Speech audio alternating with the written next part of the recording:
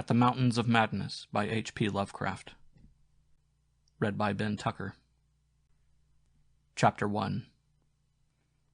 I am forced into speech because men of science have refused to follow my advice, without knowing why.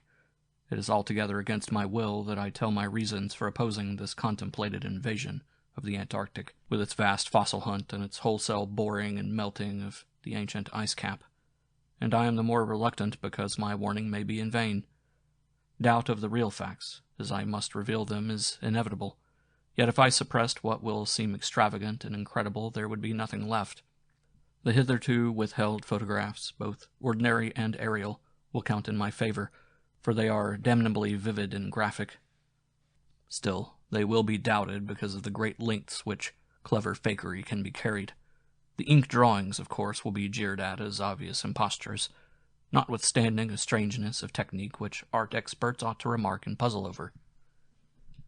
In the end, I must rely on the judgment and standing of the few scientific leaders who have, on the one hand, sufficient independence of thought to weigh my data on its own hideously convincing merits or in the light of certain primordial and highly baffling myth cycles, and on the other hand, sufficient influence to deter the exploring world in general from any rash and overambitious program in the region of those mountains of madness.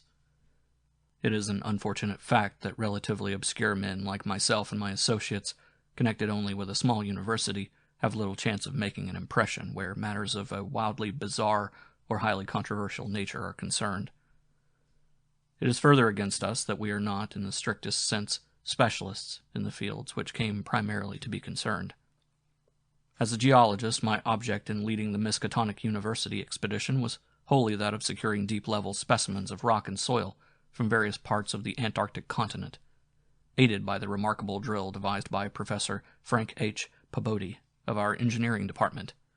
I had no wish to be a pioneer in any other field than this, but I did hope that the use of this new mechanical appliance at different points along previously explored paths would bring to light materials of a sort hitherto unreached by the ordinary methods of collection.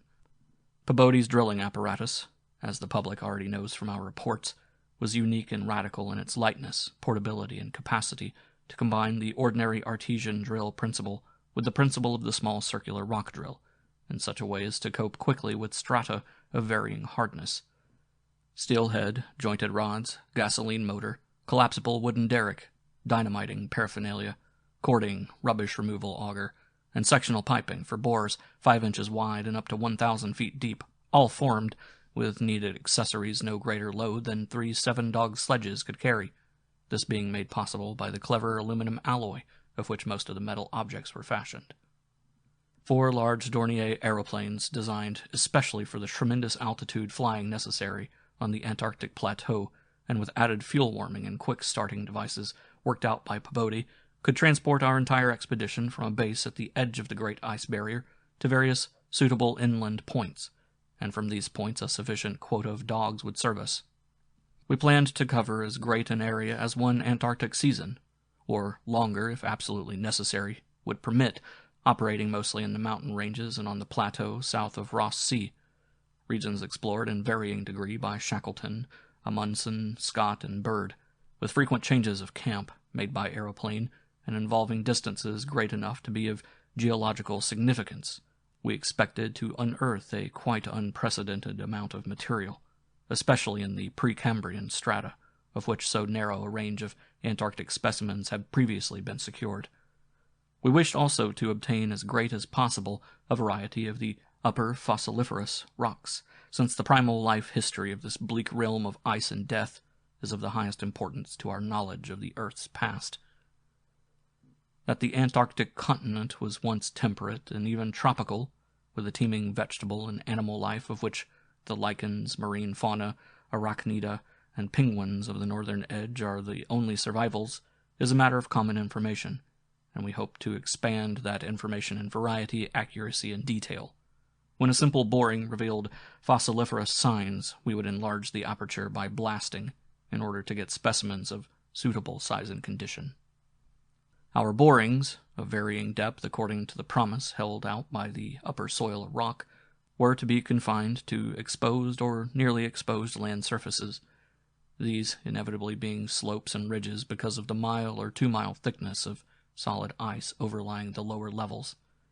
We could not afford to waste drilling depth on any considerable amount of mere glaciation, though Peabody had worked out a plan for sinking copper electrodes in thick clusters of borings and melting off limited areas of ice with current from a gasoline-driven dynamo.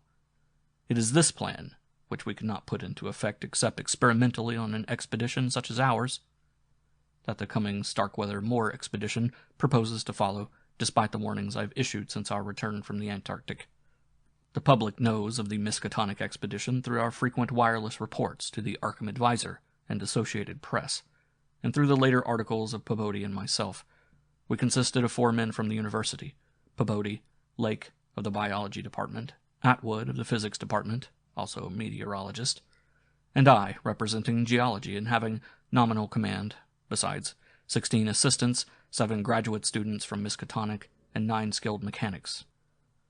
Of these 16, 12 were qualified aeroplane pilots, all but 2 of whom were competent wireless operators. 8 of them understood navigation with compass and sextant, as did Peabody, Atwood, and I. In addition, of course, our 2 ships, wooden ex-whalers, reinforced for ice conditions and having auxiliary steam, were fully manned. The Nathaniel Derby Pickman Foundation, aided by a few special contributions, financed the expedition. Hence our preparations were extremely thorough, despite the absence of great publicity. The dogs, sledges, machines, camp materials, and unassembled parts of our 5 planes were delivered in Boston, and there our ships were loaded. We were marvelously well equipped for our specific purposes, and in all matters pertaining to supplies, regimen, transportation, and camp construction, we profited by the excellent example of our many recent exceptionally brilliant predecessors. It was the unusual number and fame of these predecessors which made our own expedition, ample though it was, so little noticed by the world at large. As the newspapers told, we sailed from Boston Harbor on September 2, 1930, taking a leisurely course down the coast and through the Panama Canal, and stopping at Samoa and Hobart, Tasmania, at which latter place we took on final supplies. None of our exploring party had ever been in the polar regions before, hence we all relied greatly on our ship captains, J.B. Douglas, commanding the brig Arkham, and serving as commander of the sea party, and George Thorfinson, commanding the bark Miskatonic, both veteran whalers in Antarctic waters. As we left the inhabited world behind, the sun sank lower and lower in the north, and stayed longer and longer above the horizon each day. At about 62 degrees south latitude, we sighted our first icebergs, table-like objects with vertical sides, and just before reaching the Antarctic Circle, which we crossed on October 20th with appropriately quaint ceremonies, we were considerably troubled with field ice.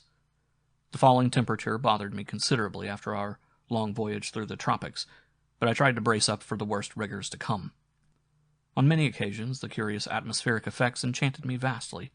These included a strikingly vivid mirage, the first I had ever seen, in which distant bergs became the battlements of unimaginable cosmic castles. Pushing through the ice, which was fortunately neither extensive nor thickly packed, we regained open water at south latitude 67 degrees, east longitude 175 degrees.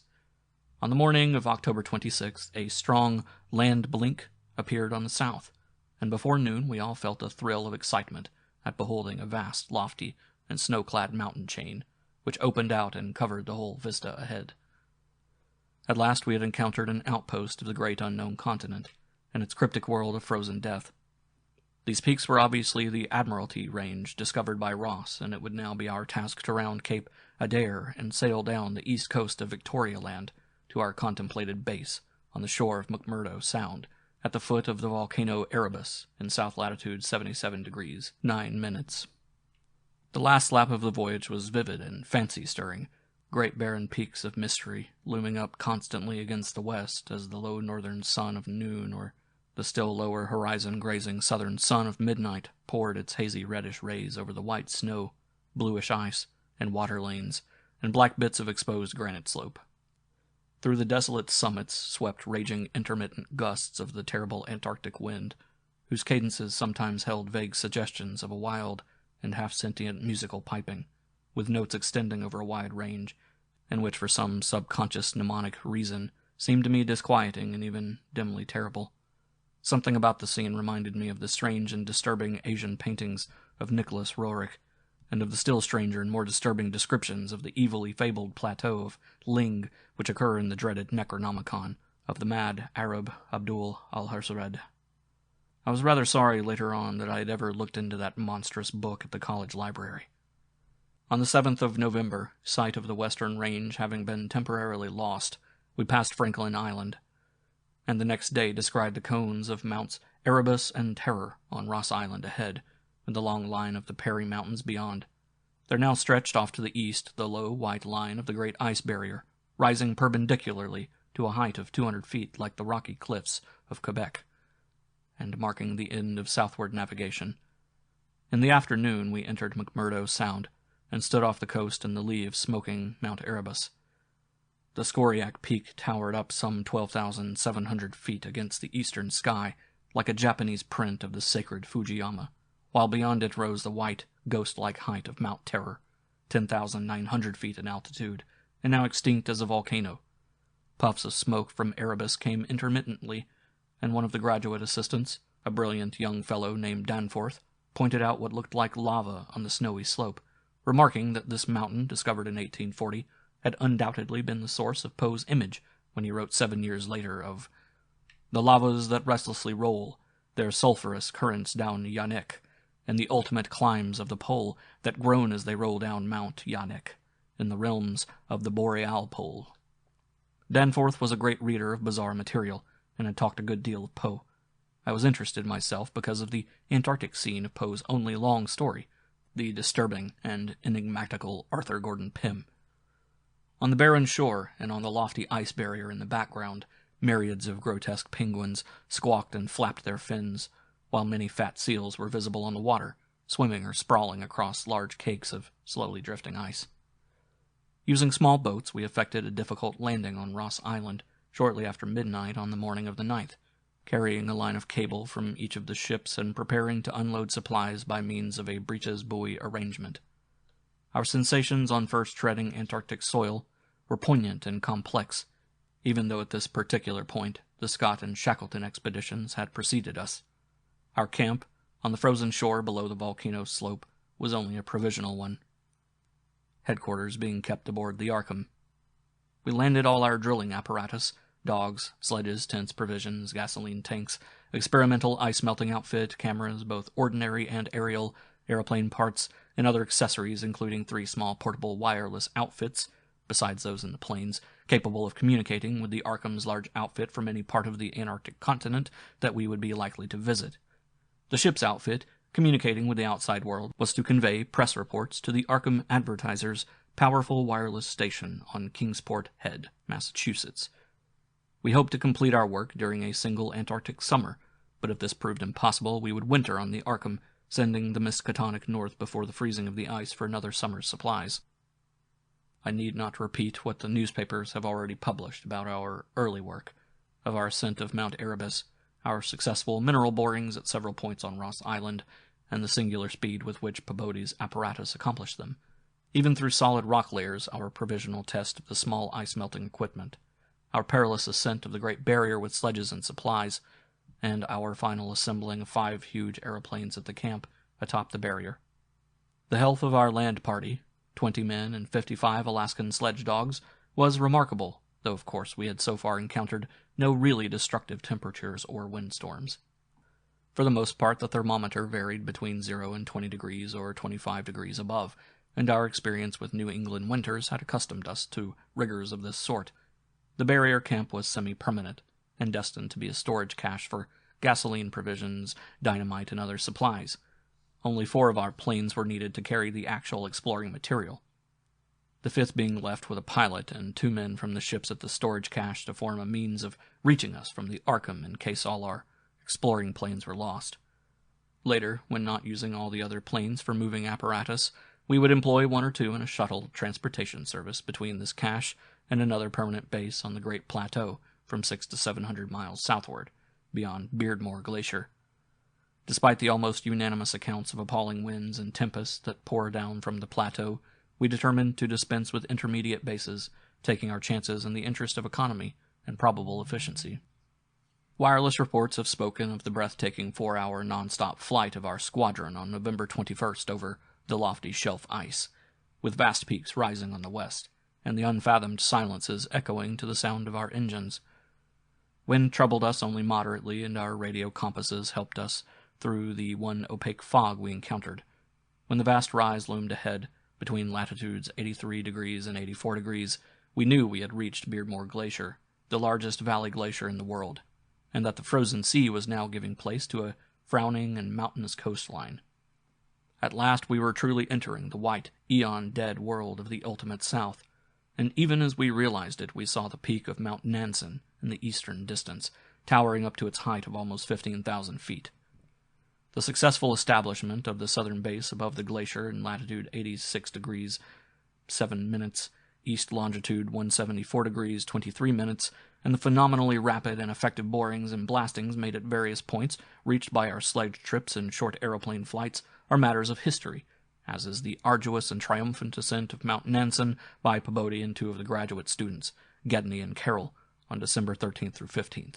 We were some 8,500 feet above sea level, and when experimental drillings revealed solid ground only 12 feet down through the snow and ice at certain points, we made considerable use of the small melting apparatus and sunk borers and performed dynamiting at many places where no previous explorer had ever thought of securing mineral specimens.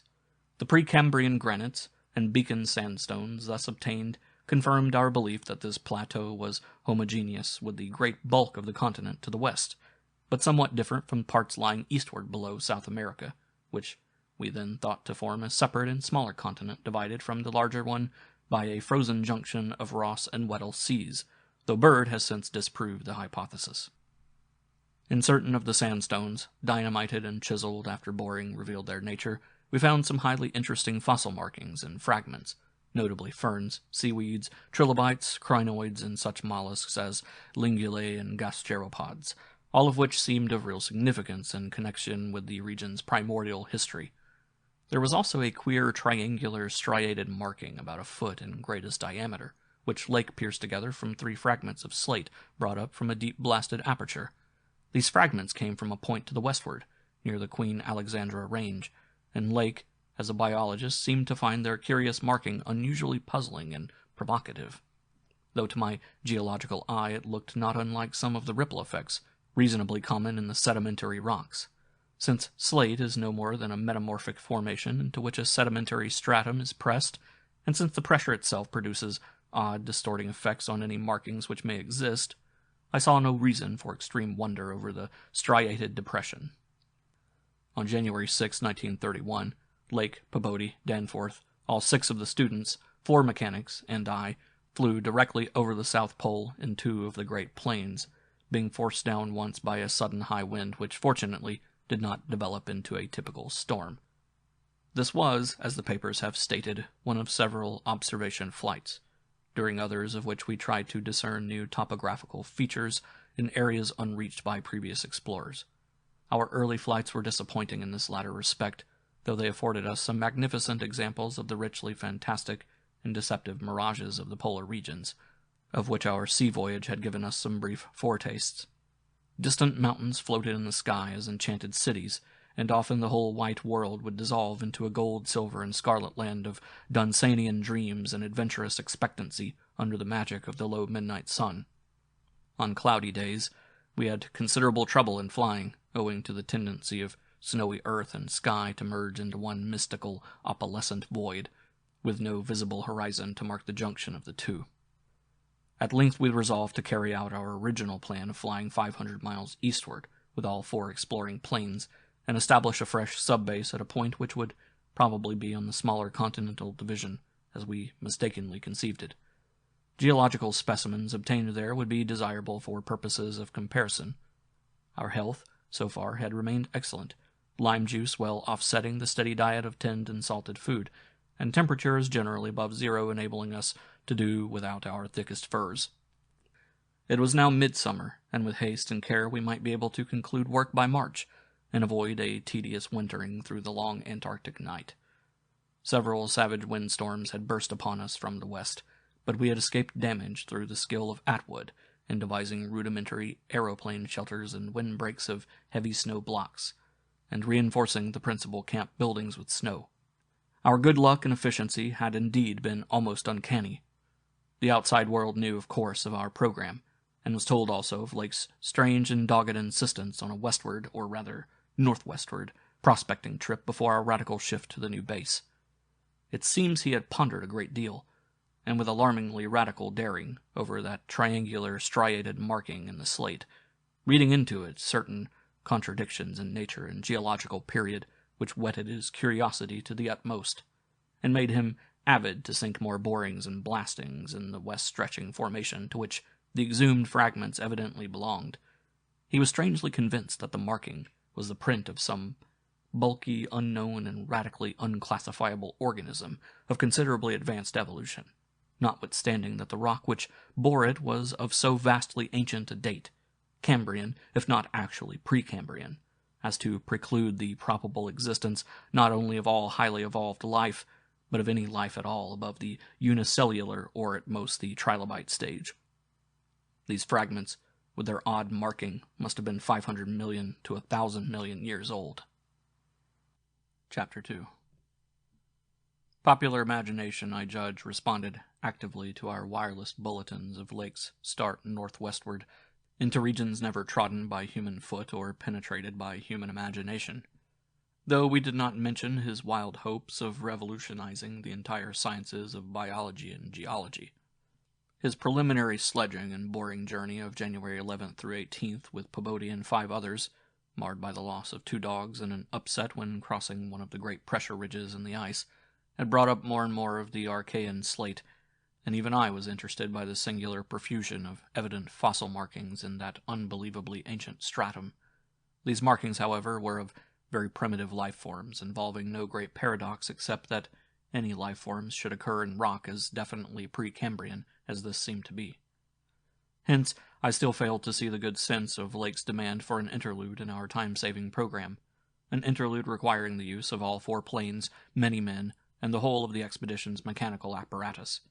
I did not, in the end, veto the plan, though I decided not to accompany the northwestward party despite Lake's plea for my geological advice. While they were gone, I would remain at the base with Pobodi and 5 men, and work out final plans for the eastward shift. In preparation for this transfer, one of the planes had begun to move up a good gasoline supply from McMurdo Sound, but this could wait temporarily. I kept with me 1 sledge and 9 dogs, since it unwise to be at any time without possible transportation in an utterly tenantless world of eon-long death. Lake's sub-expedition into the unknown, as everyone will recall, sent out its own reports from the shortwave transmitters on the plains, these being simultaneously picked up by our apparatus at the southern base and by the Arkham at McMurdo Sound, whence they were relayed to the outside world on wavelengths up to 50 meters.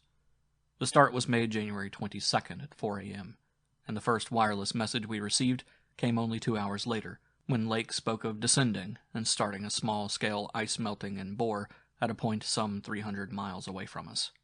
6 hours after that, a second and very excited message told of the frantic, beaver-like work whereby a shallow shaft had been sunk and blasted, culminating in the discovery of slate fragments with several markings approximately like the one which had caused the original puzzlement. 3 hours later, a brief bulletin announced the resumption of the flight in the teeth of a raw and piercing gale, and when I dispatched a message of protest against further hazards, Lake replied curtly that his new specimens made any hazard worth taking. I saw that his excitement had reached the point of mutiny, and that I could do nothing to check this headlong risk of the whole expedition's success, but it was appalling to think of his plunging deeper and deeper into that treacherous and sinister white immensity of tempests and unfathomed mysteries, which stretched off for some 1,500 miles to the half-known, half-suspected coastline of Queen Mary and Knox Lands. Then, in about an hour and a half more, came that doubly excited message from Lake's moving plane, which almost reversed my sentiments and made me wish I had accompanied the party. 10:05 p.m. On the wing, after snowstorm had spied mountain range ahead higher than any hitherto seen. May equal Himalayas, allowing for height of plateau. Probable latitude 76 degrees 15 minutes, longitude 113 degrees 10 minutes east. Reach as far as can see to right and left. Suspicion of 2 smoking cones. all peaks black and bare of snow, gale blowing off them impedes navigation. After that, Pabodie, the men, and I hung breathlessly over the receiver. Thought of this titanic mountain rampart 700 miles away inflamed our deepest sense of adventure, and we rejoiced that our expedition, if not ourselves personally, had been its discoverers. In half an hour, Lake called us again. Moulton's plane forced down on plateau and foothills, but nobody hurt and perhaps can repair. Shall transfer essentials to other 3 for return or further moves if necessary, but no more heavy plane travel needed just now. Mountains surpass anything in imagination. Am going up scouting in Carroll's plane with all weight out. You can't imagine anything like this. Highest peaks must go over 35,000 feet. Everest out of the running. Atwood to work out height with theodolite, while Carroll and I go up. Probably wrong about cones, for formations look stratified.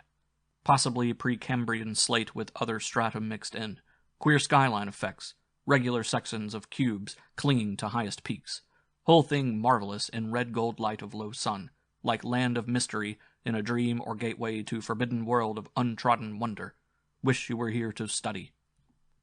Though it was technically sleeping time, not one of us listeners thought for a moment of retiring. It must have been a good deal the same at McMurdo Sound, where the supply cache and the Arkham were also getting the messages. For Captain Douglas gave out a call congratulating everybody on the important find, and Sherman, the cache operator, seconded his sentiments. We were sorry, of course, about the damaged aeroplane, but hoped it could be easily mended. Then at 11 p.m. came another call from Lake. Up with Carroll over highest foothills. Don't dare try really tall peaks in present weather, but shall later. Frightful work climbing, and hard going at this altitude, but worth it. Great range fairly solid, hence can't get any glimpses beyond. Main summits exceed Himalayas, and very queer. Range looks like Precambrian slate, with plain signs of many other upheaved strata. Was wrong about volcanism. Goes farther in either direction than we can see. Swept clear of snow above about 21,000 feet. Odd formations on slopes of highest mountains. Great low square blocks with exactly vertical sides, and rectangular lines of low vertical ramparts, like the old Asian castles clinging to steep mountains in Roerich's paintings. Impressive from distance. Flew close to some, and Carroll thought they were formed of smaller separate pieces, but that is probably weathering. Most edges crumbled and rounded off as if exposed to storms and climate changes for millions of years. Parts, especially upper parts, seemed to be of light-colored rock that any visible strata on slopes proper, hence an evidently crystalline origin. Close flying shows many cave mouths, some unusually regular in outline, square or semicircular.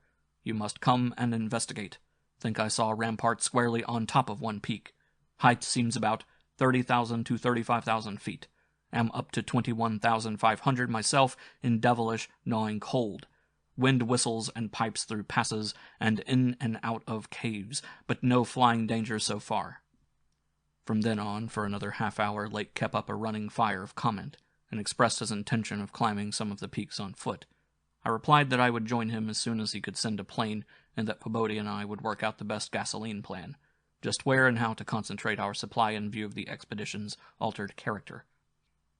Obviously, Lake's boring operations as well as his aeroplane activities would need a great deal delivered for the new base, which he was to establish at the foot of the mountains, and it was possible that the eastward flight might not be made after all this season. In connection with this business, I called Captain Douglas, and asked him to get as much as possible out of the ships and up the barrier with the single dog team we had left there. A direct route across the unknown region between Lake and McMurdo Sound was what we really ought to establish. Lake called me later to say that he had decided to let the camp stay where Moulton's plane had been forced down, and where repairs had already progressed somewhat. The ice sheet was very thin, with dark ground here and there visible, and he would sink some borings and blasts at that very point before making any sledge trips or climbing expeditions. He spoke of the ineffable majesty of the whole scene, and the queer state of his sensations at being in the lee of vast, silent pinnacles, whose ranks shot up like a wall reaching the sky at the world's rim. Atwood's theodolite observations had placed the height of the 5 tallest peaks at from 30,000 to 34,000 feet. The wind-swept nature of the terrain clearly disturbed Lake, for it argued the occasional existence of prodigious gales, violent beyond anything we had so far encountered. His camp lay a little more than 5 miles from where the higher foothills abruptly rose. I could almost trace a note of subconscious alarm in his words, flashed across a glacial void of 700 miles, as he urged that we all hasten with the matter and get the strange new region disposed of as soon as possible. He was about to rest now after a continuous day's work of almost unparalleled speed, strenuousness, and result. In the morning I had a 3-cornered wireless talk with Lake and Captain Douglas at their widely separated bases, and it was agreed that one of Lake's planes would come to my base for Pabodie, the 5 men, and myself, as well as for all the fuel it could carry. The rest of the fuel question, depending on our decision about an easterly trip, could wait a few days, since Lake had enough for immediate camp heat and borings. Eventually, the old southern base ought to be restocked, but if we postponed the easterly trip, we would not use it till the next summer, and meanwhile Lake must send a plane to explore a direct route between his new mountains and McMurdo Sound. Pabodie and I prepared to close our base for a short or long period, as the case might be. If we wintered in the Antarctic, we would probably fly straight from Lake's base to the Arkham without returning to the spot. Some of our conical tents had already been reinforced by blocks of hard snow, and now we decided to complete the job of making a permanent village. Owing to a very liberal tent supply, Lake had with him all that his base would need even after our arrival. I wirelessed that Pabodie and I would be ready for the northwestward move after 1 day's work and 1 night's rest. Our labors, however, were not very steady after 4 p.m., for about that time Lake began sending in the most extraordinary and excited messages. His working day had started unpropitiously, since an aeroplane survey of the nearly exposed rock surfaces showed an entire absence of those Archean and primordial strata for which he was looking, and which formed so great a part of the colossal peaks that loomed up at a tantalizing distance from the camp.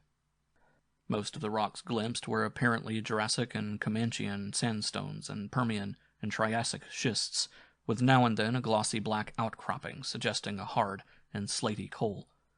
This rather discouraged Lake, whose plans all hinged on unearthing specimens more than 500 million years older. It was clear to him that in order to recover the Archean slate vein in which he had found the odd markings, he would have to make a long sledge trip from these foothills to the steep slopes of the gigantic mountains themselves. He had resolved, nevertheless, to do some local boring as part of the expedition's general program, hence set up the drill and put 5 men to work with it while the rest finished settling the camp and repairing the damaged aeroplane. The softest visible rock, a sandstone about 1/4 of a mile from the camp, had been chosen for the first sampling, and the drill made excellent progress without much supplementary blasting.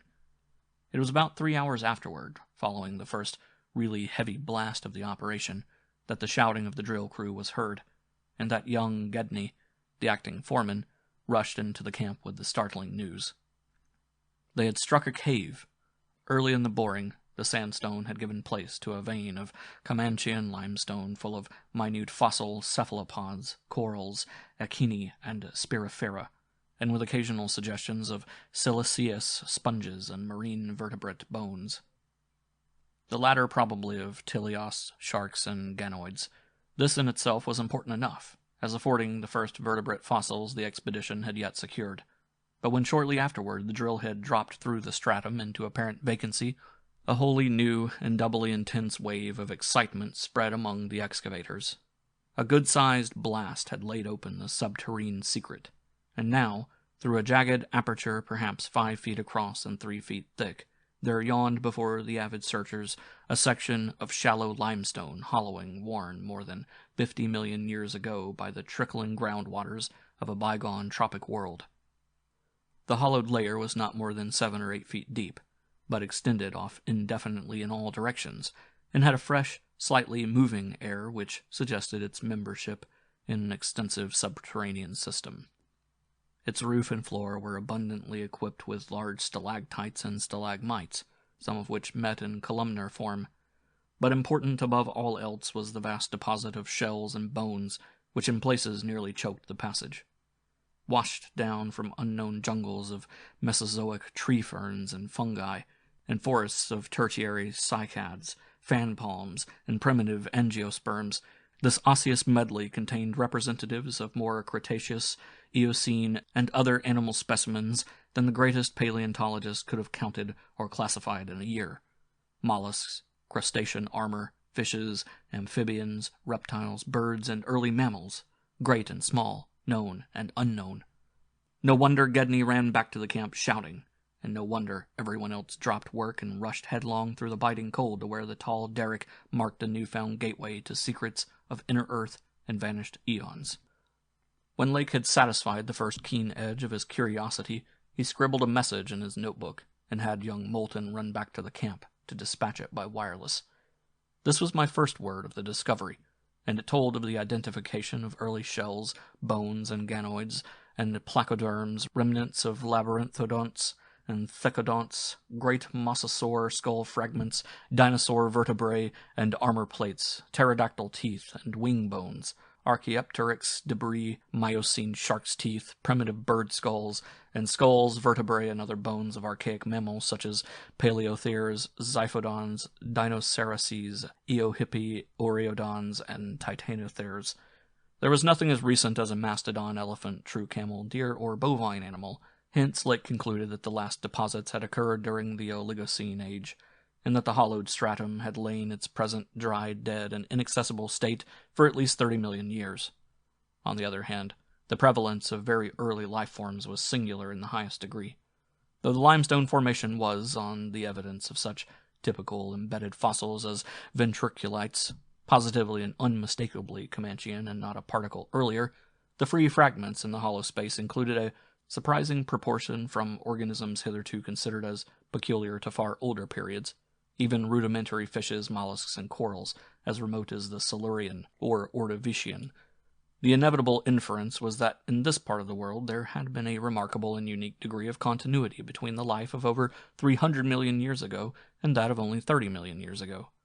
How far this continuity had extended beyond the Oligocene age, when the cavern was closed, was of course past all speculation.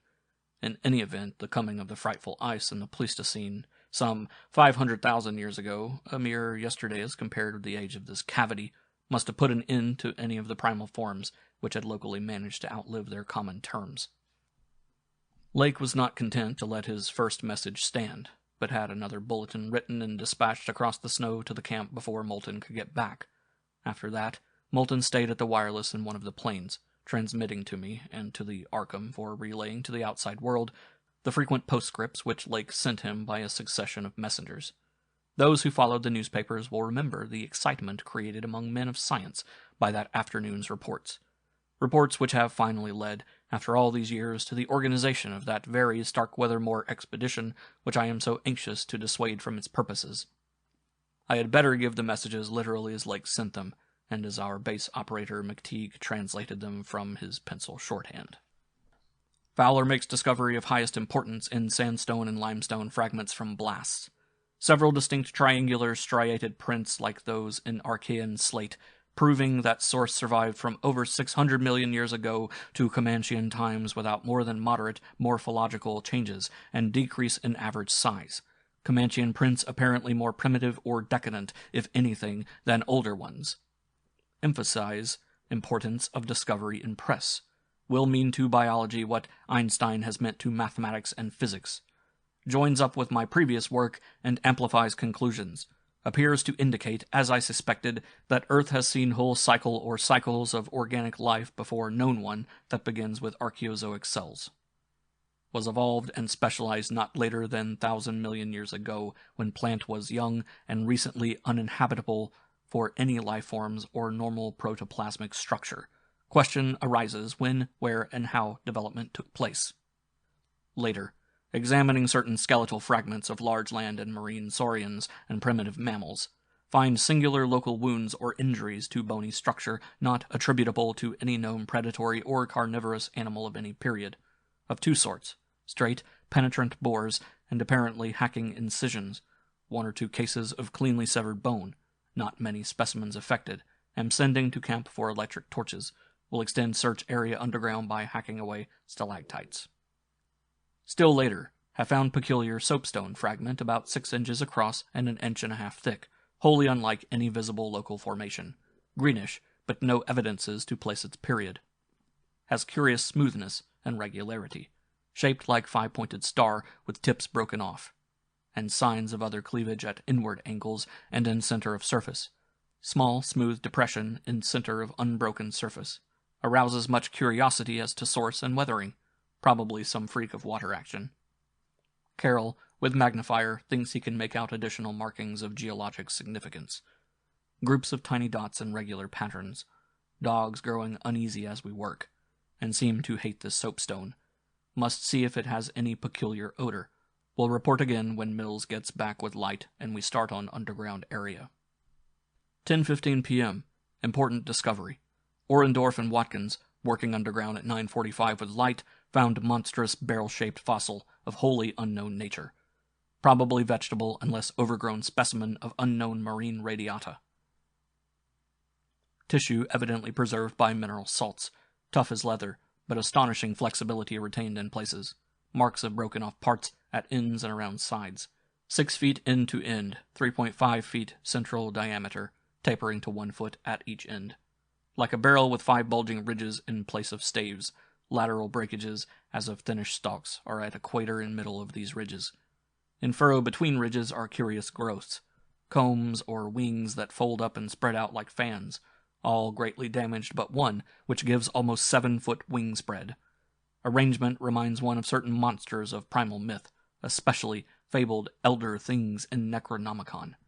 These wings seem to be membranous, stretched on framework of glandular tubing, apparent minute orifices in frame tubing at wingtips, ends of body shriveled, giving no clue to interior or to what has been broken off there. Must dissect when we get back to camp. Can't decide whether vegetable or animal. Many features obviously of almost incredible primitiveness. Have set all hands cutting stalactites and looking for further specimens.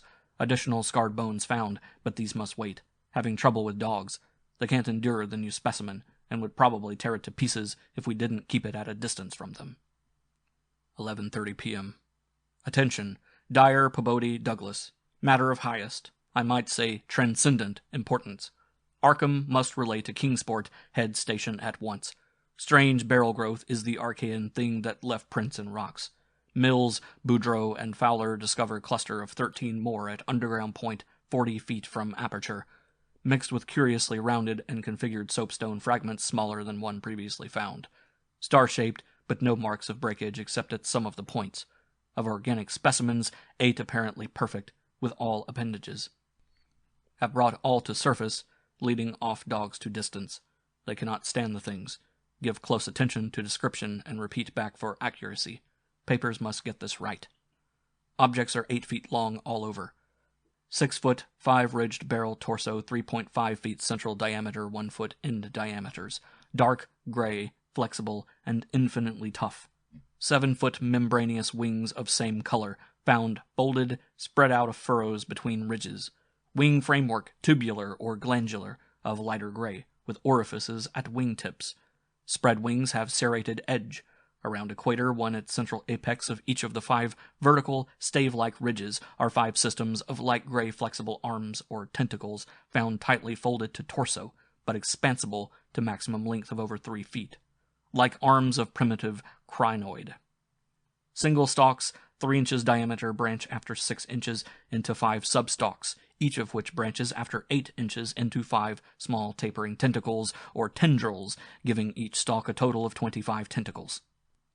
At top of torso, blunt, bulbous neck of lighter gray with gill-like suggestions holds yellowish, 5-pointed, starfish-shaped, apparent head, covered with 3-inch wiry cilia of various prismatic colors. Head thick and puffy, about 2 feet point to point, with 3-inch flexible yellowish tubes projecting from each point. Slit in exact center of top probably breathing aperture. At end of each tube is spherical expansion, where yellowish membrane rolls back on handling to reveal glassy, red-irised globe. Evidently an eye. 5 slightly longer reddish tubes start from inner angles of starfish-shaped head and end in sac-like swellings of same color, which upon pressure open to bell-shaped orifices 2 inches maximum diameter and lined with sharp white, tooth-like projections. Probable mouths. All these tubes, cilia, and points of starfish head found folded tightly down. Tubes and points clinging to bulbous neck and torso. Flexibility surprising, despite vast toughness. At bottom of torso, rough but dissimilarly functioning counterpoints of head arrangements exist. Bulbous, light gray, pseudo-neck, without gills suggestions, holds greenish five-pointed starfish arrangement. Tough, muscular arms 4 feet long and tapering from 7 inches diameter at base to about 2.5 at point. To each point is attached small end of a greenish 5-veined membranous triangle, 8 inches long and 6 wide at farther end. This is the paddle, fin, or pseudo-foot, which has made prints in rocks from 1,000 million to 50 or 60 million years old. From inner angles of starfish arrangement project 2-foot reddish tubes tapering from 3 inches diameter at base to 1 at tip, orifices at tips. All these parts infinitely tough and leathery, but extremely flexible. 4-foot arms with paddles undoubtedly used for locomotion of some sort, marine or otherwise. When moved, display suggestions of exaggerated muscularity. As found, all these projections tightly fold over pseudoneck and end of torso corresponding to projections at other end. Cannot yet assign positively to animal or vegetable kingdom, but odds now favor animal. Probably represents incredibly advanced evolution of radiata without loss of certain primitive features. Echinoderm resemblance is unmistakable despite local contradictory evidences. Wing structure puzzles in view of probable marine habitat, but may have use in water navigation. Symmetry is curiously vegetable-like, suggesting vegetables essentially up and down structure rather than animals fore and aft structure. Fabulously early date of evolution, preceding even simplest Archean protozoa hitherto known, baffles all conjecture as to origin. Complete specimens have such uncanny resemblance to certain creatures of primal myth that suggestion of ancient existence outside Antarctic becomes inevitable. Dyer and Peabody have read Necronomicon and seen Clark Ashton Smith's nightmare paintings based on text, and will understand when I speak of elder things supposed to have created all Earth life as jest or mistake. Students have always thought conception formed from morbid imaginative treatment of very ancient tropical radiata, also like prehistoric folklore things Wilmarth has spoken of, Cthulhu cult appendages, etc. Vast field of study opened, deposits probably of late Cretaceous or early Eocene period, judging from associated specimens. Massive stalagmites deposited above them. Hard work hewing out, but toughness prevented damage. State of preservation miraculous, evidently owing to limestone action. No more found so far, but will resume search later. Job now to get 14 huge specimens to camp without dogs, which bark furiously and can't be trusted near them.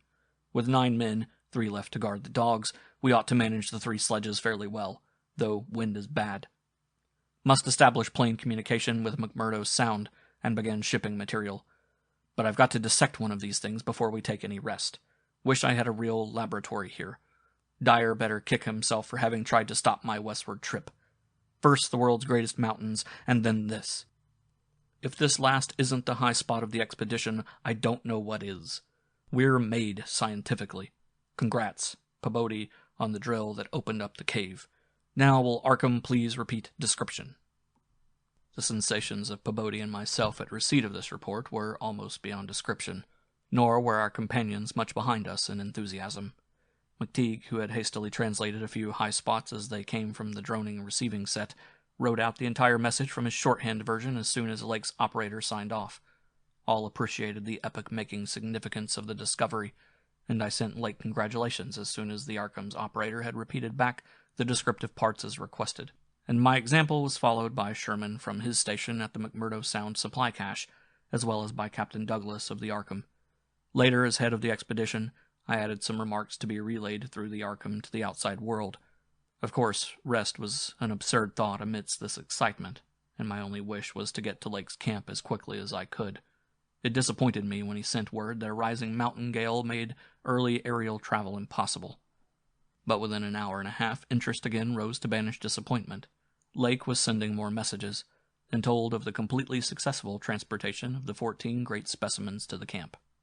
It had been a hard pull, for the things were surprisingly heavy, but 9 men had accomplished it very neatly. Now some of the party were hurriedly building a snow corral at a safe distance from the camp, to which the dogs could be brought for greater convenience in feeding. The specimens were laid out on the hard snow near the camp, save for one on which Lake was making crude attempts at dissection. The dissection seemed to be a greater task than had been expected, for despite the heat of a gasoline stove in the newly raised laboratory tent, the deceptively flexible tissues of the chosen specimen, a powerful and intact one, lost nothing of their more than leathery toughness. Lake was puzzled as to how he might make the requisite incisions without violence destructive enough to upset all the structural niceties he was looking for. He had, it is true, 7 more perfect specimens, but these were too few to use up recklessly, unless the cave might later yield an unlimited supply. Accordingly, he removed the specimen and dragged in one which, though having remnants of the starfish arrangements at both ends, was badly crushed and partly disrupted along one of the great torso furrows. Results, quickly reported over the wireless, were baffling and provocative indeed. Nothing like delicacy or accuracy was possible with instruments hardly able to cut the anomalous tissue, but the little that was achieved left us all awed and bewildered. Existing biology would have to be wholly revised, for this thing was no product of any cell growth science knows about. There had been scarcely any mineral replacement, and despite an age of perhaps 40 million years, the internal organs were wholly intact. The leathery, undeteriorative, and almost indestructible quality was an inherent attribute of the thing's form of organization, and pertained to some Paleogean cycle of invertebrate evolution utterly beyond our powers of speculation. At first all that Lake found was dry, but as the heated tent produced its thawing effect, organic moisture of pungent and offensive odor was encountered toward the thing's uninjured side. It was not blood, but a thick, dark green fluid, apparently answering the same purpose. By the time Lake reached this stage, all 37 dogs had been brought to the still uncompleted corral near the camp, and even at that distance set up a savage barking and show of restlessness at the acrid, diffusive smell. Far from helping to place the strange entity, this provisional dissection merely deepened its mystery. All guesses about its external members had been correct, and on the evidence of these one could hardly hesitate to call the thing animal, but internal inspection brought up so many vegetable evidences that Lake was left hopelessly at sea. It had digestion and circulation, and eliminated waste matter through the reddish tubes of its starfish-shaped base. Cursorily, one would say that its respiratory apparatus handled oxygen rather than carbon dioxide, and there were odd evidences of air storage chambers and methods of shifting respiration from the external orifice to at least 2 other fully developed breathing systems, gills and pores. Clearly it was amphibian and probably adapted to long, airless hibernation periods as well. Vocal organs seemed present in connection with the main respiratory system, but they presented anomalies beyond immediate solution. Articulate speech, in the sense of syllable utterance, seemed barely conceivable, but musical piping notes covering a wide range were highly probable. The muscular system was almost preternaturally developed. The nervous system was so complex and highly developed as to leave Lake aghast. Though excessively primitive and archaic in some respects, the thing had a set of ganglial centers and connectives arguing the very extremes of specialized development. Its 5-lobed brain was surprisingly advanced, and there were signs of a sensory equipment, served in part through the wiry cilia of the head, involving factors alien to any other terrestrial organism. Probably it had more than 5 senses, so that its habits could not be predicted from any existing analogy. It must, Lake thought, have been a creature of keen sensitiveness and delicately differentiated functions in its primal world, much like the ants and bees of today. It reproduced like the vegetable cryptogams, especially the pteridophytes, having spore cases at the tips of the wings and evidently developing from a thallus or prothallus. But to give it a name at this stage was mere folly. It looked like a radiate, but was clearly something more. It was partly vegetable, but had 3/4 of the essentials of animal structure. That it was marine in origin, its symmetrical contour and certain other attributes clearly indicated, yet one could not be exact as to the limit of its later adaptations. The wings, after all, held a persistent suggestion of the aerial. How it could have undergone its tremendously complex evolution on a newborn Earth in time to leave prints in Archean rocks was so far beyond conception as to make Lake whimsically recall the primal myths about great old ones who filtered down from the stars and concocted Earth life as a joke or mistake, and the wild tales of cosmic hill things from outside told by a folklorist colleague in Miskatonic's English department. Naturally, he considered the possibility of the Precambrian prints having been made by less evolved ancestor of the present specimens, but quickly rejected this too facile theory upon considering the advanced structural qualities of the older fossils.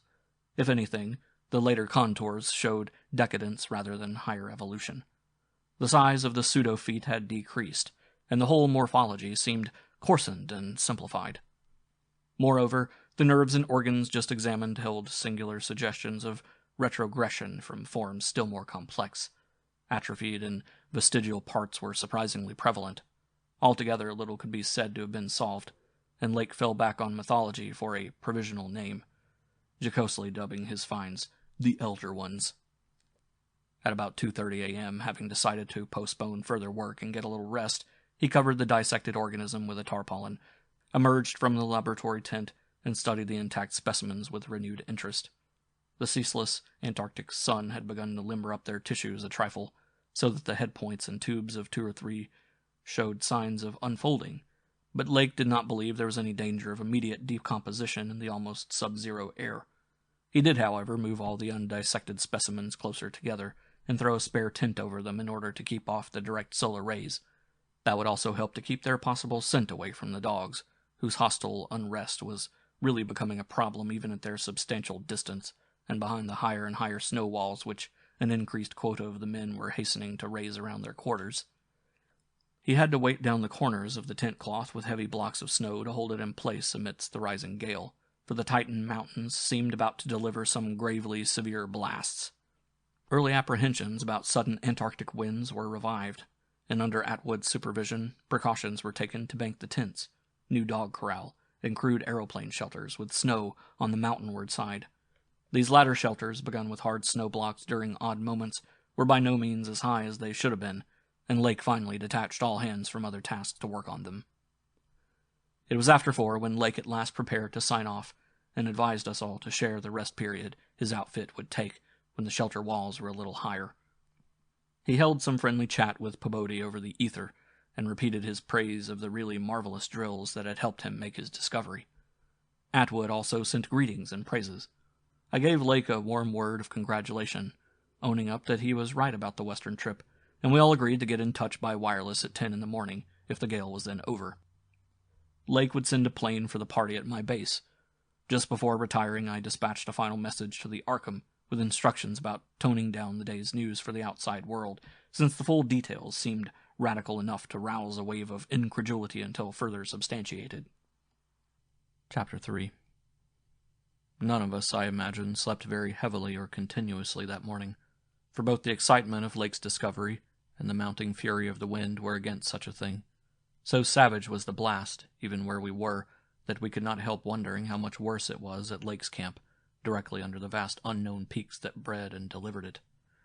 McTeague was awake at 10 o'clock and tried to get Lake on the wireless as agreed, but some electrical condition in the disturbed air to the westward seemed to prevent communication. We did, however, get the Arkham, and Douglas told me that he had likewise been vainly trying to reach Lake. He had not known about the wind, for very little was blowing at McMurdo Sound, despite its persistent rage where we were. Throughout the day, we all listened anxiously and tried to get Lake at intervals, but invariably without results. About noon, a positive frenzy of wind stampeded out of the west, causing us to fear for the safety of our camp, but it eventually died down, with only a moderate relapse at 2 p.m. After 3 o'clock it was very quiet, and we redoubled our efforts to get Lake. Reflecting that he had 4 planes, each provided with an excellent shortwave outfit, we could not imagine any ordinary accident capable of crippling all his wireless equipment at once. Nevertheless, the stony silence continued, and when we thought of the delirious force the wind must have had in his locality, we could not help making the most direful conjectures. By 6 o'clock our fears had become intense and definite, and after a wireless consultation with Douglas and Thorfinson, I resolved to take steps toward investigation. The 5th aeroplane, which we had left at the McMurdo Sound supply cache with Sherman and 2 sailors, was in good shape and ready for instant use, and it seemed that the very emergency for which it had been saved was now upon us. I got Sherman by wireless and ordered him to join me with the plane and the 2 sailors at the southern base as quickly as possible, the air conditions being apparently highly favorable. We then talked over the personnel of the coming investigation party, and decided that we would include all hands, together with the sledge and dogs which I had kept with me. Even so great a load would not be too much for one of the huge planes built to our special orders for heavy machinery transportation. At intervals, I still tried to reach Lake with the wireless, but all to no purpose. Sherman, with the sailors Gunnarsson and Larson, took off at 7:30 and reported a quiet flight from several points on the wing. They arrived at our base at midnight, and all hands at once discussed the next move. It was risky business sailing over the Antarctic in a single aeroplane without any line of bases, but no one drew back from what seemed like the plainest necessity. We turned in at 2 o'clock for a brief rest after some preliminary loading of the plane, but were up again in 4 hours to finish the loading and packing. At 7:15, January 25th, we started flying northwestward under McTeague's pilotage with 10 men, 7 dogs, a sledge, a fuel and food supply, and other items including the plane's wireless outfit. The atmosphere was clear, fairly quiet, and relatively mild in temperature, and we anticipated very little trouble in reaching the latitude and longitude designated by Lake as the site of his camp. Our apprehensions were over what we might find or fail to find at the end of our journey, for Silence continued to answer all calls dispatched to the camp. Every incident of that 4.5-hour flight is burned into my recollection because of its crucial position in my life. It marked my loss, at the age of 54, of all that peace and balance which the normal mind possesses through its accustomed conception of external nature and nature's laws. Thenceforth, the 10 of us, but the student Danforth and myself above all others, were to face a hideously amplified world of lurking horrors which nothing can erase from our emotions, and which we would refrain from sharing with mankind in general if we could. The newspapers have printed the bulletins we sent from the moving plane, telling of our non-stop course, our 2 battles with treacherous upper-air gales, our glimpse of the broken surface where Lake had sunk his mid-journey shaft 3 days before, and our sight of a group of those strange fluffy snow cylinders noted by Amundsen and Bird as rolling in the wind across the endless leagues of frozen plateau. There came a point, though, when our sensations could not be conveyed in any words the press would understand, and a later point when we had to adopt an actual rule of strict censorship. The sailor Larson was first to spy the jagged line of witch-like cones and pinnacles ahead, and his shouts sent everyone to the windows of the great cabined plane. Despite our speed, they were very slow in gaining prominence. Hence we knew that they must be infinitely far off, and visible only because of their abnormal height. Little by little, however, they rose grimly into the western sky, allowing us to distinguish various bare, bleak, blackish summits, and to catch the curious sense of fantasy which they inspired, as seen in the reddish Antarctic light against the provocative background of iridescent ice dust clouds. In the whole spectacle, there was a persistent, pervasive hint of stupendous secrecy and potential revelation, as if these stark nightmare spires marked the pylons of a frightful gateway into forbidden spheres of dream and complex gulfs of remote time, space, and ultra-dimensionality. I could not help feeling that they were evil things, mountains of madness whose farther slopes looked out over some accursed ultimate abyss. That seething, half-luminous cloud background held ineffable suggestions of a vague, ethereal beyondness, far more than terrestrially spatial, and gave appalling reminders of the utter remoteness, separateness, desolation, and eon-long death of this untrodden and unfathomed austral world. It was young Danforth who drew our notice to the curious regularities of the higher mountain skyline, regularities like clinging fragments of perfect cubes, which Lake had mentioned in his messages, and which indeed justified his comparison with the dream-like suggestions of primordial temple ruins on cloudy Asian mountain-tops so subtly and strangely painted by Roerich. There was indeed something hauntingly Roerich-like about this whole unearthly continent of mountainous mystery. I had felt it in October when we first caught sight of Victoria Land, and I felt it afresh now.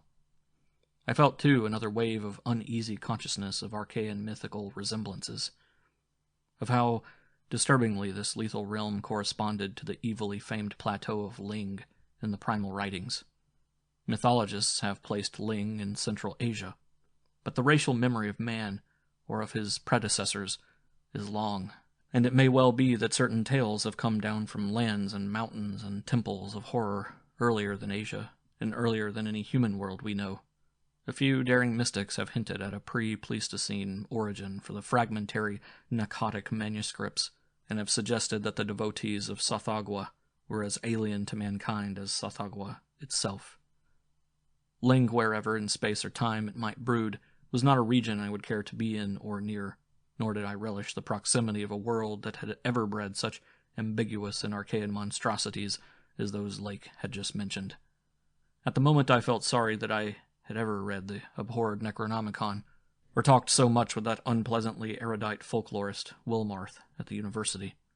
This mood undoubtedly served to aggravate my reaction to the bizarre mirage which burst upon us from the increasingly opalescent zenith as we drew near the mountains and began to make out the cumulative undulations of the foothills. I had seen dozens of polar mirages during the preceding weeks, some of them quite as uncanny and fantastically vivid as the present sample, but this one had a wholly novel and obscure quality of menacing symbolism, and I shuddered as the seething labyrinth of fabulous walls and towers and minarets loomed out of the troubled ice vapors above our heads.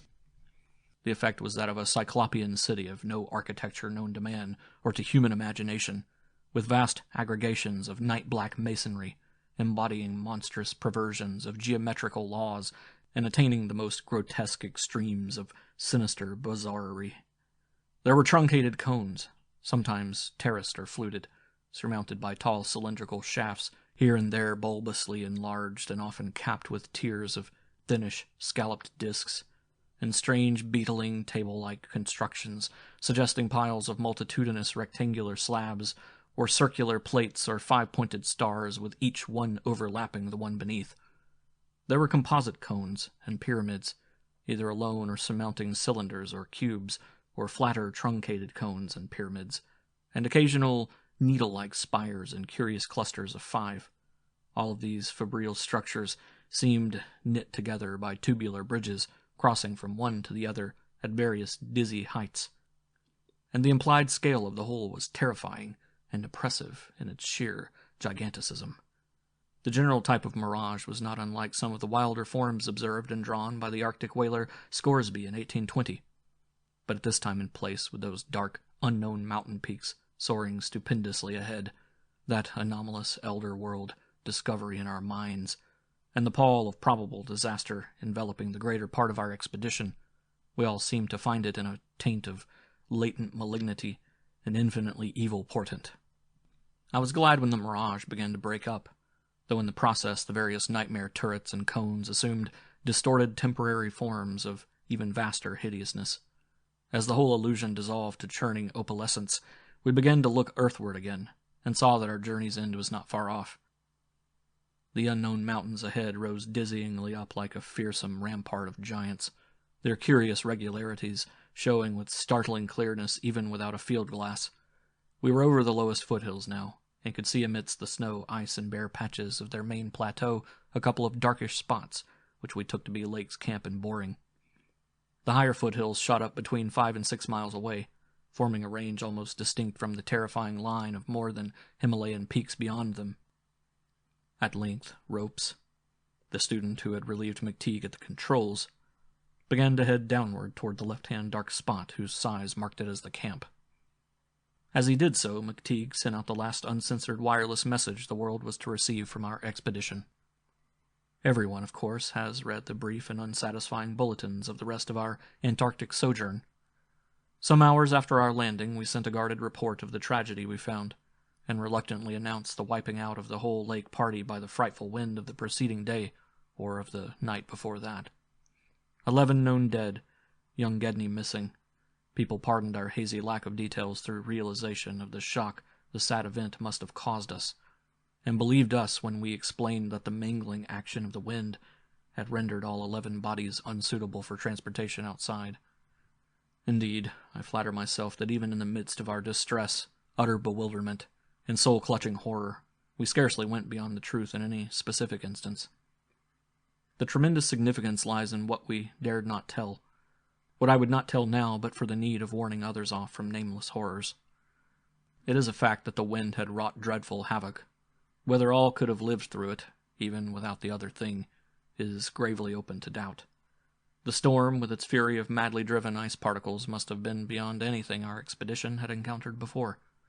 One aeroplane shelter, all it seems had been left in a far too flimsy and inadequate state, was nearly pulverized, and the derrick at the distant boring was entirely shaken to pieces. The exposed metal of the grounded planes and drilling machinery was bruised into a high polish, and 2 of the small tents were flattened, despite their snow banking. Wooden surfaces left out in the blast were pitted and denuded of paint, and all signs of tracks in the snow were completely obliterated. It is also true that we found none of the archaic biological objects in a condition to take outside as a whole. We did gather some minerals from a vast tumbled pile, including several of the greenish soapstone fragments, whose odd 5-pointed rounding and faint patterns of grouped dots caused so many doubtful comparisons, and some fossil bones, among which were the most typical of the curiously injured specimens. None of the dogs survived, their hurriedly built snow enclosure near the camp being almost wholly destroyed. The wind may have done that, though the greater breakage on the side next to the camp, which was not the windward one, suggests an outward leap or break of the frantic beasts themselves. All 3 sledges were gone, and we have tried to explain that the wind may have blown them off into the unknown. The drill and ice-melting machinery at the boring were too badly damaged to warrant salvage, so we used them to choke up that subtly disturbing gateway to the past which Lake had blasted. We likewise left at the camp the 2 most shaken up of the planes. Since our surviving party had only 4 real pilots, Sherman, Danforth, McTeague, and Ropes, and all with Danforth in a poor nervous shape to navigate. We brought back all the books, scientific equipment, and other incidentals we could find, though much was rather unaccountably blown away. Spare tents and furs were either missing or badly out of condition.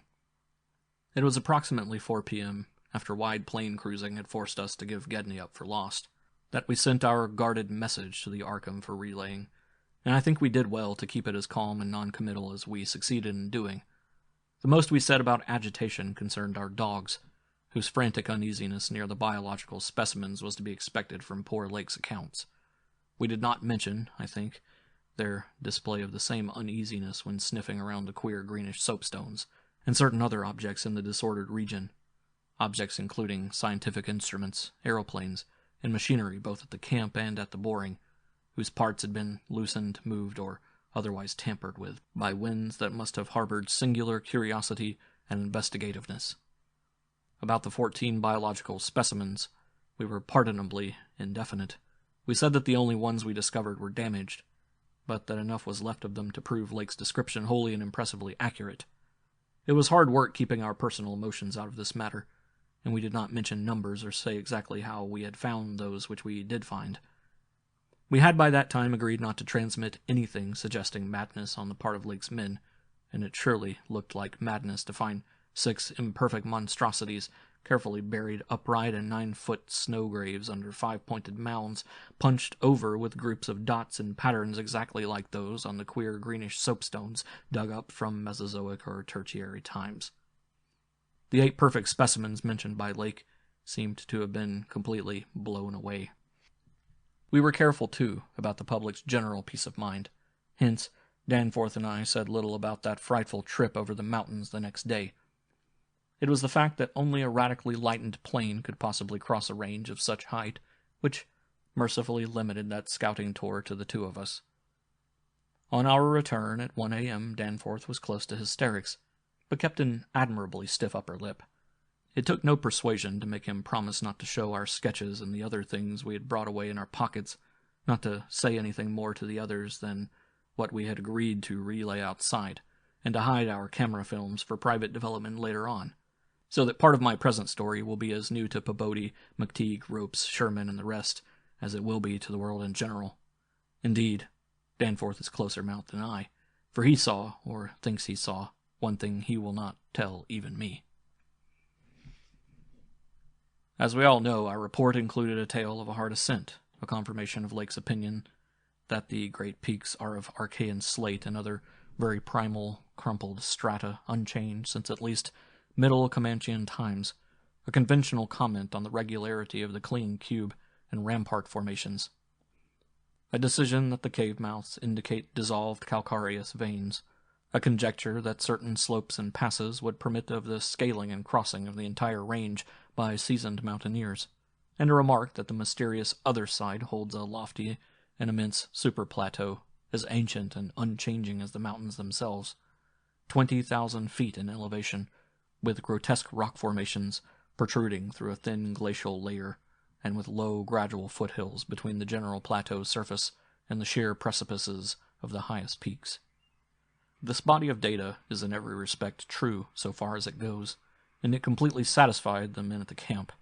We laid our absence of 16 hours, a longer time than our announced flying, landing, reconnoitering, and rock-collecting program called for, to a long mythical spell of adverse wind conditions, and told truly of our landing on the farther foothills. Fortunately, our tale sounded realistic and prosaic enough not to tempt any of the others into emulating our flight. Had any tried to do that, I would have used every ounce of my persuasion to stop them, and I do not know what Danforth would have done. While we were gone, Pabodie, Sherman, Ropes, McTeague, and Williamson had worked like beavers over Lake's two best planes, fitting them again for use despite the altogether unaccountable juggling of their operative mechanism. We decided to load all of the planes the next morning and start back for our old base as soon as possible. Even though indirect, that was the safest way to work toward McMurdo Sound, for a straight-line flight across the most utterly unknown stretches of the eon-dead continent would involve many additional hazards. Further exploration was hardly feasible in view of our tragic decimation and the ruin of our drilling machinery. And the doubts and horrors around us, which we did not reveal, made us wish only to escape from this austral world of desolation and brooding madness as swiftly as we could. As the public knows, our return to the world was accomplished without further disasters. All planes reached the old base on the evening of the next day, January 27th, after a swift, non-stop flight. And on the 28th, we made McMurdo Sound in 2 laps. The one pause being very brief, and occasioned by a faulty rudder and the furious wind over the ice shelf after we had cleared the great plateau. In 5 days more, the Arkham and Miskatonic, with all hands and equipment on board, were shaking clear of the thickening field ice and working up Ross Sea, with the mocking mountains of Victoria Land looming westward against a troubled Antarctic sky, and twisting the wind's wails into a wide-ranged musical piping, which chilled my soul to the quick. Less than a fortnight later, we left the last hint of polar land behind us, and thanked heaven that we were clear of a haunted, accursed realm, where life and death, space and time, have made black and blasphemous alliances in the unknown epochs, since matter first writhed and swam on the planet's scarce-cooled crust.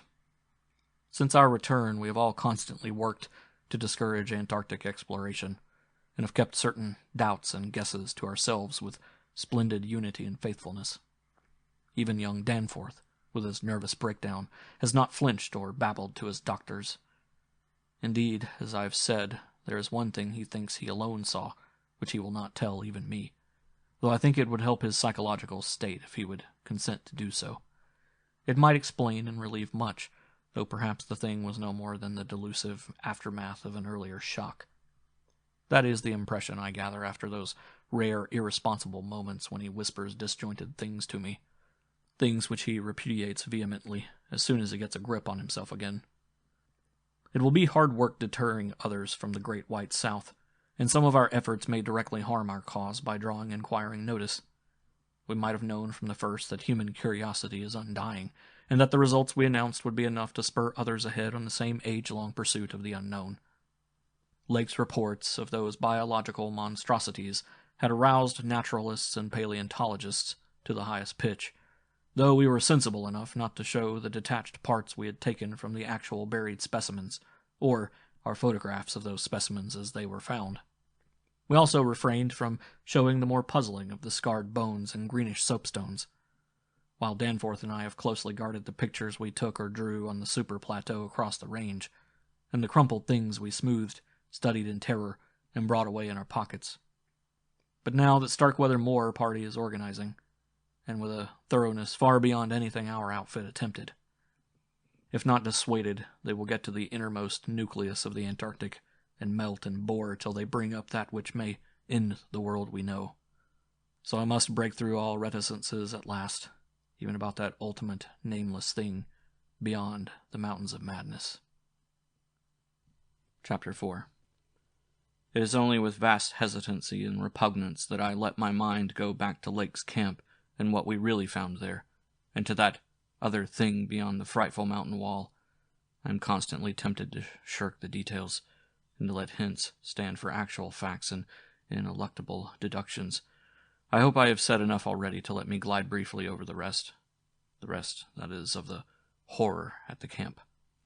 I've told of the wind-ravaged terrain, the damaged shelters, the disarranged machinery, the varied uneasinesses of our dogs, the missing sledges and other items, the deaths of men and dogs, the absence of Gedney, and the 6 insanely buried biological specimens, strangely sound in texture for all their structural injuries, from a world 40 million years dead.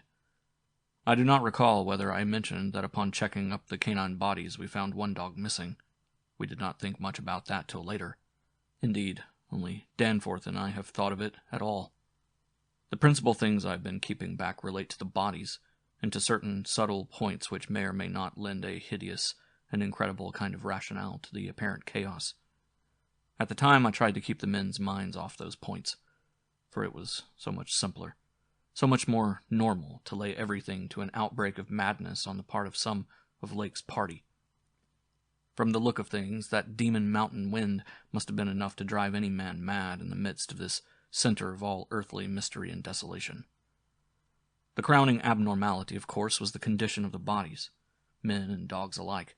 They had all been in some terrible kind of conflict and were torn and mangled in fiendish and altogether inexplicable ways. Death, so far as we could judge, had in each case come from strangulation or laceration. The dogs had evidently started the trouble, for the state of their ill-built corral bore witness to its forcible breakage from within. It had been set some distance from the camp because of the hatred of the animals for those hellish archaean organisms, but the precaution seemed to have been taken in vain. When left alone in that monstrous wind behind flimsy walls of insufficient height, they must have stampeded, whether from the wind itself or from some subtle, increasing odor emitted by the nightmare specimens one could not say. Those specimens, of course, had been covered with a tent cloth, yet the low Antarctic sun had beat steadily upon that cloth, and Lake had mentioned that solar heat tended to make the strangely sound and tough tissues of the things relax and expand. Perhaps the wind had whipped the cloth from over them and jostled them about in such a way that their more pungent olfactory qualities became manifest despite their unbelievable antiquity. But whatever had happened, it was hideous and revolting enough. Perhaps I had better put squeamishness aside and tell the worst at last, though with a categorical statement of opinion based on the first-hand observations and most rigid deductions of both Danforth and myself, that the then missing Gedney was in no way responsible for the loathsome horrors we found. I have said that the bodies were frightfully mangled. Now I must add that some were incised and subtracted from in the most curious, cold-blooded, and inhuman fashion. It was the same with dogs and men. All the healthier, fatter bodies, quadrupedal or bipedal, had had their most solid masses of tissue cut out and removed, as by a careful butcher, and around them was a strange sprinkling of salt taken from the ravaged provision chests on the plains, which conjured up the most horrible associations. The thing had occurred in one of the crude aeroplane shelters from which the plane had been dragged out, and subsequent winds had effaced all tracks which could have supplied any plausible theory. Scattered bits of clothing, roughly slashed from the human incision subjects, hinted no clues. It is useless to bring up the half-impression of certain faint snow prints in one shielded corner of the ruined enclosure, because that impression did not concern human prints at all, but was clearly mixed up with all the talk of fossil prints which poor Lake had been giving throughout the preceding weeks. One had to be careful of one's imagination in the lee of those overshadowing mountains of madness. As I have indicated, Gedney and one dog turned out to be missing, in the end. When we came on that terrible shelter, we had missed 2 dogs and 2 men, but the fairly unharmed dissecting tent which we entered after investigating the monstrous graves had something to reveal. It was not as Lake had left it, for the covered parts of the primal monstrosity had been removed from the improvised table. Indeed, we had already realized that one of the 6 imperfect and insanely buried things we had found, the one with the trace of a peculiarly hateful odor, must represent the collected sections of the entity which Lake had tried to analyze. On and around that laboratory table were strewn other things, and it did not take long for us to guess that those things were the carefully, though oddly and inexpertly, dissected parts of one man and one dog. I shall spare the feelings of survivors by omitting mention of the man's identity. Lake's anatomical instruments were missing, but there were evidences of their careful cleaning. The gasoline stove was also gone, though around it we found a curious litter of matches. We buried the human parts beside the other 10 men, and the canine parts with the other 35 dogs. Concerning the bizarre smudges on the laboratory table and on the jumble of roughly handled illustrated books scattered near it, we were much too bewildered to speculate. This formed the worst of the camp horror, but other things were equally perplexing. The disappearance of Gedney, the 1 dog, the 8 uninjured biological specimens, the 3 sledges and certain instruments, illustrated technical and scientific books, writing materials, electric torches and batteries, food and fuel, heating apparatus, spare tents, fur suits, and the like was utterly beyond sane conjecture, as were likewise the spatter-fringed ink blots on certain pieces of paper, and the evidences of curious alien fumbling and experimentation around the planes, and all other mechanical devices both at the camp and at the boring. The dogs seemed to abhor this oddly disordered machinery. Then, too, there was the upsetting of the larder, the disappearance of certain staples, and the jarringly comical heap of tin cans pried open in the most unlikely ways and at the most unlikely places. The profusion of scattered matches, intact, broken, or spent, formed another minor enigma, as did the 2 or 3 tent cloths and fur suits, which we found lying about with peculiar and unorthodox slashings, conceivably due to clumsy efforts at unimaginable adaptations. The maltreatment of the human and canine bodies, and the crazy burial of the damaged Archaean specimens, were all of a piece with this apparent disintegrative madness. In view of just such an eventuality as the present one, we carefully photographed all the main evidences of insane disorder at the camp, and shall use the prints to buttress our pleas against the departure of the proposed Starkweather Moor expedition. Our first act after finding the bodies in the shelter was to photograph and open the row of insane graves with 5-pointed snow mounds. We could not help noticing the resemblance of these monstrous mounds with their clusters of grouped dots to poor Lake's descriptions of the strange greenish soapstones. And when we came on some of the soapstones themselves in the great mineral pile, we found the likeness very close indeed. The whole general formation, it must be made clear, seemed abominably suggestive of the starfish head of the Archaean entities, and we agreed that the suggestion must have worked potently upon the sensitized minds of Lake's overwrought party. Our own first sight of the actual buried entities formed a horrible moment and sent the imaginations of Pabodie and myself back to some of the shocking primal myths we had read and heard. We all agreed that the mere sight and continued presence of the things must have cooperated with the oppressive polar solitude and demon mountain wind in driving Lake's party mad.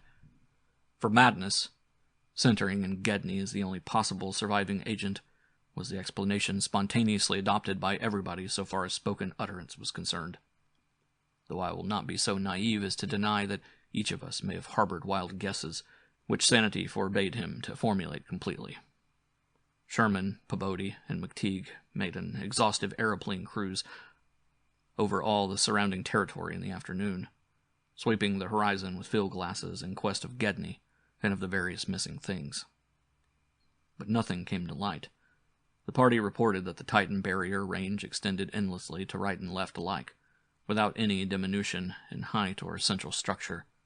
On some of the peaks, though, the regular cube and rampart formations were bolder and plainer, having doubly fantastic similitudes to Rorik-painted Asian hill ruins. The distribution of cryptical cave mouths on the black snow-denuded summits seemed roughly even as far as the range could be traced. In spite of all the prevailing horrors, we were left with enough sheer scientific zeal and adventurousness to wonder about the unknown realm beyond those mysterious mountains. As our guarded messages stated, we rested at midnight after our day of terror and bafflement, but not without a tentative plan for 1 or more range-crossing altitude flights in a lightened plane with aerial camera and geologist's outfit, beginning the following morning. It was decided that Danforth and I try it first, and we awakened at 7 a.m. intending an early trip, though heavy winds, mentioned in our brief bulletin to the outside world, delayed our start till nearly 9 o'clock. I have already repeated the non-committal story we told the men at camp, and relayed outside, after our return 16 hours later. It is now my terrible duty to amplify this account by filling in the merciful blanks with hints of what we really saw in the hidden transmontane world. hints of the revelations which have finally driven Danforth to a nervous collapse. I wish he would add a really frank word about the thing which he thinks he alone saw, even though it was probably a nervous delusion, and which was perhaps the last straw that put him where he is. But he is firm against that. All I can do is to repeat his later disjointed whispers about what set him shrieking as the plane soared back through the wind-tortured mountain pass after that real and tangible shock which I shared. This will form my last word. If the plain signs of surviving elder horrors and what I disclose be not enough to keep others from meddling with the inner Antarctic, or at least from prying too deeply beneath the surface of that ultimate waste of forbidden secrets and unhuman eon-cursed desolation, the responsibility for unnameable and perhaps immeasurable evils will not be mine. Danforth and I, studying the notes made by Peabody in his afternoon flight and checking up with a sextant, had calculated that the lowest available pass in the range lay somewhat to the right of us, within sight of camp and about 23,000 or 24,000 feet above sea level. For this point, then, we first headed in the lightened plain as we embarked on our flight of discovery. The camp itself, on foothills which sprang from a high continental plateau, was some 12,000 feet in altitude. Hence, the actual height increase necessary was not so vast as it might seem. Nevertheless, we were acutely conscious of the rarefied air and intense cold as we rose, for on account of visibility conditions we had to leave the cabin windows open. We were dressed, of course, in our heaviest furs. As we drew near the forbidding peaks, dark and sinister above the line of crevasse-riven snow and interstitial glaciers, we noticed more and more the curiously regular formations clinging to the slopes, and thought again of the strange Asian paintings of Nicholas Roerich. The ancient and wind-weathered rock strata fully verified all of Lake's bulletins, and proved that these hoary pinnacles had been towering up in exactly the same way since a surprisingly early time in Earth's history, perhaps over 50 million years. How much higher they had once been, it was futile to guess, but everything about this strange region pointed to obscure atmospheric influences unfavorable to change, and calculated to retard the usual climatic processes of rock disintegration. But it was the mountainside tangle of regular cubes, ramparts, and cave mouths which fascinated and disturbed us most. I studied them with a field glass and took aerial photographs whilst Danforth drove, and at times relieved him at the controls, though my aviation knowledge was purely an amateur's, in order to let him use the binoculars. We could easily see that much of the material of the things was a lightish Archean quartzite, unlike any formation visible over broad areas of the general surface, and that their regularity was extreme and uncanny to an extent which poor Lake had scarcely hinted. As he had said, their edges were crumbled and rounded from untold eons of savage weathering, but their preternatural solidity and tough material had saved them from obliteration. Many parts, especially those closest to the slopes, seemed identical in substance with their surrounding rock surface.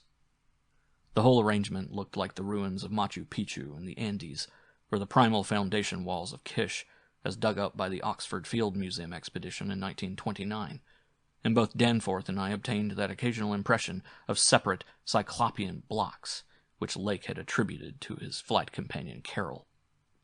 How to account for such things in this place was frankly beyond me, and I felt queerly humbled as a geologist.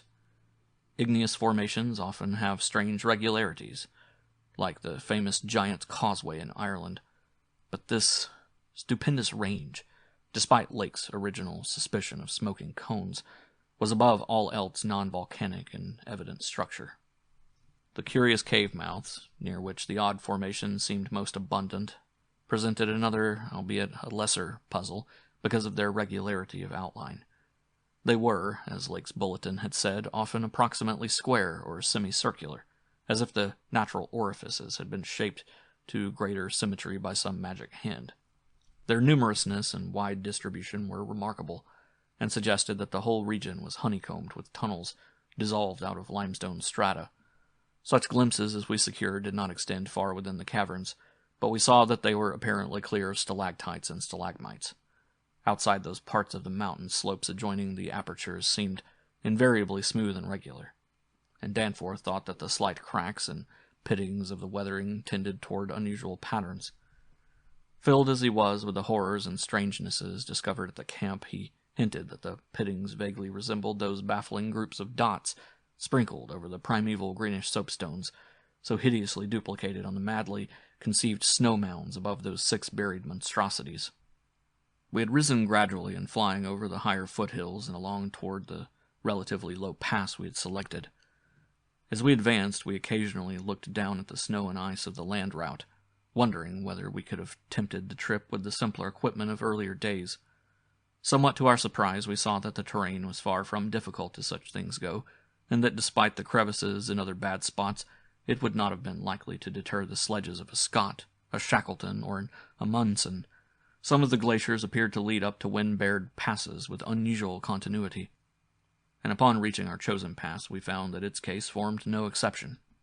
Our sensations of tense expectancy as we prepared to round the crest and peer out over an untrodden world can hardly be described on paper, even though we had no cause to think the regions beyond the range essentially different from those already seen and traversed. The touch of evil mystery in these barrier mountains, and in the beckoning sea of opalescent sky glimpsed betwixt their summits, was a highly subtle and attenuated matter not to be explained in literal words. Rather was it an affair of vague psychological symbolism and aesthetic association, a theme mixed up with exotic poetry and paintings, and with archaic myths lurking and shunned in forbidden volumes. Even the wind's burden held a peculiar strain of conscious malignity, and for a second it seemed that the composite sound included a bizarre musical whistling or piping over a wide range as the blast swept in and out of the omnipresent and resonant cave mouths. There was a cloudy note of reminiscent repulsion in this sound, as complex and unplaceable as any of the other dark impressions. We were now, after a slow ascent, at a height of 23,570 feet, according to the aneroid, and had left the region of clinging snow definitely below us. Up here were only dark, bare rock slopes and the start of rough-ribbed glaciers, but with those provocative cubes, ramparts, and echoing cave mouths to add a portent of the unnatural, the fantastic, and the dreamlike. Looking along the line of high peaks, I thought I could see the one mentioned by poor Lake, with a rampart exactly on top. It seemed to be half lost in a queer Antarctic haze, such a haze, perhaps, as has been responsible for Lake's early notion of volcanism. The pass loomed directly before us, smooth and windswept between its jagged and malignly frowning pylons. Beyond it was a sky fretted with swirling vapors and lighted by the low polar sun, the sky of that mysterious farther realm upon which we felt no human eye had ever gazed. A few more feet of altitude and we would behold that realm.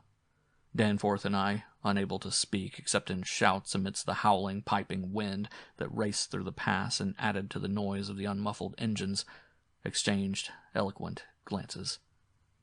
And then, having gained those last few feet, we did indeed stare across the momentous divide and over the unsampled secrets of an elder and utterly alien Earth. Chapter 5. I think that both of us simultaneously cried out in mixed awe, wonder, terror, and disbelief in our own senses as we finally cleared the pass and saw what lay beyond. Of course, we must have had some natural theory in the back of our heads to steady our faculties for the moment. Probably we thought of such things as the grotesquely weathered stones of the Garden of the Gods in Colorado, or the fantastically symmetrical, wind-carved rocks of the Arizona desert. Perhaps we even half-thought the sight a mirage like that we had seen the morning before on first approaching those mountains of madness. We must have had some such normal notions to fall back upon as our eyes swept that limitless, tempest-scarred plateau and grasped the almost endless labyrinth of colossal, regular, and geometrically eurythmic stone masses which reared their crumbled and pitted crests above a glacial sheet not more than 40 or 50 feet deep at its thickest, and in places obviously thinner. The effect of the monstrous sight was indescribable, for some fiendish violation of known natural law seemed certain at the outset. Here, on a hellishly ancient tableland fully 20,000 feet high, and in a climate deadly to habitation since a pre-human age not less than 500,000 years ago, there stretched, nearly to the vision's limit, a tangle of orderly stone which only the desperation of mental self-defense could possibly attribute to any but a conscious and artificial cause. We had previously dismissed, so far as serious thought was concerned, any theory that the cubes and ramparts of the mountainsides were other than natural in origin. How could they be otherwise, when man himself could scarcely have been differentiated from the great apes at the time when this region succumbed to the present unbroken reign of glacial death? Yet now the sway of reason seemed irrefutably shaken, for this cyclopean maze of squared, curved, and angled blocks had features which cut off all comfortable refuge. It was, very clearly, the blasphemous city of the mirage in stark, objective, and electable reality. That damnable portent had a material basis after all.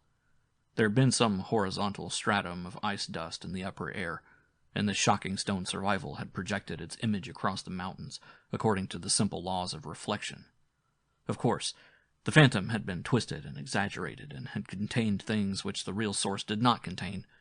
Yet now, as we saw that real source, we thought it even more hideous and menacing than its distant image. Only the incredible, unhuman massiveness of these vast stone towers and ramparts had saved the frightful thing from utter annihilation in the hundreds of thousands, perhaps millions, of years it had brooded there amidst the blasts of a bleak upland. Corona Mundi, roof of the world. All sorts of fantastic phrases sprang to our lips as we looked dizzily down at the unbelievable spectacle. I thought again of the eldritch primal myths that had so persistently haunted me since my first sight of this dead Antarctic world, of the demoniac plateau of Ling, of the Migo, or abominable snowmen of the Himalayas, of the narcotic manuscripts with their pre-human implications, of the Cthulhu cult, of the Necronomicon, and of the Hyperborean legends of formless Tsugthagua, and the worse than formless star spawn associated with that semi-entity. For boundless miles in every direction the thing stretched off with very little thinning. Indeed, as our eyes followed it to the right and left along the base of the low gradual foothills which separated it from the actual mountain rim, we decided that we could see no thinning at all except for an interruption at the left of the pass through which we had come. We had merely struck at random a limited part of something of incalculable extent. The foothills were more sparsely sprinkled with grotesque stone structures, linking the terrible city to the already familiar cubes and ramparts which evidently formed its mountain outposts. These latter, as well as the queer cave mouths, were as thick on the inner as on the outer sides of the mountains. The nameless stone labyrinth consisted for the most part of walls from 10 to 150 feet in ice-clear height, and of a thickness varying from 5 to 10 feet. It was composed mostly of prodigious blocks of dark primordial slate, schist, and sandstone, blocks in many cases as large as 4 by 6 by 8 feet, though in several places it seemed to be carved out of a solid, uneven bedrock of Precambrian slate. The buildings were far from equal in size, there being innumerable honeycomb arrangements of enormous extent as well as smaller separate structures. The general shape of these things tended to be conical, pyramidal, or terraced, though there were many perfect cylinders, perfect cubes, clusters of cubes, and other rectangular forms, and a peculiar sprinkling of angled edifices, whose five-pointed ground plan roughly suggested modern fortifications. The builders had made constant and expert use of the principle of the arch, and domes had probably existed in the city's heyday. The whole tangle was monstrously weathered, and the glacial surface from which the towers projected was strewn with fallen blocks and immemorial debris. Where the glaciation was transparent, we could see the lower parts of the gigantic piles, and noticed the ice-preserved stone bridges, which connected the different towers at varying distances above the ground. On the exposed walls we could detect the scarred places where other and higher bridges of the same sort had existed. Closer inspection revealed countless, largish windows, some of which were closed with shutters of a petrified material, originally wood, though most gaped open in a sinister and menacing fashion. Many of the ruins, of course, were roofless, and with uneven though wind-rounded upper edges, whilst others, of a more sharply conical or pyramidal model, or else protected by higher surrounding structures, preserved intact outlines despite the omnipresent crumbling and pitting. With the field glass we could barely make out what seemed to be sculptural decorations in horizontal bands, decorations including those curious groups of dots, whose presence on the ancient soapstones now assumed a vastly larger significance. In many places the buildings were totally ruined and the ice sheet deeply riven from various geologic causes. In other places, the stonework was worn down to the very level of the glaciation. One broad swath, extending from the plateau's interior to a cleft in the foothills about a mile to the left of the pass we had traversed, was wholly free from buildings, and probably represented, we concluded, the course of some great river, which in tertiary times, millions of years ago, had poured through the city and into some prodigious subterranean abyss of the Great Barrier Range. Certainly this was above all a region of caves, gulfs, and underground secrets beyond human penetration. Looking back to our sensations and recalling our dazedness at viewing this monstrous survival from eons we had thought pre-human, I can only wonder that we preserved the semblance of equilibrium which we did. Of course we knew that something, chronology, scientific theory, our own consciousness, was woefully awry, yet we kept enough poise to guide the plane, observe many things quite minutely, and take a careful series of photographs which may yet serve both us and the world in good stead.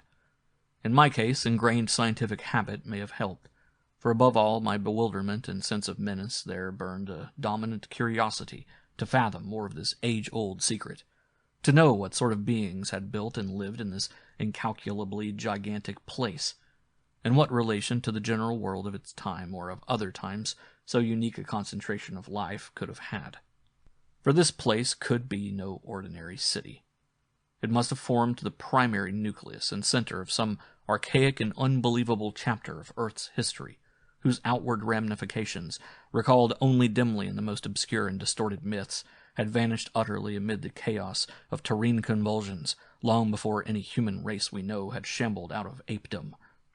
Here sprawled a Paleogean megalopolis, compared with which the fabled Atlantis and Lemuria, Comorium and Azoldarum, and Olatho and the land of Lomar are recent things of today, not even of yesterday, a megalopolis ranking with such whispered pre-human blasphemies as Volusia, Relea, Ib, and the land of Mnar, and the nameless city of Arabia Deserta. As we flew above that tangle of stark Titan towers, my imagination sometimes escaped all bounds and roved aimlessly in realms of fantastic associations, even weaving links betwixt this lost world and some of my own wildest dreams concerning the mad horror at the camp. The plane's fuel tank, in the interest of greater lightness, had been only partly filled. Hence we now had to exert caution in our explorations. Even so, however, we covered an enormous extent of ground, or rather, air, after swooping down to a level where the wind became virtually negligible. There seemed to be no limit to the mountain range or to the length of the frightful stone city which bordered its inner foothills. 50 miles of flight in each direction showed no major change in the labyrinth of rock and masonry that clawed up, corpse-like, through the eternal ice. There were, though, some highly absorbing diversifications, such as the carvings on the canyon where that broad river had once pierced the foothills and approached its sinking place in the Great Range.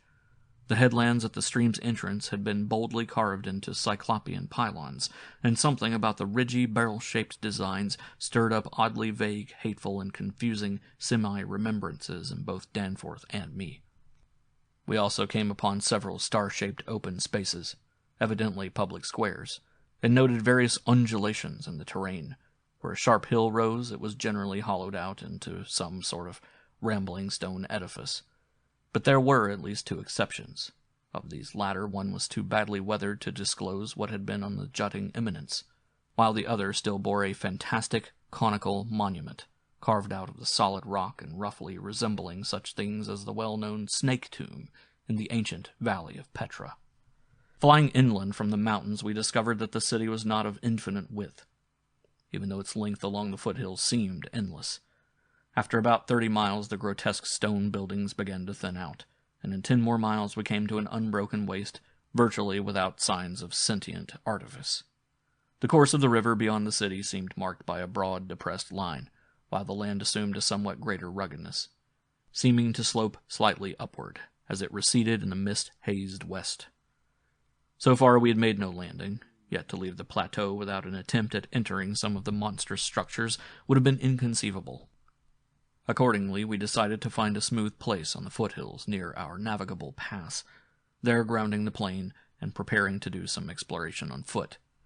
Though these gradual slopes were partly covered with a scattering of ruins, low flying soon disclosed an ample number of possible landing places, selecting that nearest to the pass, since our next flight would be across the Great Range and back to camp. We succeeded about 12:30 p.m. in coming down on smooth, hard snowfield, wholly devoid of obstacles and well adapted to a swift and favorable takeoff later on. It did not seem necessary to protect the plane with a snow banking for so brief a time and in so comfortable an absence of high winds at this level. Hence, we merely saw that the landing skis were safely lodged and that the vital parts of the mechanism were guarded against the cold. For our foot journey, we discarded the heaviest of our flying furs and took with us a small outfit consisting of pocket compass, hand camera, light provisions, voluminous notebooks and paper, geologist's hammer and chisel, specimen bags, coil of climbing rope, and powerful electric torches with extra batteries. This equipment having been carried in the plane on the chance that we might be able to effect a landing, take ground pictures, make drawings and topographical sketches, and obtain rock specimens from some bare slope, outcropping, or mountain cave. Fortunately, we had a supply of extra paper to tear up, place in a square specimen bag, and use on the ancient principle of hare and hounds for marking our course in any interior mazes we might be able to penetrate. This had been brought in case we found some cave system, with air quiet enough to allow such a rapid and easy method in place of the usual rock-chipping method of trailblazing. Walking cautiously downhill over the crusted snow toward the stupendous stone labyrinth that loomed against the opalescent west, we felt almost as keen a sense of imminent marvels as we had felt on approaching the unfathomed mountain pass 4 hours previously. True, we had become visually familiar with the incredible secret concealed by the barrier peaks, yet the prospect of actually entering primordial walls reared by conscious beings perhaps millions of years ago, before any known race of men could have existed, was nonetheless awesome and potentially terrible in its implications of cosmic abnormality. Though the thinness of the air at this prodigious altitude made exertion somewhat more difficult than usual, both Danforth and I found ourselves bearing up very well, and felt equal to almost any task which might fall to our lot. It took only a few steps to bring us to a shapeless ruin worn level with the snow, while 10 or 15 rods farther on there was a huge, roofless rampart, still complete in its gigantic, 5-pointed outline, and rising to an irregular height of 10 or 11 feet. For this latter we headed, and when at last we were able actually to touch its weathered cyclopean blocks, we felt that we had established an unprecedented and almost blasphemous link with forgotten eons, normally closed to our species. This rampart, shaped like a star and perhaps 300 feet from point to point, was built of Jurassic sandstone blocks of irregular size, averaging 6 by 8 feet in surface. There was a row of arched loopholes or windows about 4 feet wide and 5 feet high, spaced quite symmetrically along the points of the star and at its inner angles, and with the bottoms about 4 feet from the glaciated surface. Looking through these, we could see that the masonry was fully 5 feet thick, that there were no partitions remaining within, and that there were traces of banded carvings or bas-reliefs on the interior walls. Facts we had indeed guessed before when flying low over this rampart and others like it. Though lower parts must have originally existed, all traces of such things were now wholly obscured by the deep layer of ice and snow at this point. We crawled through one of the windows and vainly tried to decipher the nearly effaced mural designs, but did not attempt to disturb the glaciated floor. Our orientation flights had indicated that many buildings in the city proper were less ice-choked, and that we might perhaps find wholly clear interiors leading to the true ground level if we entered those structures still roofed at the top. Before we left the rampart, we photographed it carefully, and studied its mortarless, cyclopean masonry with complete bewilderment. We wished that Pabodie were present, for his engineering knowledge might have helped us guess how such titanic blocks could have been handled in that unbelievably remote age when the city and its outskirts were built up. The half-mile walk downhill to the actual city, with the upper wind shrieking vainly and savagely through the skyward peaks in the background, was something whose smallest details will always remain engraved on my mind. Only in fantastic nightmares could any human beings but Danforth and me conceive such optical effects. Between us and the churning vapors of the west lay that monstrous tangle of dark stone towers, its outres and incredible forms impressing us afresh at every new angle of vision. It was a mirage in solid stone, and were it not for the photographs, I would still doubt that such a thing could be.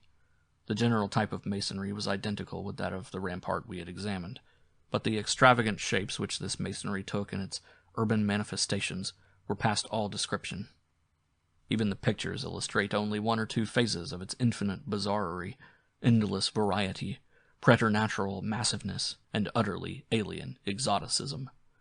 There were geometrical forms for which a Euclid could scarcely find a name, cones of all degrees of irregularity and truncation, terraces of every sort of provocative disproportion, shafts with odd bulbous enlargements, broken columns and curious groups, and five-pointed or five-ridged arrangements of mad grotesqueness. As we drew nearer, we could see beneath certain transparent parts of the ice sheet and detect some of the tubular stone bridges that connected the crazily sprinkled structures at various heights. Of orderly streets there seemed to be none, the only broad open swath being a mile to the left, where the ancient river had doubtless flowed through the town into the mountains. Our field glasses showed the external horizontal bands of nearly effaced sculptures and dot groups to be prevalent, and we could half imagine what the city must once have looked like, even though most of the roofs and tower tops had necessarily perished. As a whole, it had been a complex tangle of twisted lanes and alleys, all of them deep canyons, and some little better than tunnels because of the overhanging masonry or overarching bridges. Now, outspread below us, it loomed like a dream fantasy against a westward mist, through whose northern end the low reddish Antarctic sun of early afternoon was struggling to shine. And when for a moment that sun encountered a denser obstruction, and plunged the scene into temporary shadow, the effect was subtly menacing in a way I can never hope to depict. Even the faint howling and piping of the unfelt wind in the great mountain passes behind us took on a wilder note of purposeful malignity. The last stage of our descent to the town was unusually steep and abrupt, and a rock outcropping at the edge where the grade changed led us to think that an artificial terrace had once existed there. Under the glaciation, we believed there must be a flight of steps or its equivalent. When at last we plunged into the labyrinthine town itself, clambering over fallen masonry and shrinking from the oppressive nearness and dwarfing height of omnipresent crumbling and pitted walls, our sensations again became such that I marvel at the amount of self-control we retained. Danforth was frankly jumpy, and began making some offensively irrelevant speculations about the horror at the camp, which I resented all the more because I could not help sharing certain conclusions forced upon us by many features of this morbid survival from nightmare antiquity. The speculations worked on his imagination, too, for in one place where a debris-littered alley turned a sharp corner, he insisted that he saw faint traces of ground markings, which he did not like, whilst elsewhere he stopped to listen to a subtle imaginary sound from some undefined point. A muffled, musical piping, he said, not unlike that of the wind in the mountain caves, yet somehow disturbingly different. The ceaseless five-pointedness of the surrounding architecture and of the few distinguishable mural arabesques had a dimly sinister suggestiveness we could not escape, and gave us a touch of terrible subconscious certainty concerning the primal entities which had reared and dwelt in this unhallowed place. Nevertheless, our scientific and adventurous souls were not wholly dead, and we mechanically carried out our program of chipping specimens from all the different rock types represented in the masonry. We wished a rather full set in order to draw better conclusions regarding the age of the place. Nothing in the great outer walls seemed to date from later than the Jurassic and Comanchean periods, nor was any piece of stone in the entire place of a greater recency than the Pliocene age. In stark certainty, we were wandering amidst a death which had reigned at least 500,000 years, and in all probability even longer. As we proceeded through this maze of stone-shadowed twilight, we stopped at all available apertures to study interiors and investigate entrance possibilities. Some were above our reach, whilst others led only into ice-choked ruins as unroofed and barren as the rampart on the hill. One, though, spacious and inviting, opened on a seemingly bottomless abyss without visible means of descent. Now and then we had a chance to study the petrified wood of a surviving shutter, and were impressed by the fabulous antiquity implied in the still discernible grain. These things had come from Mesozoic gymnosperms and conifers, especially Cretaceous cycads, and from fan palms and early angiosperms of plainly tertiary date. Nothing definitely later than the Pliocene could be discovered. In the placing of these shutters, whose edges showed the former presence of queer and long-vanished hinges, usage seemed to be varied, some being on the outer and some on the inner side of the deep embrasures. They seemed to have become wedged in place, thus surviving the rusting of their former and probably metallic fixtures and fastenings. After a time we came across a row of windows, in the bulges of a colossal five-ridged cone of undamaged apex, which led into a vast, well-preserved room with stone flooring. But these were too high in the room to permit of descent without a rope. We had a rope with us, but did not wish to bother with this 20-foot drop unless obliged to, especially in this thin plateau air, where great demands were made upon the heart action. This enormous room was probably a hall or concourse of some sort, and our electric torches showed bold, distinct, and potentially startling sculptures arranged round the walls in broad horizontal bands, separated by equally broad strips of conventional arabesques. We took careful note of this spot, planning to enter here unless a more easily gained interior were encountered. Finally, though, we did encounter exactly the opening we wished, an archway about 6 feet wide and 10 feet high, marking the former end of an aerial bridge which had spanned an alley about 5 feet above the present level of glaciation. These archways, of course, were flush with upper-story floors, and in this case one of the floors still existed. The building thus accessible was a series of rectangular terraces on our left facing westward. That across the alley where the other archway yawned was a decrepit cylinder with no windows, and with a curious bulge about 10 feet above the aperture. It was totally dark inside, and the archway seemed to open on a well of illimitable emptiness. Heaped debris made the entrance to the vast left-hand building doubly easy, yet for a moment we hesitated before taking advantage of the long-wished chance. For though we had penetrated into this tangle of archaic mystery, it required fresh resolution to carry us actually inside a complete and surviving building of a fabulous elder world, whose nature was becoming more and more hideously plain to us. In the end, however, we made the plunge, and scrambled up over the rubble into the gaping embrasure. The floor beyond was of great slate slabs, and seemed to form the outlet of a long, high corridor with sculptured walls.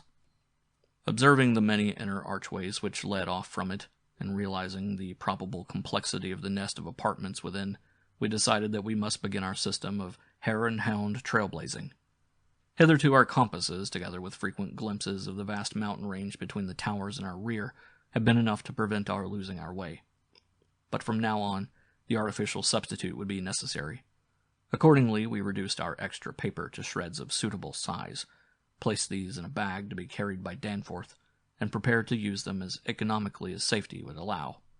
This method would probably gain us immunity from straying, since there did not appear to be any strong air currents inside the primordial masonry. If such should develop, or if our paper supply should give out, we could of course fall back on the more secure, though more tedious and retarding method of rock chipping. Just how extensive a territory we had opened up, it was impossible to guess without a trial. The close and frequent connection of the different buildings made it likely that we might cross from one to another on bridges underneath the ice, except where impeded by local collapses and geological rifts, for very little glaciation seems to have entered the massive constructions. Almost all the areas of transparent ice had revealed the submerged windows as tightly shuttered, as if the town had been left in that uniform state until the glacial sheet came to crystallize the lower part for all succeeding time. Indeed, one gained a curious impression that this place had been deliberately closed and deserted in some dim bygone eon, rather than overwhelmed by any sudden calamity or even gradual decay. Had the coming of the ice been foreseen, and had a nameless population left en masse to seek a less doomed abode, the precise physiographic conditions attending the formation of the ice sheet at this point would have to wait for later solution. It had not very plainly been a grinding dive. Perhaps the pressure of accumulated snows had been responsible, and perhaps some flood from the river, or from the bursting of some ancient glacial dam in the Great Range, had helped to create the special state now observable. Imagination could conceive almost anything in connection with this place. Chapter 6. It would be cumbrous to give a detailed consecutive account of our wanderings inside that cavernous, eon-dead honeycomb of primal masonry, that monstrous lair of elder secrets which now echoed for the first time, after uncounted epochs, to the tread of human feet. This is especially true because so much of the horrible drama and revelation came from a mere study of the omnipresent mural carvings. Our flashlight photographs of those carvings will do much toward proving the truth of what we are now disclosing, and it is lamentable that we had not a larger film supply with us.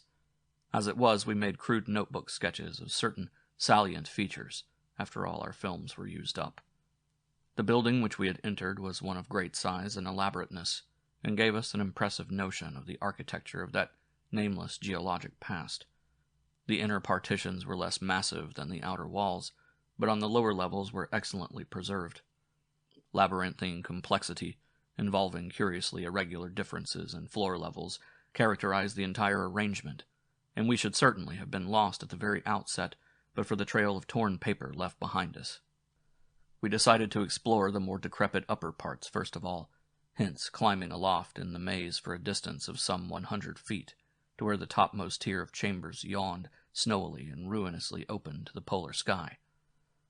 Ascent was effected over the steep, transversely ribbed stone ramps or inclined planes, which everywhere served in lieu of stairs.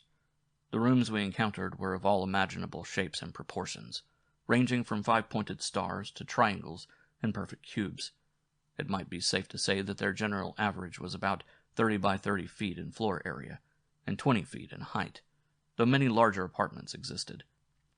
After thoroughly examining the upper regions and the glacial level, we ascended story by story into the submerged part, where, indeed, we soon saw we were in a continuous maze of connected chambers and passages, probably leading over unlimited areas outside this particular building.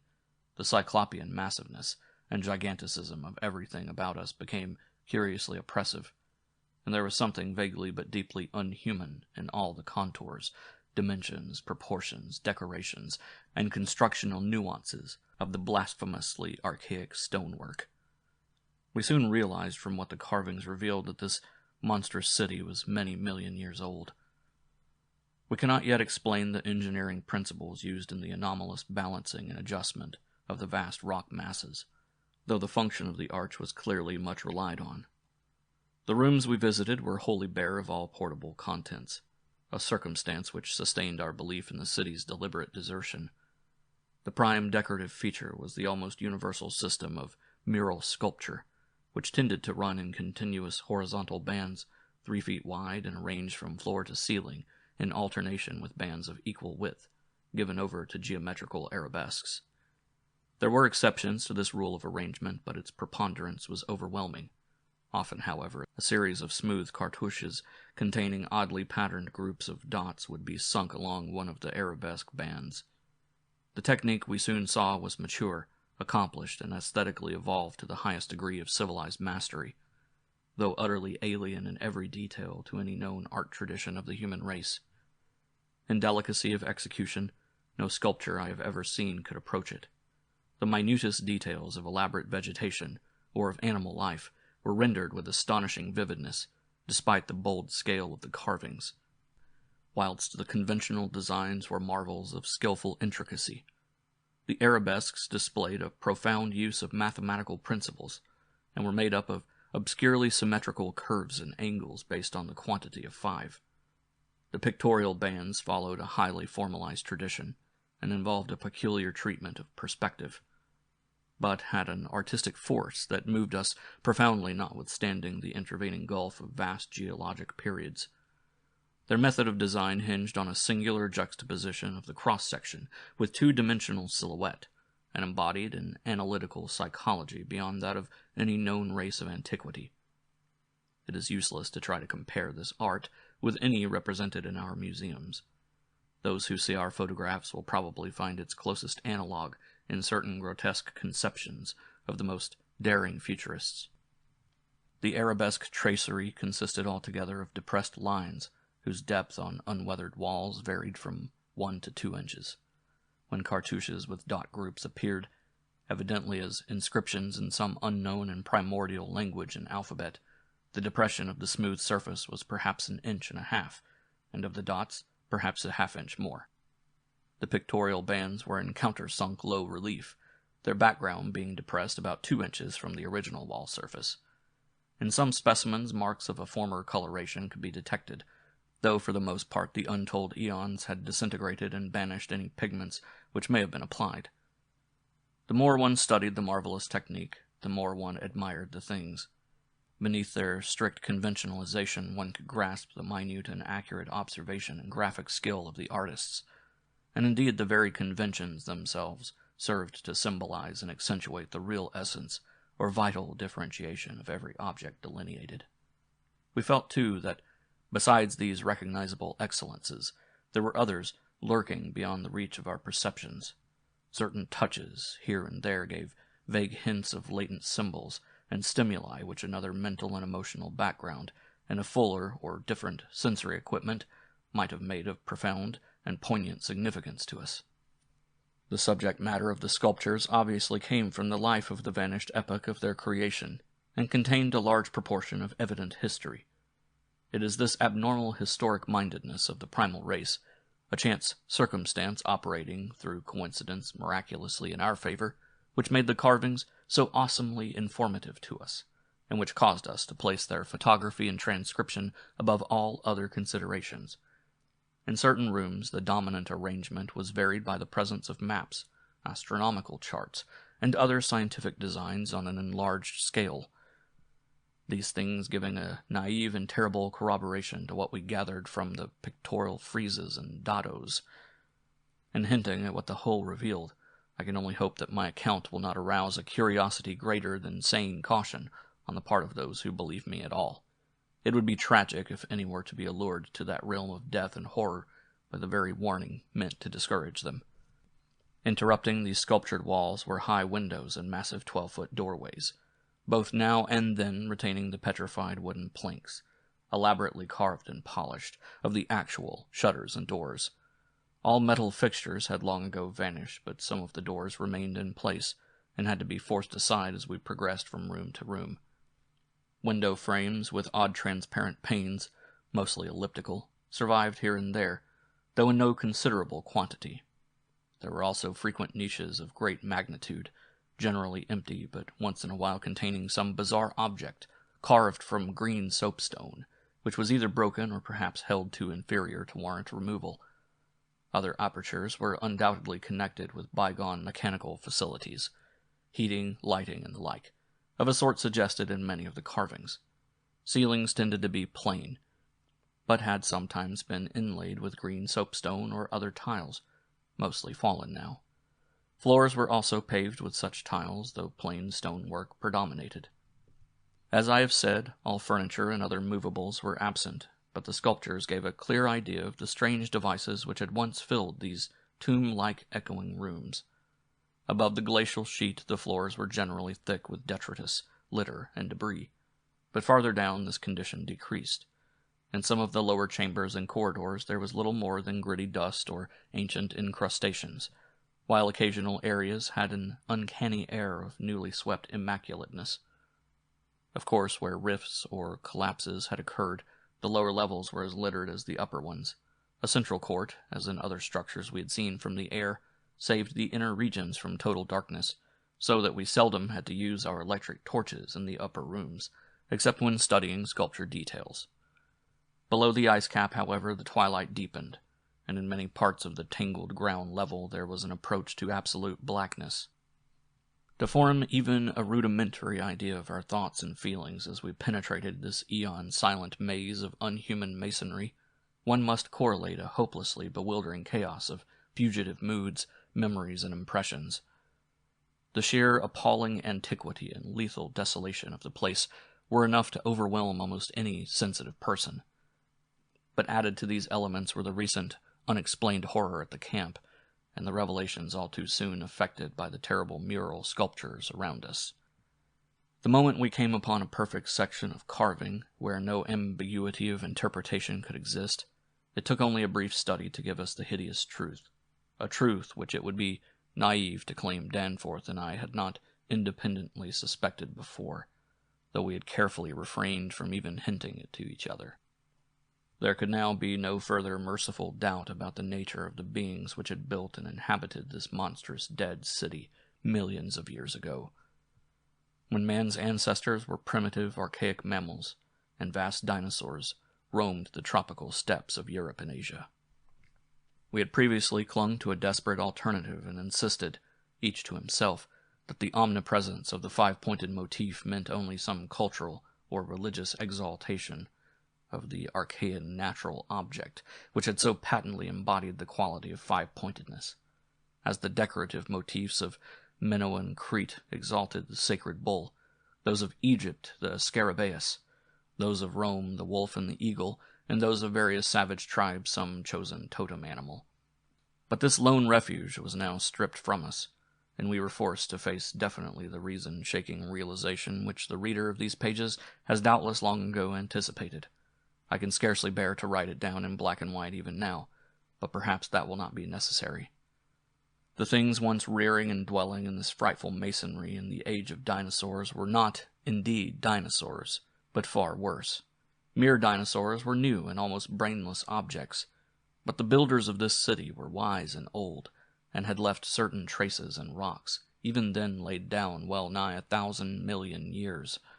Rocks laid down before the true life of Earth had advanced beyond plastic groups of cells. Rocks laid down before the true life of Earth had existed at all. They were the makers and enslavers of that life, and above all doubt the originals of the fiendish elder myths which things like the Narcotic manuscripts and the Necronomicon affrightedly hint about. They were the great old ones that had filtered down from the stars when Earth was young, the beings whose substance and alien evolution had shaped, and whose powers were such as this planet had never bred. And to think that only the day before, Danforth and I had actually looked upon fragments of their millennially fossilized substance, and that poor Lake and his party had seen their complete outlines. It is, of course, impossible for me to relate in proper order the stages by which we picked up what we know of that monstrous chapter of pre-human life. After the first shock of the certain revelation, we had to pause a while to recuperate, and it was fully 3 o'clock before we got started on our actual tour of systematic research. The sculptures in the building we entered were of relatively late date, perhaps 2 million years ago, as checked up by geological, biological, and astronomical features, and embodied an art which would be called decadent in comparison with that of specimens we found in older buildings after crossing bridges under the glacial sheet. One edifice hewn from the solid rock seemed to go back 40 or possibly even 50 million years, to the lower Eocene or upper Cretaceous, and contained bas-reliefs of an artistry surpassing anything else, with one tremendous exception that we encountered. That was, we have since agreed, the oldest domestic structure we traversed. Were it not for the support of those flashlights, soon to be made public, I would refrain from telling what I found and inferred, lest I be confined as a madman. Of course, the infinitely early parts of the patchwork tale, representing the pre-terrestrial life of the star-headed beings on other planets and in other galaxies and in other universes, can readily be interpreted as the fantastic mythology of those beings themselves. Yet such parts sometimes involve designs and diagrams so uncannily close to the latest findings of mathematics and astrophysics that I scarcely know what to think. Let others judge when they see the photographs I shall publish. Naturally, no one set of carvings which we encountered told more than a fraction of any connected story, nor did we even begin to come upon the various stages of that story in their proper order. Some of the vast rooms were independent units, so far as their designs were concerned, whilst in other cases a continuous chronicle would be carried through a series of rooms and corridors. The best of the maps and diagrams were on the walls of a frightful abyss below even the ancient ground level, a cavern perhaps 200 feet square and 60 feet high, which had almost undoubtedly been an educational center of some sort. There were many provoking repetitions of the same material in different rooms and buildings, since certain chapters of experience and certain summaries or phrases of racial history had evidently been favorites with different decorators or dwellers. Sometimes, though, variant versions of the same theme proved useful in settling debatable points and filling in gaps. I still wonder that we deduced so much in the short time at our disposal. Of course, we even now have only the barest outline, and much of that was obtained later on from a study of the photographs and sketches we made. It may be the effect of this later study, the revived memories and vague impressions acting in conjunction with his general sensitiveness, and with that final supposed horror glimpse whose essence he will not reveal even to me, which has been the immediate source of Danforth's present breakdown. But it had to be, for we could not issue our warning intelligently without the fullest possible information, and the issuance of that warning is a prime necessity. Certain lingering influences in that unknown Antarctic world of disordered time and alien natural law make it imperative that further exploration be discouraged. Chapter 7. The full story, so far as deciphered, will shortly appear in an official bulletin of Miskatonic University. Here I shall sketch only the salient highlights in a formless, rambling way. Myth or otherwise, the sculptures told of the coming of those star-headed things to the nascent, lifeless Earth out of cosmic space. Their coming, and the coming of many other alien entities such as at certain times embark upon spatial pioneering. They seemed able to traverse the interstellar ether on their vast membranous wings, thus oddly confirming some curious hill folklore long ago told me by an antiquarian colleague. They had lived under the sea a good deal, building fantastic cities and fighting terrific battles with nameless adversaries by means of intricate devices employing unknown principles of energy. Evidently their scientific and mechanical knowledge far surpassed man's today, though they made use of its more widespread and elaborate forms only when obliged to. Some of the sculptures suggested that they had passed through a stage of mechanized life on other planets, but had receded upon finding its effects emotionally unsatisfying. Their preternatural toughness of organization and simplicity of natural wants made them peculiarly able to live on a high plane without the more specialized fruits of artificial manufacture, and even without garments except for occasional protection against the elements. It was under the sea, at first for food and later for other purposes, that they first created Earth life, using available substances according to long-known methods. The more elaborate experiments came after the annihilation of various cosmic entities. They had done the same thing on other planets, having manufactured not only necessary foods, but certain multicellular protoplasmic masses capable of molding their tissues into all sorts of temporary organs under hypnotic influence, and thereby forming ideal slaves to perform the heavy work of the community. These viscous masses were without a doubt what Abdul Alhazared whispered about as the Shoggoths in his frightful Necronomicon, though even that mad Arab had not hinted that any existing on Earth except in the dreams of those who had chewed a certain alkaloidal herb. When the star-headed Old Ones on this planet had synthesized their simple food forms and bred a good supply of Shoggoths, they allowed other cell groups to develop into other forms of animal and vegetable life for sundry purposes, extirpating any whose presence became troublesome. With the aid of the Shoggoths, whose expansions could be made to lift prodigious weights, the small, low cities under the sea grew to vast and imposing labyrinths of stone, not unlike those which later rose on land. Indeed, the highly adaptable Old Ones had lived much on land in other parts of the universe, and probably retained many traditions of land construction. As we studied the architecture of all these sculptured Paleogean cities, including that whose eon-dead corridors we were even then traversing, we were impressed by a curious coincidence, which we have not yet tried to explain, even to ourselves. The tops of the buildings, which in the actual city around us had of course been weathered into shapeless ruins ages ago, were clearly displayed in the bas-reliefs, and showed vast clusters of needle-like spires, delicate finials on certain cone and pyramid apexes, and tiers of thin horizontal scalloped discs capping cylindrical shafts. This was exactly what we had seen in that monstrous and portentous mirage, cast by a dead city whence such skyline features had been absent for thousands and tens of thousands of years, which loomed on our ignorant eyes across the unfathomed mountains of madness as we first approached poor Lake's ill-fated camp. Of the life of the Old Ones, both under the sea and after part of them migrated to land, volumes could be written. Those in shallow water had continued the fullest use of the eyes at the ends of their 5 main head tentacles, and had practiced the arts of sculpture and of writing in quite the usual way. The writing accomplished with a stylus on waterproof waxen surfaces. Those lower down in the ocean depths, though they used a curious phosphorescent organism to furnish light, pieced out their vision with obscure special senses operating through the prismatic cilia on their heads. Senses which rendered all the Old Ones partly independent of light and emergencies.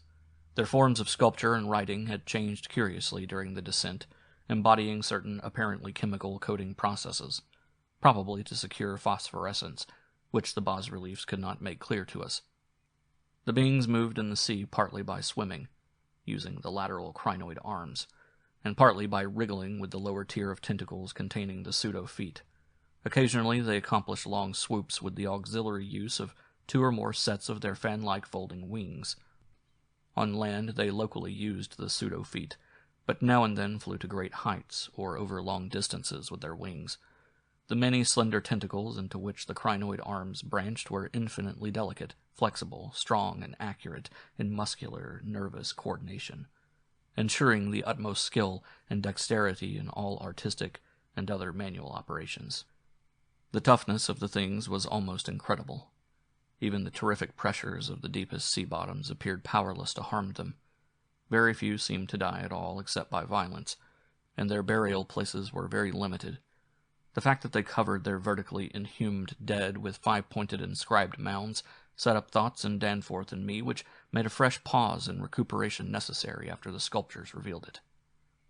The beings multiplied by means of spores, like vegetable pteridophytes, as Lake had suspected, but owing to their prodigious toughness and longevity, and consequent lack of replacement needs, they did not encourage the large-scale development of new prothali, except when they had new regions to colonize.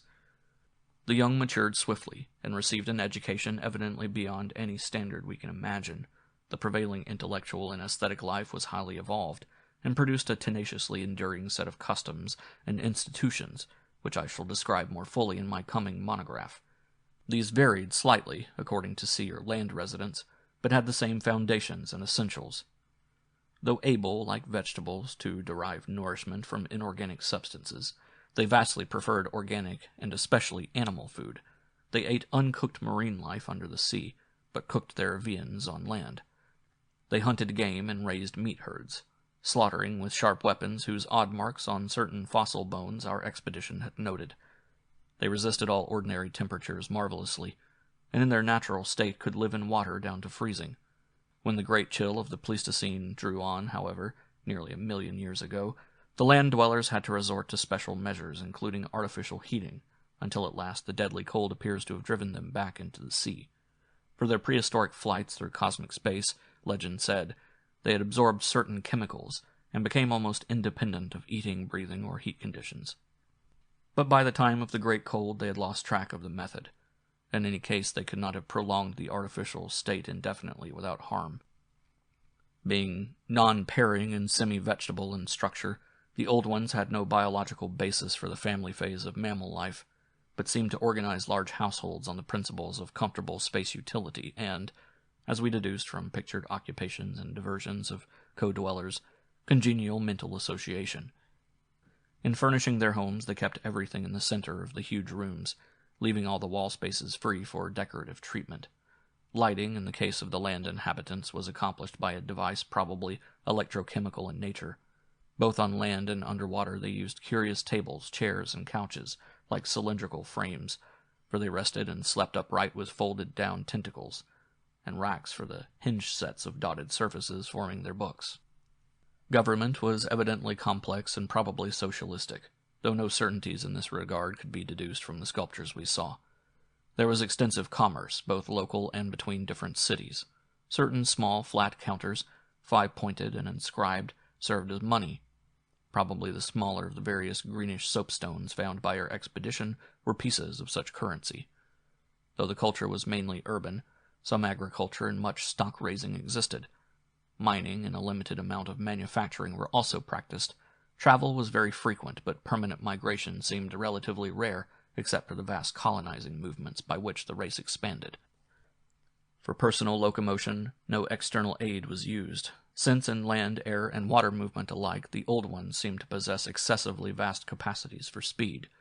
Loads, however, were drawn by beasts of burden, Shoggoths under the sea, and a curious variety of primitive vertebrates in the later years of land existence.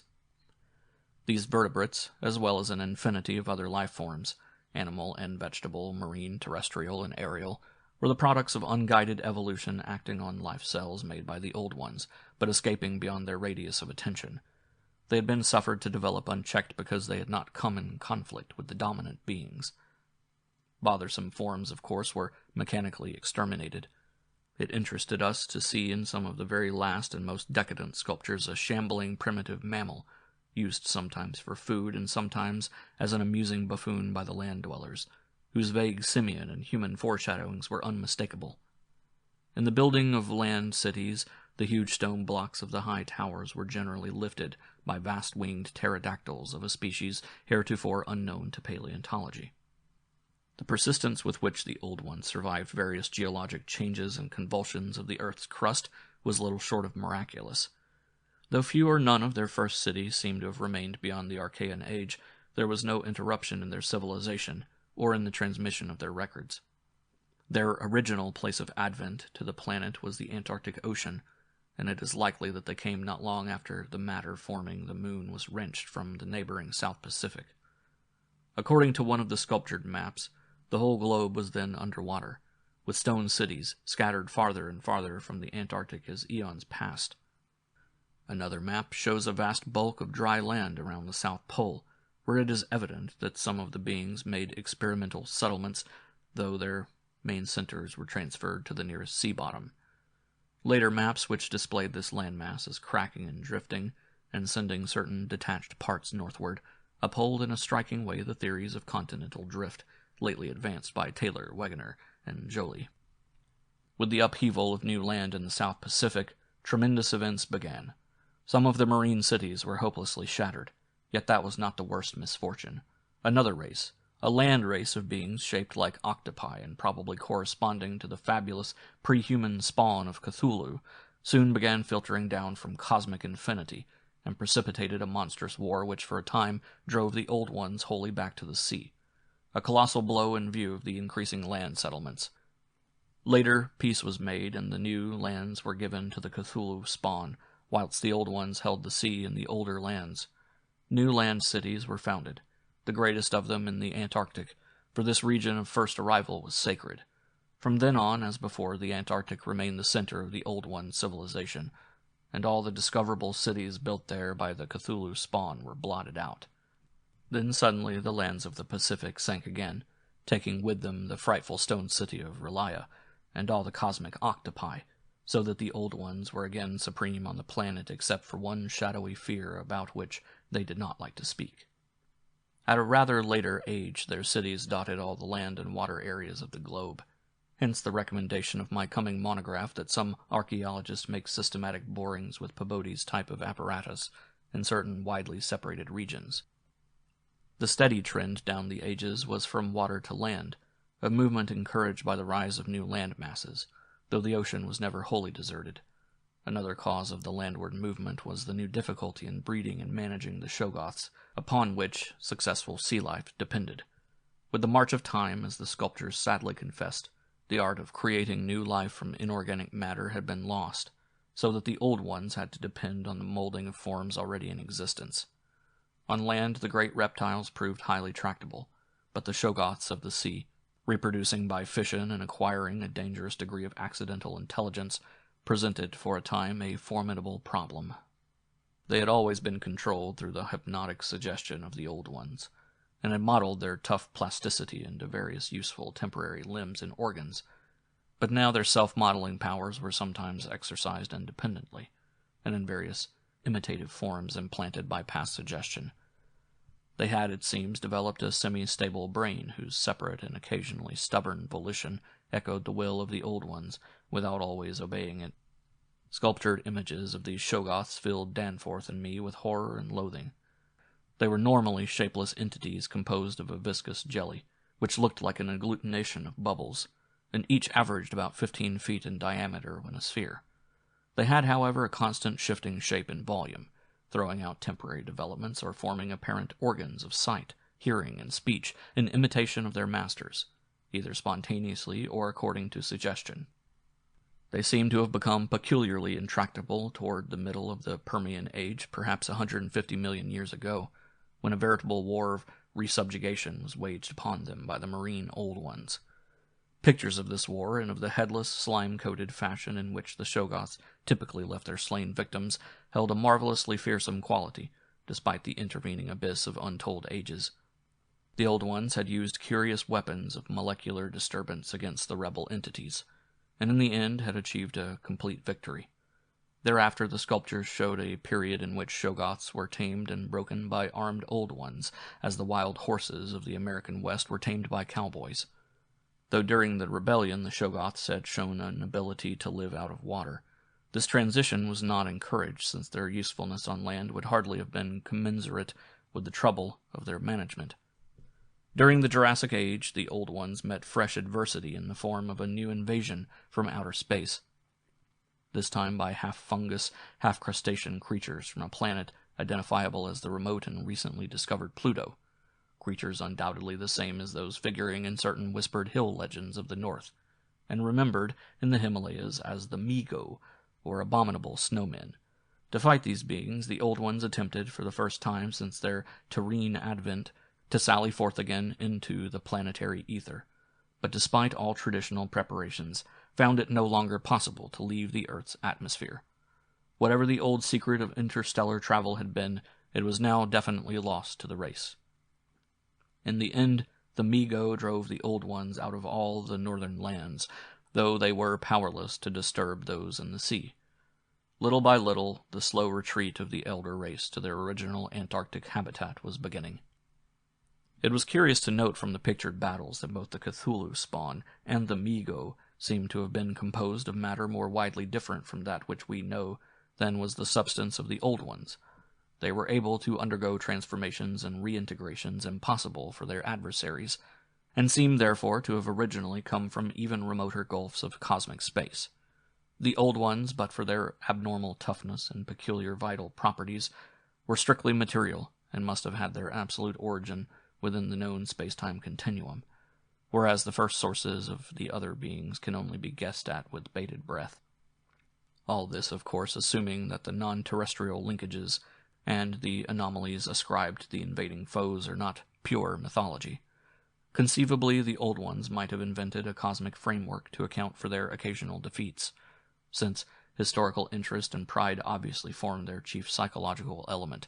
It is significant that their annals failed to mention many advanced and potent races of beings whose mighty cultures and towering cities figure persistently in certain obscure legends.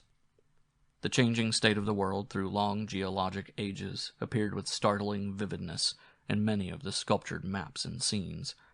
In certain cases, existing science will require revision, while in other cases its bold deductions are magnificently confirmed. As I have said, the hypothesis of Taylor, Wegener, and Joly that all the continents are fragments of an original Antarctic landmass which cracked from centrifugal force and drifted apart over a technically viscous lower surface, an hypothesis suggested by such things as the complementary outlines of Africa and South America, and the way the great mountain chains are rolled and shoved up, receives striking support from this uncanny source. Maps evidently showing the Carboniferous world of 100 million or more years ago displayed significant rifts and chasms, destined later to separate Africa from the once continuous realms of Europe, then the Volusia of hellish primal legend, Asia, the Americas, and the Antarctic continent. Other charts, and most significantly one in connection with the founding 50 million years ago of the vast dead city around us, showed all the present continents well differentiated. And in the latest discoverable specimen, dating perhaps from the Pliocene age, the approximate world of today appeared quite clearly, despite the linkage of Alaska with Siberia, of North America with Europe through Greenland, and of South America with the Antarctic continent through Graham Land. In the Carboniferous map, the whole globe, ocean floor and rifted landmass alike, bore symbols of the Old One's vast stone cities, but in the later charts the gradual recession toward the Antarctic became very plain. The final Pliocene specimen showed no land cities except on the Antarctic continent and the tip of South America, nor any ocean cities north of the 50th parallel of south latitude. Knowledge and interest in the northern world, save for a study of coastlines probably made during long exploration flights on those fan-like membranous wings, had evidently declined to zero among the Old Ones.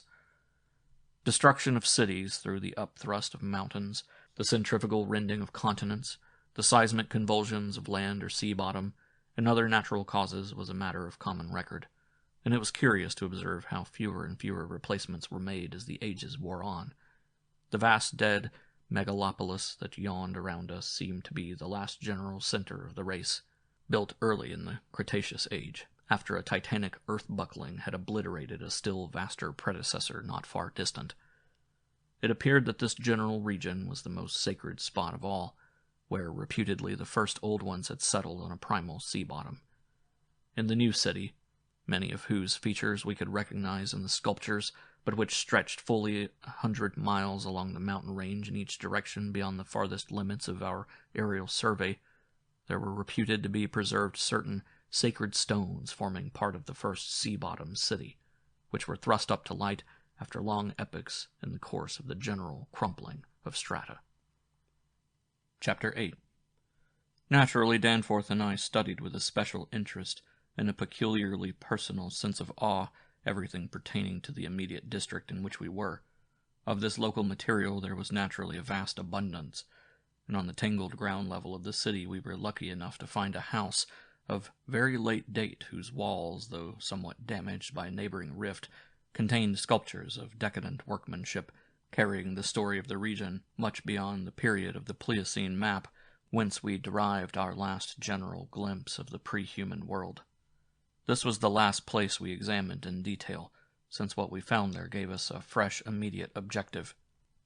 Certainly we were in one of the strangest, weirdest, and most terrible of all the corners of Earth's globe.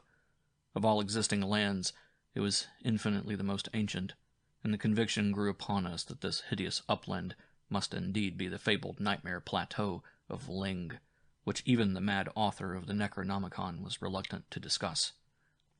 The great mountain chain was tremendously long, starting as a low range at Luitpold Land on the coast of Weddell Sea, and virtually crossing the entire continent. The really high part stretched in a mighty arc from about latitude 82 degrees, east longitude 60 degrees, to latitude 70 degrees, east longitude 115 degrees. With its concave side toward our camp and its seaward end in the region of that long ice-locked coast, whose hills were glimpsed by Wilkes and Mawson at the Antarctic Circle. Yet even more monstrous exaggerations of nature seemed disturbingly close at hand. I have said that these peaks are higher than the Himalayas, but the sculptures forbid me to say that they are Earth's highest. That grim honor is beyond doubt reserved for something which half the sculptors hesitated to record at all, whilst others approached it with the obvious repugnance and trepidation. It seems that there was one part of the ancient land, the first part that ever rose from the waters after the earth had flung off the moon and the old ones had seeped down from the stars, which had come to be shunned as vaguely and namelessly evil. Cities built there had crumbled before their time, and had been found suddenly deserted. Then, when the first great earth-buckling had convulsed the region in the Comanchean age, a frightful line of peaks had shot suddenly up amidst the most appalling din and chaos, and earth had received her loftiest and most terrible mountains. If the scale of the carvings was correct, these abhorred things must have been much over 40,000 feet high, radically vaster than even the shocking mountains of madness we had crossed. They extended, it appeared, from about latitude 77 degrees, east longitude 70 degrees, to latitude 70 degrees, east longitude 100 degrees, less than 300 miles away from the dead city, so that we would have spied their dreaded summits in the dim western distance, had it not been for that vague opalescent haze. Their northern end must likewise be visible from the long Antarctic Circle coastline at Queen Mary Land. Some of the old ones, in the decadent days, had made strange prayers to those mountains, but none ever went near them or dared to guess what lay beyond. No human eye had ever seen them, and as I studied the emotions conveyed in the carvings, I prayed that none ever might. There are protecting hills along the coast beyond them, Queen Mary and Kaiser Wilhelm lands, and I thank heaven no one has been able to land and climb those hills. I am not as skeptical about old tales and fears as I used to be, and I do not laugh now at the pre-human sculptor's notion that lightning paused meaningfully now and then at each of the brooding crests, and that an unexplained glow shone from one of those terrible pinnacles all through the long polar night. There might be a very real and very monstrous meaning in the old Nakonic whispers about Kadath and the cold waste. But the terrain close at hand was hardly less strange, even if less namelessly accursed. Soon after the founding of the city, the great mountain range became the seat of the principal temples, and many carvings showed what grotesque and fantastic towers had pierced the sky, where now we saw only the curiously clinging cubes and ramparts. In the course of ages, the caves had appeared and had been shaped into adjuncts of the temples. With the advance of still later epochs, all the limestone veins of the region were hollowed out by groundwaters, so that the mountains, the foothills, and the plains below them were a veritable network of connected caverns and galleries. Many graphic sculptures told of explorations deep underground, and of the final discovery of the Stygian, sunless sea that lurked at Earth's bowels. This vast nighted gulf had undoubtedly been worn by the great river which flowed down from the nameless and horrible westward mountains, and which had formerly turned at the base of the Old One's range and flowed beside that chain into the Indian Ocean between Bud and Totten lands on Wilkes' coastline. Little by little it had eaten away the limestone hill base at its turning, till at last its sapping currents reached the caverns of the groundwaters and joined with them in digging a deeper abyss. Finally its whole bulk emptied into the hollow hills and left the old bed toward the ocean dry. Much of the later city as we now found it had been built over that former bed.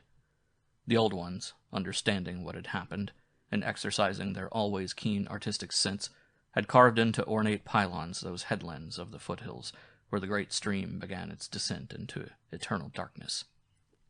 This river, once crossed by scores of noble stone bridges, was plainly the one whose extinct course we had seen in our aeroplane survey. Its position and different carvings of the city helped us to orient ourselves to the scene as it had been at various stages of the region's age-long, eon-dead history, so that we were able to sketch a hasty but careful map of the salient features. Squares, important buildings, and the like, for guidance in further explorations. We could soon reconstruct in fancy the whole stupendous thing as it was 1,000,000, or 10,000,000, or 50,000,000 years ago, for the sculptures told us exactly what the buildings and mountains and squares and suburbs and landscape setting and luxuriant tertiary vegetation had looked like. It must have had a marvelous and mystic beauty, and as I thought of it I almost forgot the clammy sense of sinister oppression with which the city's inhuman age and massiveness and deadness and remoteness and glacial twilight had choked and weighed on my spirit. Yet according to certain carvings, the denizens of that city had themselves known the clutch of oppressive terror, for there was a somber and recurrent type of scene in which the old ones were shown in the act of recoiling affrightedly from some object, never allowed to appear in the design, found in the great river and indicated as having been washed down through waving, vine-draped cycad forests from those horrible westward mountains. It was only in the one late-built house with the decadent carvings that we obtained any foreshadowing of the final calamity leading to the city's desertion. Undoubtedly there must have been many sculptures of the same age elsewhere, even allowing for the slackened energies and aspirations of a stressful and uncertain period. Indeed, very certain evidence of the existence of others came to us shortly afterward. But this was the first and only set we directly encountered. We meant to look farther later on, but as I have said, immediate conditions dictated another present objective. There would, though, have been a limit, for after all hope of a long future occupancy of the place had perished among the old ones, there could not have been but a complete cessation of mural decoration. The ultimate blow, of course, was the coming of the great cold, which once held most of the earth in thrall, and which has never departed from the ill-fated poles. The great cold that at the world's other extremity put an end to the fabled lands of Lomar and Hyperborea. Just when this tendency began in the Antarctic, it would be hard to say in terms of exact years. Nowadays, we set the beginning of the general glacial periods at a distance of about 500,000 years from the present, but at the poles the terrible scourge must have commenced much earlier. All quantitative estimates are partly guesswork, but it is quite likely that the decadent sculptures were made considerably less than 1,000,000 years ago, and that the actual desertion of the city was complete long before the conventional opening of the Pleistocene 500,000 years ago, as reckoned in terms of the Earth's whole surface. In the decadent sculptures there were signs of thinner vegetation everywhere, and of a decreased country life on the part of the old ones. Heating devices were shown in the houses, and winter travelers were repressed as muffled in protective fabrics. Then we saw a series of cartouches, the continuous band arrangement being frequently interrupted in these late carvings, depicting a constant growing migration to the nearest refuges of greater warmth, some fleeing to cities under the sea off the faraway coast, and some clambering down through networks of limestone caverns and the hollow hills to the neighboring black abyss of subterranean waters. In the end, it seems to have been the neighboring abyss which received the greatest colonization. This was partly due, no doubt, to the traditional sacredness of this especial region, but may have been more conclusively determined by the opportunities it gave for continuing the use of the great temples on the honeycombed mountains, and for retaining the vast land city as a place of summer residence and base of communication with various minds. The linkage of old and new abodes was made more effective by means of several gratings and improvements along the connecting routes, including the chiseling of numerous direct tunnels from the ancient metropolis to the black abyss, sharply down-pointing tunnels whose mouths we carefully drew, according to our most thoughtful estimates, on the guide map we were compiling. It was obvious that at least 2 of these tunnels lay within a reasonable exploring distance of where we were, both being on the mountainward edge of the city, one less than a quarter mile toward the ancient river course, and the other perhaps twice that distance in the opposite direction.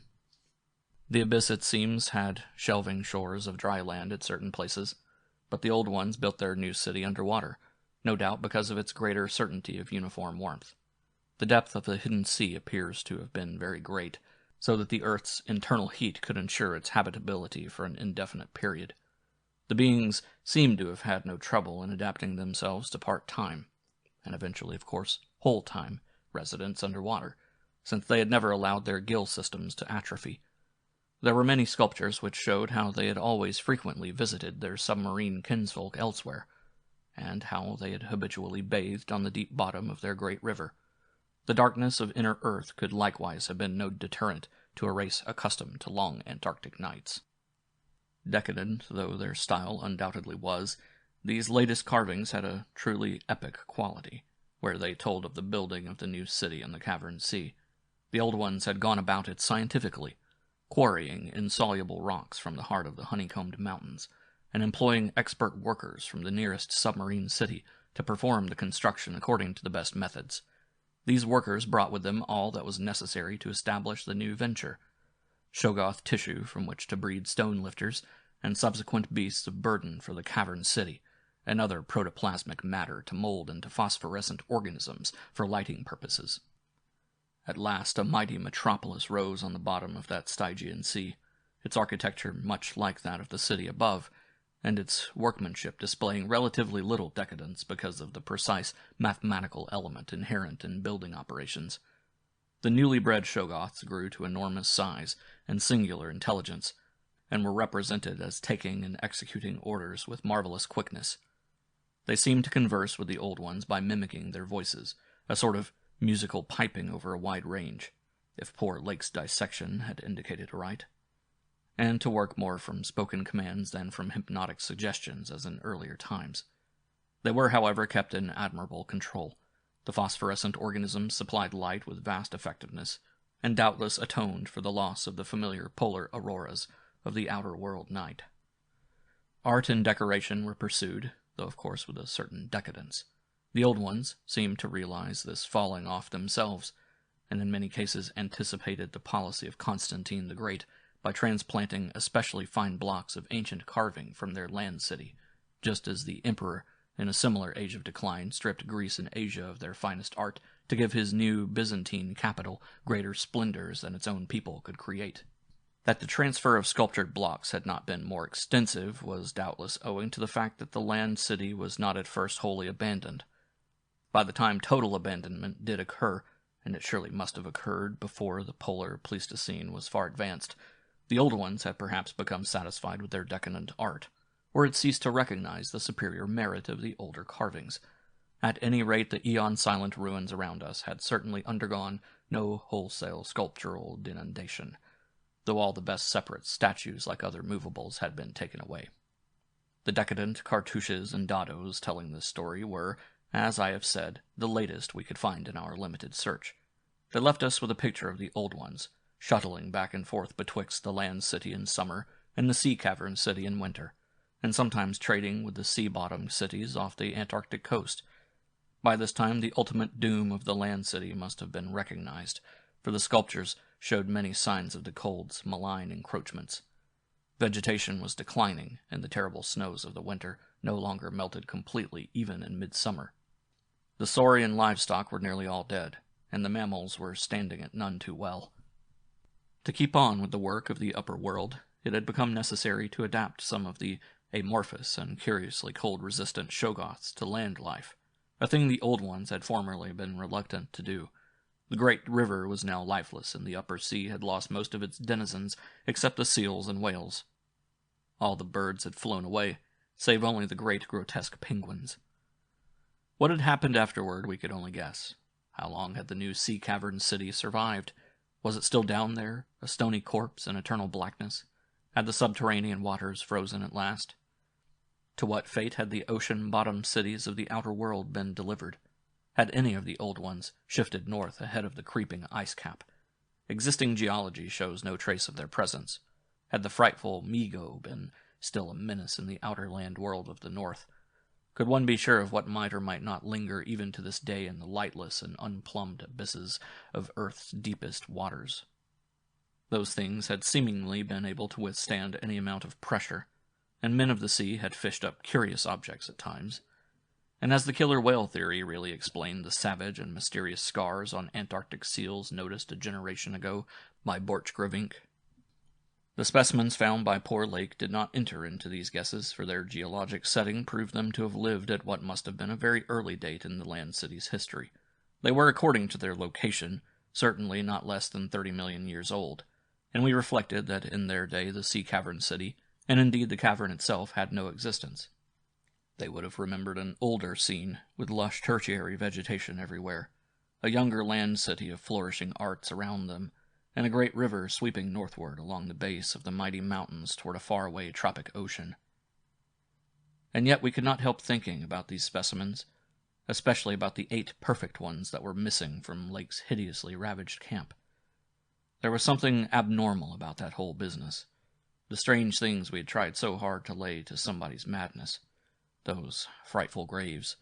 The amount and nature of the missing material. Gedney. The unearthly toughness of those archaic monstrosities, and the queer, vital freaks the sculptures now showed the race to have. Danforth and I had seen a good deal in the last few hours, and were prepared to believe and keep silent about many appalling and incredible secrets of primal nature. Chapter 9. I have said that our study of the decadent sculptures brought about a change in our immediate objective. This, of course, had to do with the chiseled avenues to the black inner world, of whose existence we had not known before, but which we were now eager to find and traverse.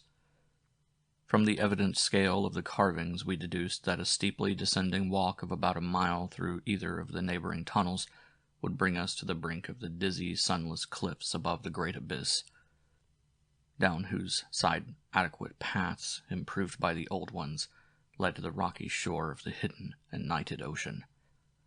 To behold this fabulous gulf in stark reality was a lure which seemed impossible of resistance once we knew of the thing, yet we realized we must begin the quest at once if we expected to include it on our present flight. It was now 8 p.m., and we had not enough battery replacements to let our torches burn on forever. We had done so much of our studying and copying below the glacial level that our battery supply had had at least 5 hours of nearly continuous use, and despite the special dry cell formula, would obviously be good for only about 4 more, though by keeping one torch unused, except for especially interesting or difficult places, we might manage to eke out a safe margin beyond that. It would not do to be without a light in these cyclopean catacombs, hence in order to make the abyss trip we must give up all further mural deciphering. Of course we intended to revisit the places for days, and perhaps weeks of intensive study and photography, curiosity having long ago got the better of horror. But just now we must hasten. Our supply of trailblazing paper was far from unlimited, and we were reluctant to sacrifice spare notebooks or sketching paper to augment it. But we did let one large notebook go. If worst came to worst, we could resort to rock chipping, and of course it would be possible, even in case of really lost direction, to work up to full daylight by one channel or another, if granted sufficient time for plentiful trial and error. So at last we set off eagerly in the indicated direction of the nearest tunnel. According to the carvings from which we had made our map, the desired tunnel mouth could not be much more than a quarter mile from where we stood, the intervening space showing solid-looking buildings quite likely to be penetrable still at a subglacial level. The opening itself would be in the basement, on the angle nearest the foothills of a vast 5-pointed structure of evidently public and perhaps ceremonial nature, which we tried to identify from our aerial survey of the ruins. No such structure came to our minds as we recalled our flight, hence we concluded that its upper parts had been greatly damaged, or that it had been totally shattered in an ice rift we had noticed. In the latter case, the tunnel would probably turn out to be choked, so that we would have to try the next nearest one, the one less than a mile to the north. The intervening river course prevented our trying any of the more southerly tunnels on this trip, and indeed, if both of the neighboring ones were choked, it was doubtful whether our batteries would warrant an attempt on the next northerly one, about a mile beyond our second choice. As we threaded our dim way through the labyrinth with the aid of map and compass, traversing rooms and corridors in every stage of ruin or preservation, clambering up ramps, crossing upper floors and bridges, and clambering down again, encountering choked doorways and piles of debris, hastening now and then along finely preserved and uncannily immaculate stretches, taking false leads and retracing our way, in such cases removing the blind paper trail we had left, and once in a while striking the bottom of an open shaft through which daylight poured or trickled down, we were repeatedly tantalized by the sculptured walls along our route. Many must have told tales of immense historical importance, and our only prospect of later visits reconciled us to the need of passing them by. As it was, we slowed down once in a while and turned on our second torch. If we had had more films, we would certainly have paused briefly to photograph certain bas-reliefs, but time-consuming hand copying was clearly out of the question. I come now once more to a place where the temptation to hesitate, or to hint rather than state, is very strong. It is necessary, however, to reveal the rest in order to justify my course in discouraging further exploration. We had wormed our way very close to the computed site of the tunnel's mouth, having crossed a second-story bridge to what seemed plainly the tip of a pointed wall, and descended to a ruinous corridor especially rich in decadently elaborate and apparently ritualistic sculptures of late workmanship, when, about 8:30 p.m., Danforth's keen young nostrils gave us the first hint of something unusual. If we had had a dog with us, I suppose we would have been warned before. At first we could not precisely say what was wrong with the formerly crystal pure air, but after a few seconds our memories reacted only too definitely. Let me try to state the thing without flinching. There was an odor, and that odor was vaguely, subtly, and unmistakably akin to what had nauseated us upon opening the insane grave of the horror poor Lake had dissected. Of course the revelation was not as clearly cut at the time as it sounds now. There were several conceivable explanations, and we did a good deal of indecisive whispering. Most important of all, we did not retreat without further investigation, for having come this far we were loath to be balked by anything short of certain disaster. Anyway, what we must have suspected was altogether too wild to believe. Such things did not happen in any normal world. It was probably sheer irrational instinct which made us dim our single torch, tempted no longer by the decadent and sinister sculptures that leered menacingly from the oppressive walls. and which softened our progress to a cautious tiptoeing and crawling over the increasingly littered floor and heaps of debris. Danforth's eyes as well as nose proved better than mine, for it was likewise he who first noticed the queer aspect of the debris after we had passed many half-choked arches leading to chambers and corridors on the ground level. It did not look quite as it ought after countless thousands of years of desertion, and when we cautiously turned on more light we saw that a kind of swath seemed to have been lately tracked through it. The irregular nature of the litter precluded any definite marks, but in the smoother places there were suggestions of the dragging of heavy objects. Once we thought there was a hint of parallel tracks, as of runners. This was what made us pause again. It was during that pause that we caught, simultaneously this time, the other odor ahead. Paradoxically, it was both a less frightful and a more frightful odor. Less frightful intrinsically, but infinitely appalling in this place under the known circumstances. Unless, of course, Gedney. For the odor was the plain and familiar one of common petrol, everyday gasoline. Our motivation after that is something I will leave to psychologists. We knew now that some terrible extension of the camp horrors must have crawled into this nighted burial place of the eons, hence could not doubt any longer the existence of nameless conditions, present or at least recent, just ahead. Yet in the end we did let sheer burning curiosity, or anxiety, or auto-hypnotism, or vague thoughts of responsibility toward Gedney, or whatnot, drive us on. Danforth whispered again of the print he thought he had seen at the alley turning in the ruins above, and a faint musical piping, potentially of tremendous significance in the light of Lake's dissection report despite its close resemblance to the cave-mouth echoes of the windy peaks, which he thought he had shortly afterward half heard from unknown depths below. I, in my turn, whispered of how the camp was left, of what had disappeared, and of how the madness of a lone survivor might have conceived the inconceivable, a wild trip across the monstrous mountains and a descent into the unknown primal masonry. But we could not convince each other, or even ourselves, of anything definite. We had turned off all light as we stood, and vaguely noticed that a trace of deeply filtered upper day kept the blackness from being absolute. Having automatically begun to move ahead, we guided ourselves by occasional flashes from our torch. The disturbed debris formed an impression we could not shake off, and the smell of gasoline grew stronger. More and more ruin met our eyes and hampered our feet, until very soon we saw that the forward way was about to cease. We had been all too correct in our pessimistic guess about that rift glimpsed from the air. Our tunnel quest was a blind one, and we were not going to be able to reach the basement out of which the abyssward aperture opened. The torch, flashing over the grotesquely carven walls of the blocked corridor in which we stood, showed several doorways in various states of obstruction, and from one of them the gasoline odor, quite submerging that other hint of odor, came with a special distinctness. As we looked more steadily, we saw that beyond a doubt there had been a slight and recent clearing away of debris from that particular opening.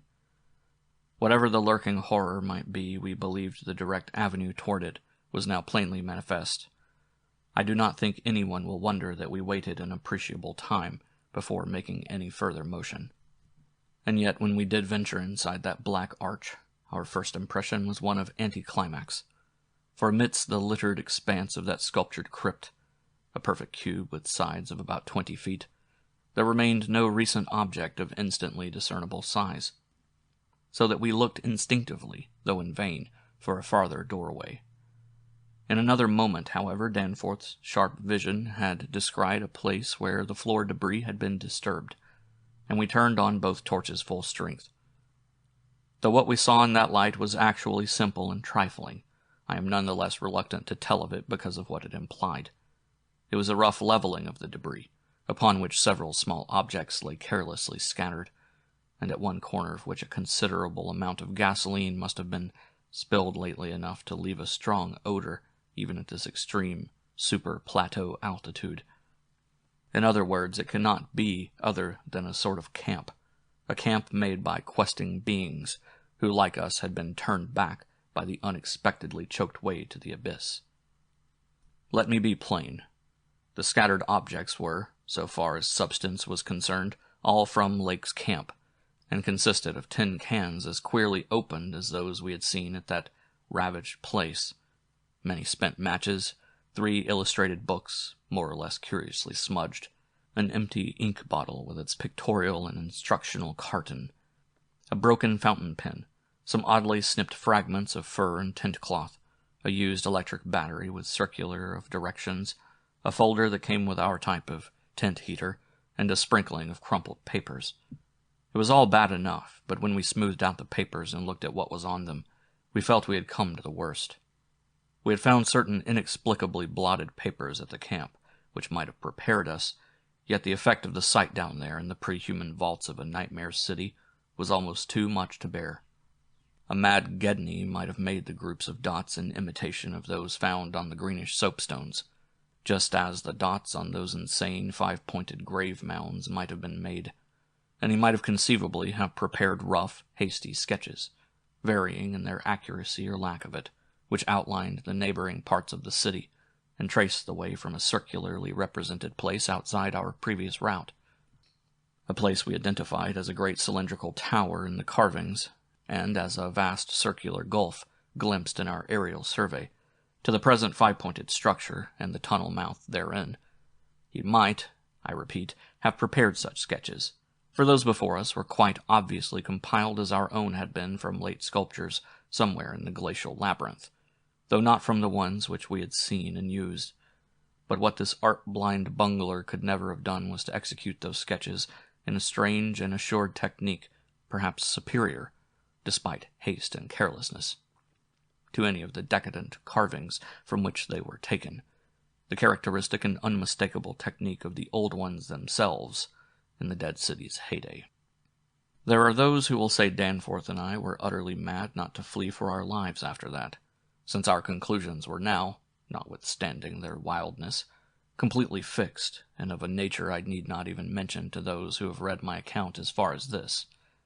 Perhaps we were mad, for have I not said those horrible peaks were mountains of madness?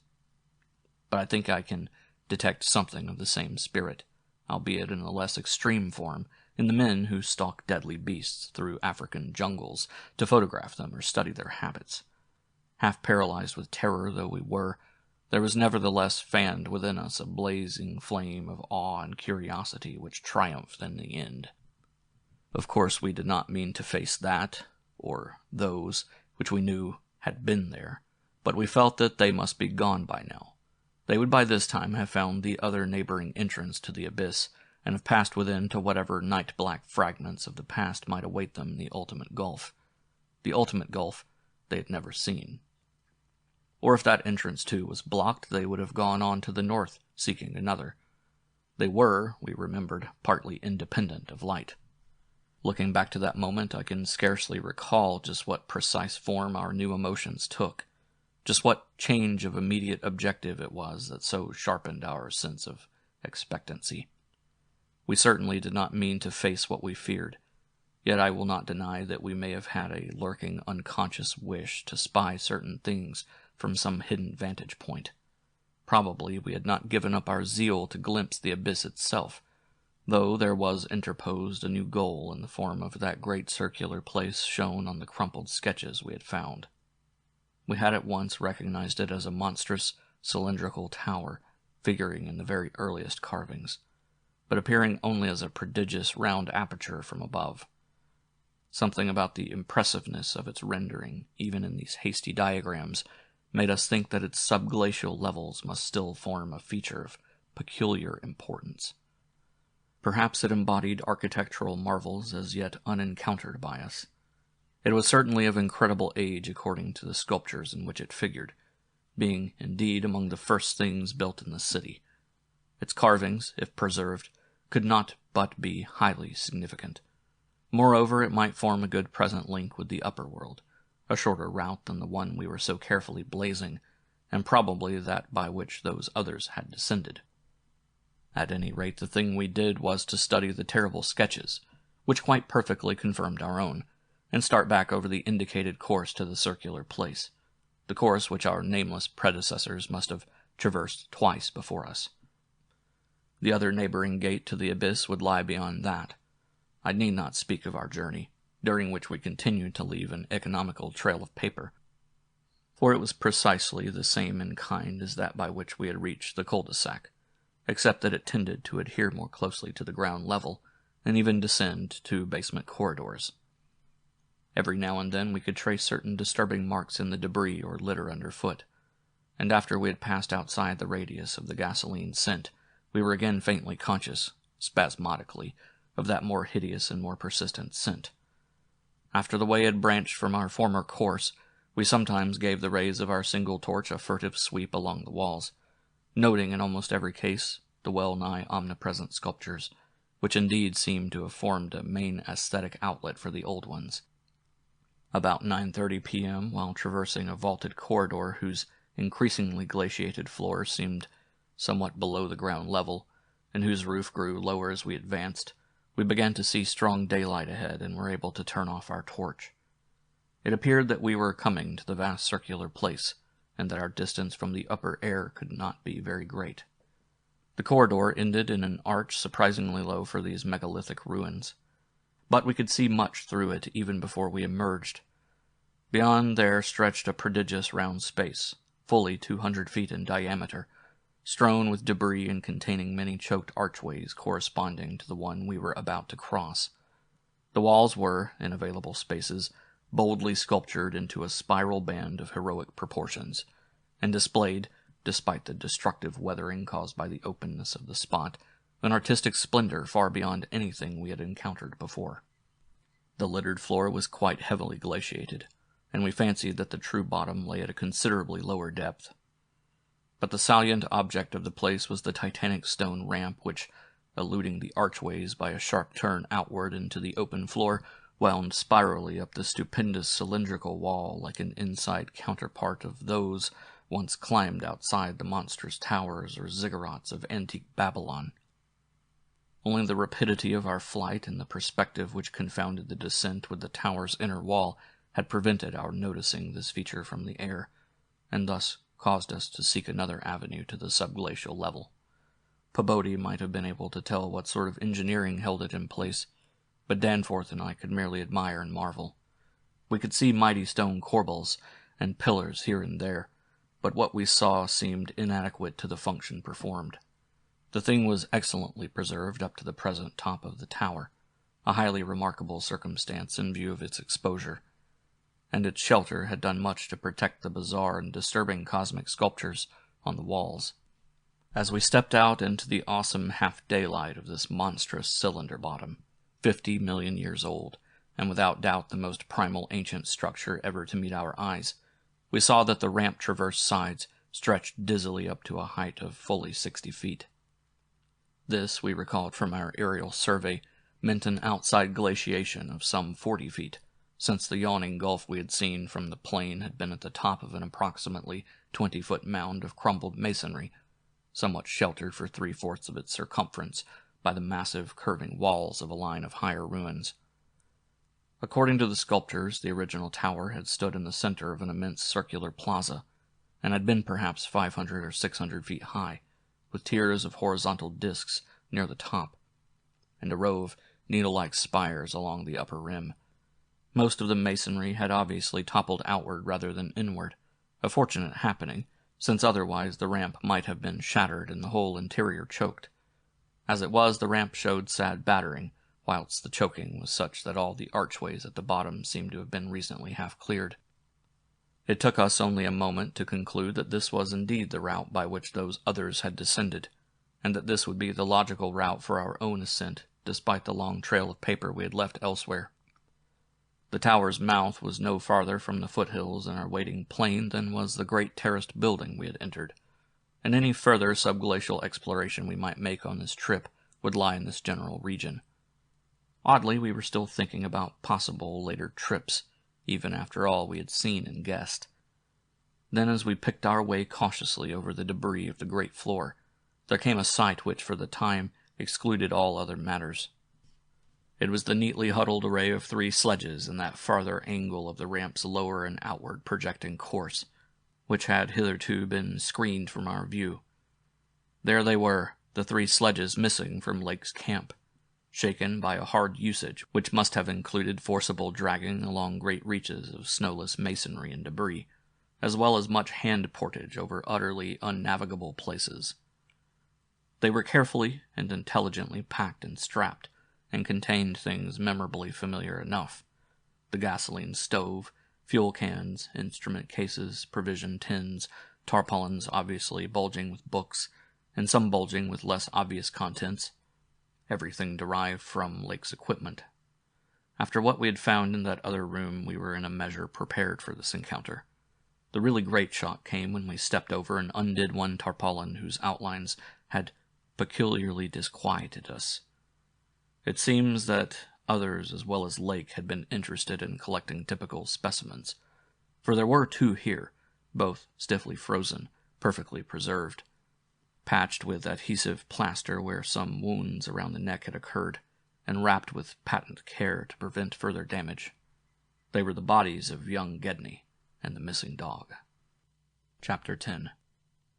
Many people will probably judge us callous as well as mad for thinking about the northward tunnel in the abyss so soon after our somber discovery, and I am not prepared to say that we would have immediately revived such thoughts, but for a specific circumstance which broke in upon us and set up a whole new train of speculations. We had replaced the tarpaulin over poor Gedney, and were standing in a kind of mute bewilderment, when the sounds finally reached our consciousness. The first sounds we had heard since descending out of the open, where the mountain wind whined faintly from its unearthly heights. Well known and mundane though they were, their presence in this remote world of death was more unexpected and unnerving than any grotesque or fabulous tones could possibly have been, since they gave a fresh upsetting to all our notions of cosmic harmony. Had it been some trace of that bizarre musical piping over a wide range which Lake's dissection report had led us to expect in those others, and which indeed our overwrought fancies had been reading into every wind howl we had heard since coming on the camp horror, it would have been a kind of hellish congruity with the eon-dead region around us. A voice from other epochs belongs in a graveyard of other epochs. As it was, however, the noise shattered all our profoundly seated adjustments, all our tacit acceptance of the inner Antarctic as a waste, as utterly and irrevocably void of every vestige of normal life as the sterile disk of the moon. What we heard was not the fabulous note of any buried blasphemy of elder Earth, from whose supernal toughness an age-denied polar sun had evoked a monstrous response. Instead, it was a thing so mockingly normal, and so unerringly familiarized by our sea days off Victoria Land and our camp days at McMurdo Sound, that we shuddered to think of it here, where such things ought not to be. To be brief, it was simply the raucous squawking of a penguin. The muffled sound floated from subglacial recesses nearly opposite to the corridor whence we had come, regions manifestly in the direction of that other tunnel to the vast abyss.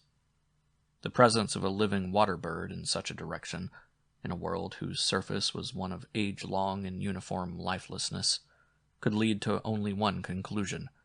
Hence our first thought was to verify the objective reality of the sound. It was indeed repeated, and seemed at times to come from more than one throat.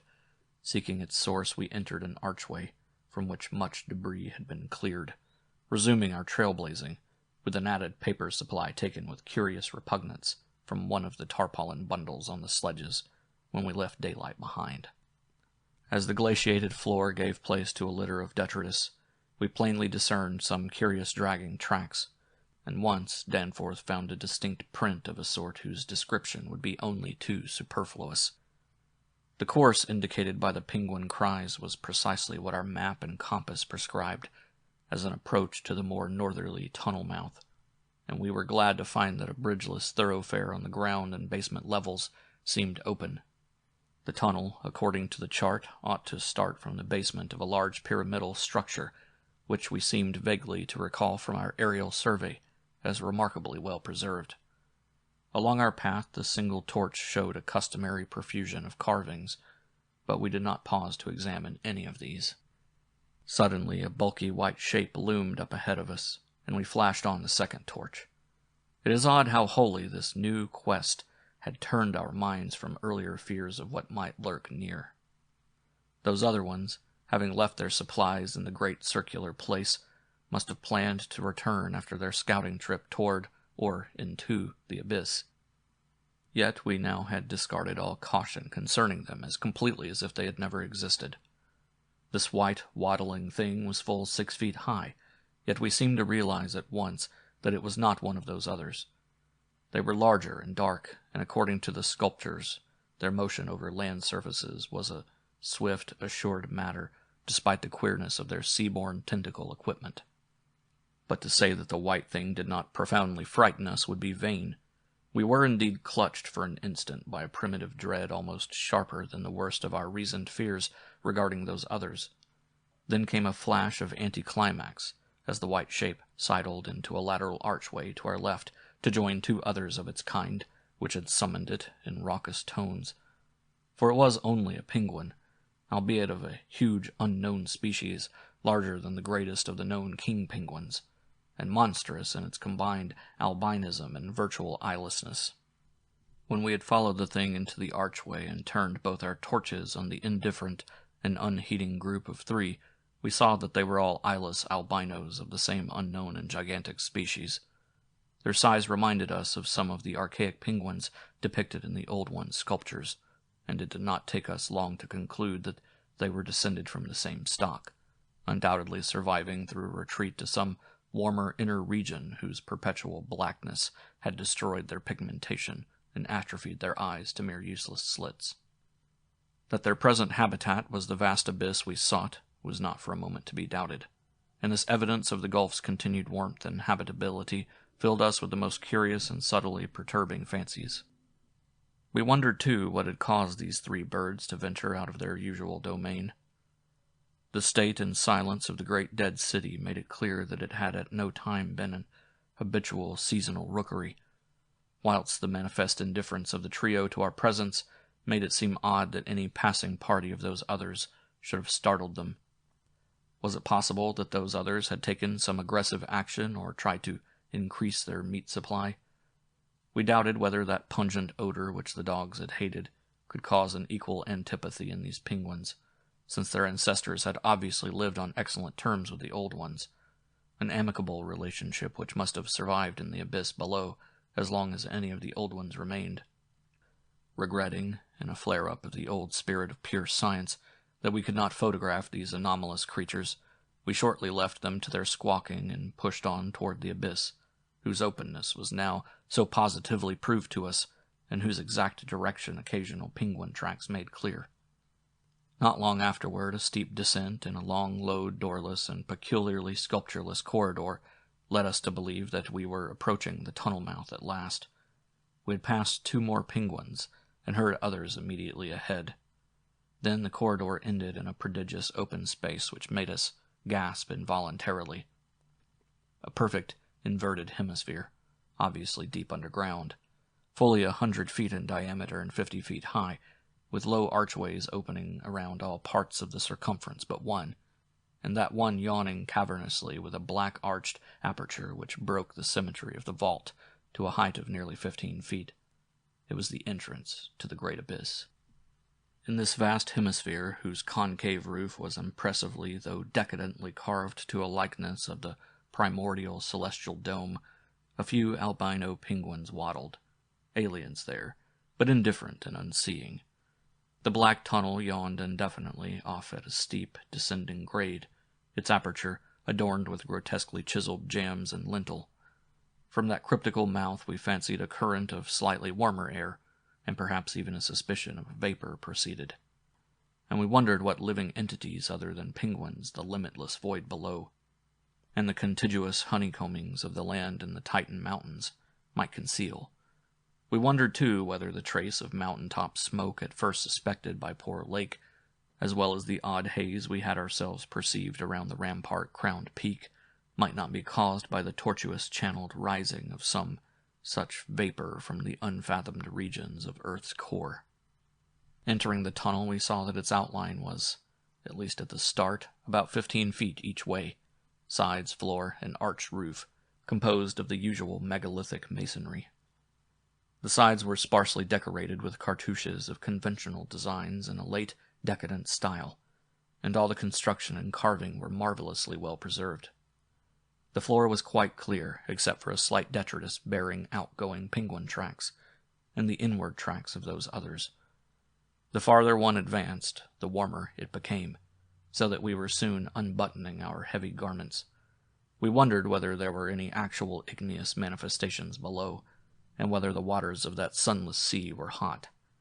After a short distance, the masonry gave place to solid rock, though the tunnel kept the same proportions and presently the same aspect of carved regularity. Occasionally its varying grade became so steep that grooves were cut in the floor. Several times we noted the mouths of small lateral galleries not recorded in our diagrams, none of them such as to complicate the problem of our return, and all of them welcome as possible refuges in case we met unwelcome entities on their way back from the abyss. The nameless scent of such things was very distinct. Doubtless it was suicidally foolish to venture into that tunnel under the known conditions, but the lure of the unplumbed is stronger in certain persons than most suspect.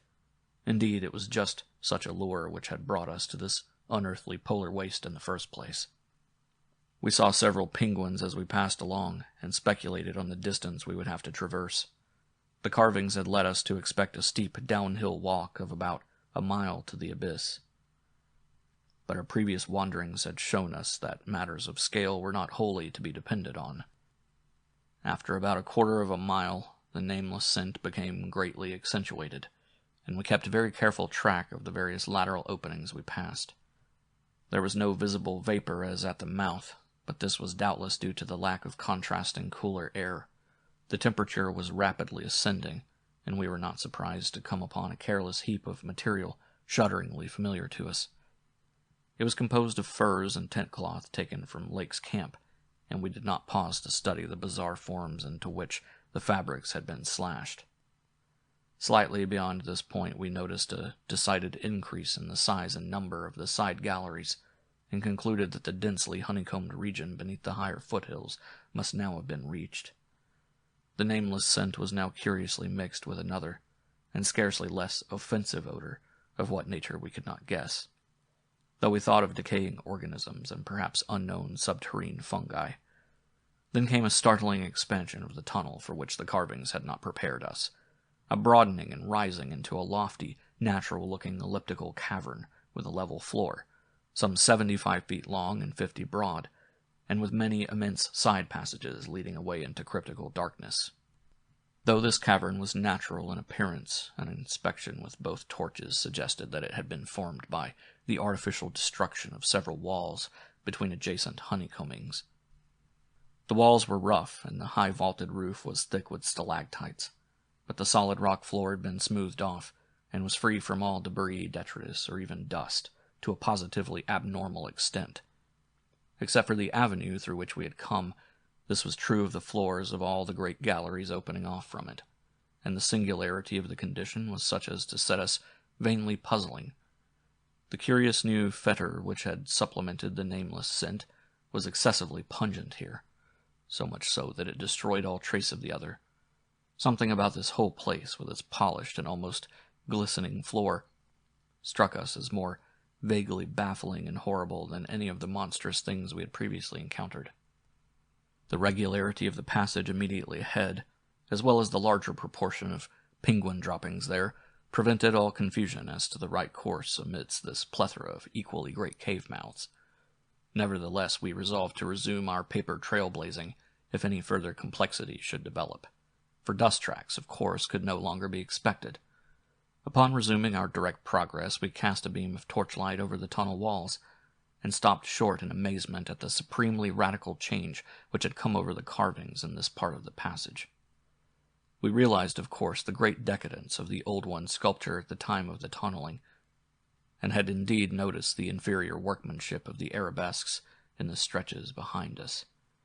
But now in this deeper section beyond the cavern, there was a sudden difference, wholly transcending explanation, a difference in basic nature as well as in mere quality, and involving so profound and calamitous a degradation of skill that nothing in the hitherto observed rate of decline could have led one to expect it. This new and degenerate work was coarse, bold, and wholly lacking in delicacy of detail. It was countersunk, with exaggerated depth in bands following the same general line as the sparse cartouches of the earlier sections. But the height of the reliefs did not reach the level of the general surface. Danforth had the idea that it was a second carving, a sort of palimpsest formed after the obliteration of a previous design. In nature it was wholly decorative and conventional, and consisted of crude spirals and angles roughly following the quintile mathematical tradition of the old ones, yet seeming more like a parody than a perpetuation of that tradition. We could not get it out of our minds that some subtly but profoundly alien element had been added to the aesthetic feeling behind the technique. An alien element, Danforth guessed, that was responsible for the manifestly laborious substitution. It was like, yet disturbingly unlike, what we had come to recognize as the old one's art, and I was persistently reminded of such hybrid things as the ungainly Palmyrene sculptures fashioned in the Roman manner. That others had recently noticed this belt of carving was hinted by the presence of a used torch battery on the floor in front of one of the most characteristic designs. Since we could not afford to spend any considerable time in study, we resumed our advance after a cursory look, though frequently casting beams over the walls to see if any further decorative changes developed. Nothing of the sort was perceived, though the carvings were in places rather sparse because of the numerous mouths of smooth-floored lateral tunnels. We saw and heard fewer penguins, but thought we caught a vague suspicion of an infinitely distant chorus of them somewhere deep within the earth. The new and inexplicable odor was abominably strong, and we could detect scarcely a sign of that other nameless scent. Puffs of visible vapor ahead bespoke increasing contrasts in temperature, and the relative nearness of the sunless sea cliffs of the great abyss. Then quite unexpectedly we saw certain obstructions on the polished floor ahead. Obstructions which were quite definitely not penguins, and turned on our second torch after making sure that the objects were quite stationary. Chapter 11. Still another time have I come to a place where it is very difficult to proceed. I ought to be hardened by this stage, but there are some experiences and intimations which scar too deeply to permit of healing, and leaving only such an added sensitiveness that memory re-inspires all the original horror. We saw, as I have said, certain obstructions on the polished floor ahead, and I may add that our nostrils were assailed almost simultaneously by a very curious intensification of the strange prevailing fetor, now quite plainly mixed with the nameless stench of those others which had gone before us. The light of the second torch left no doubt of what the obstructions were, and we dared approach them only because we could see, even from a distance, that they were quite as past all harming power as had been the 6 smaller specimens unearthed from the monstrous star-mounded graves at poor Lake's camp. They were, indeed, as lacking in completeness as most of those we had unearthed, though it grew plain from the thick dark green pool gathering around them that their incompleteness was of infinite greater recency. There seemed to be only 4 of them, whereas Lake's bulletins would have suggested no less than 8 as forming the group which had preceded us. To find them in this state was wholly unexpected, and we wondered what sort of monstrous struggle had occurred down here in the dark. Penguins, attacked in a body, retaliate savagely with their beaks, and our ears now made certain the existence of a rookery far beyond. Had those others disturbed such a place and aroused murderous pursuit? The obstructions did not suggest it, for penguin beaks against the tough tissues Lake had dissected could hardly account for the terrible damage our approaching glance was beginning to make out. Besides, the huge blind birds we had seen appeared to be singularly peaceful. Had there then been a struggle among those others, and were the absent 4 responsible? If so, where were they? Were they close at hand and likely to form an immediate menace to us? We glanced anxiously at some of the smooth-floored lateral passages as we continued our slow and frankly reluctant approach. Whatever the conflict was, it had clearly been that which had frightened the penguins into their unaccustomed wandering. It must then have arisen near that faintly heard rookery in the incalculable gulf beyond, since there were no signs that any birds had normally dwelt here. Perhaps, we reflected, there had been a hideous running fight, with the weaker party seeking to get back to the cached sledges when their pursuers finished them. One could picture the demoniac fray between namelessly monstrous entities as it surged out of the black abyss with great clouds of frantic penguins squawking and scurrying ahead. I say that we approached those sprawling and incomplete obstructions slowly and reluctantly. Would to heaven we had never approached them at all, but had run back at top speed out of that blasphemous tunnel with the greasily smooth floors and the degenerate murals aping and mocking the things they had superseded.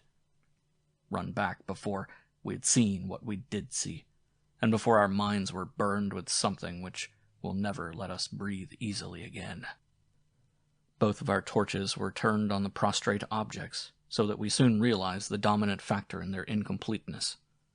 Mauled, compressed, twisted, and ruptured as they were, their chief common injury was total decapitation.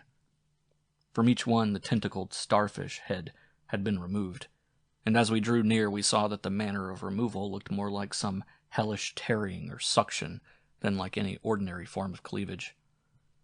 Their noisome dark green ichor formed a large spreading pool, but its stench was half overshadowed by that newer and stranger stench, here more pungent than at any other point along our route.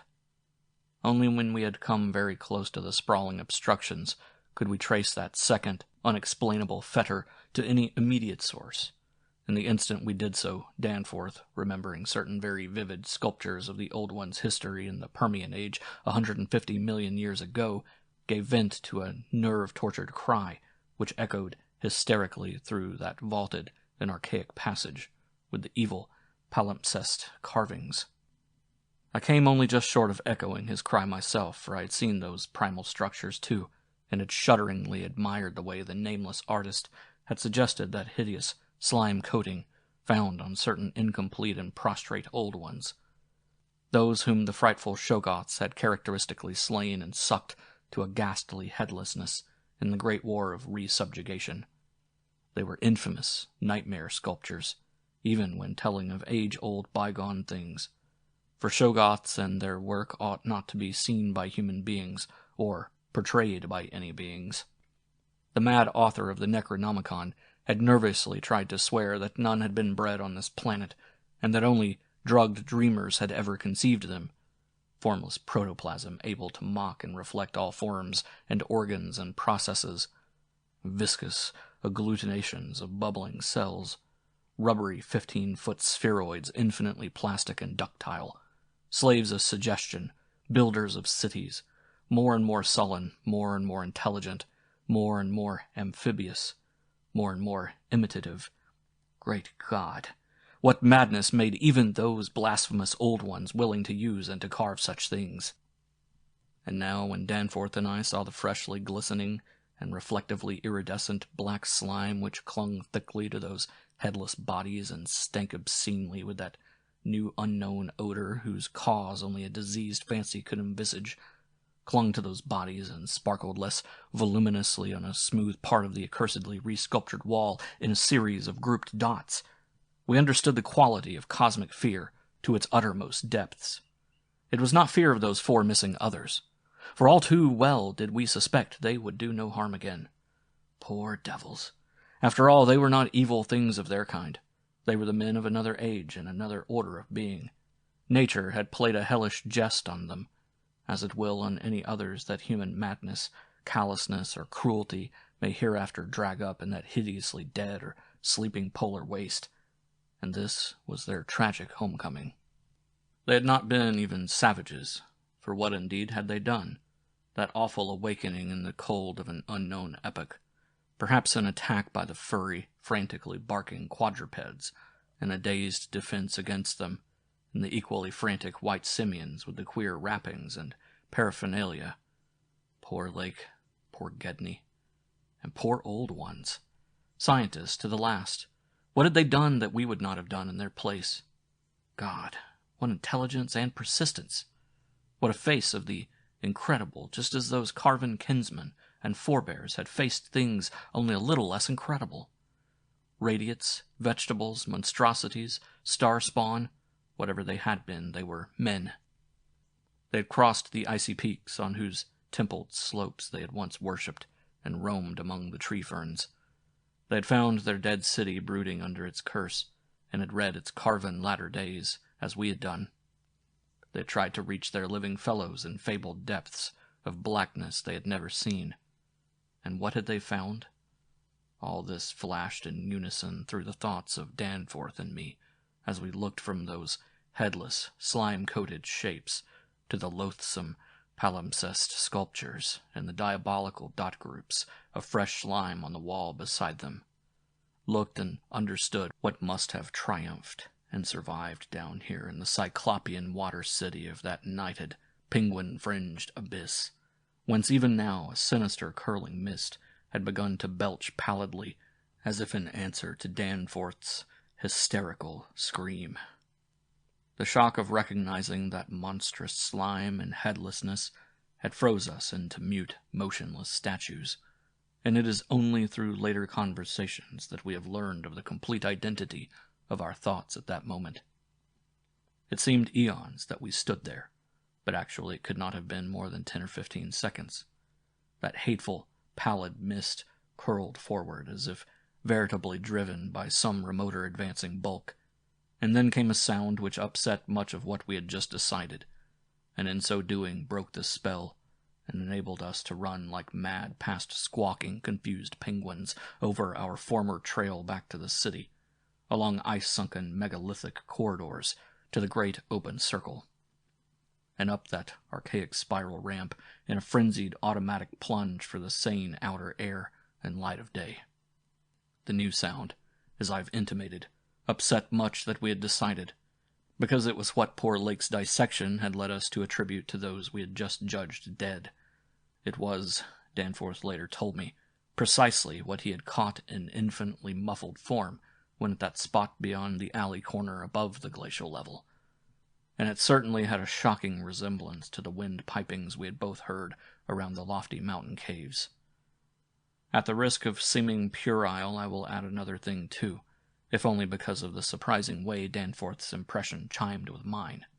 Of course, common reading is what prepared us both to make the interpretation, though Danforth has hinted at queer notions about unsuspected and forbidden sources to which Poe may have had access when writing his Arthur Gordon Pym a century ago. It will be remembered that in that fantastic tale there is a word of unknown but terrible and prodigious significance connected with the Antarctic and screamed eternally by the gigantic, spectrally snowy birds of that malign region's core. Tekalili, tekalili.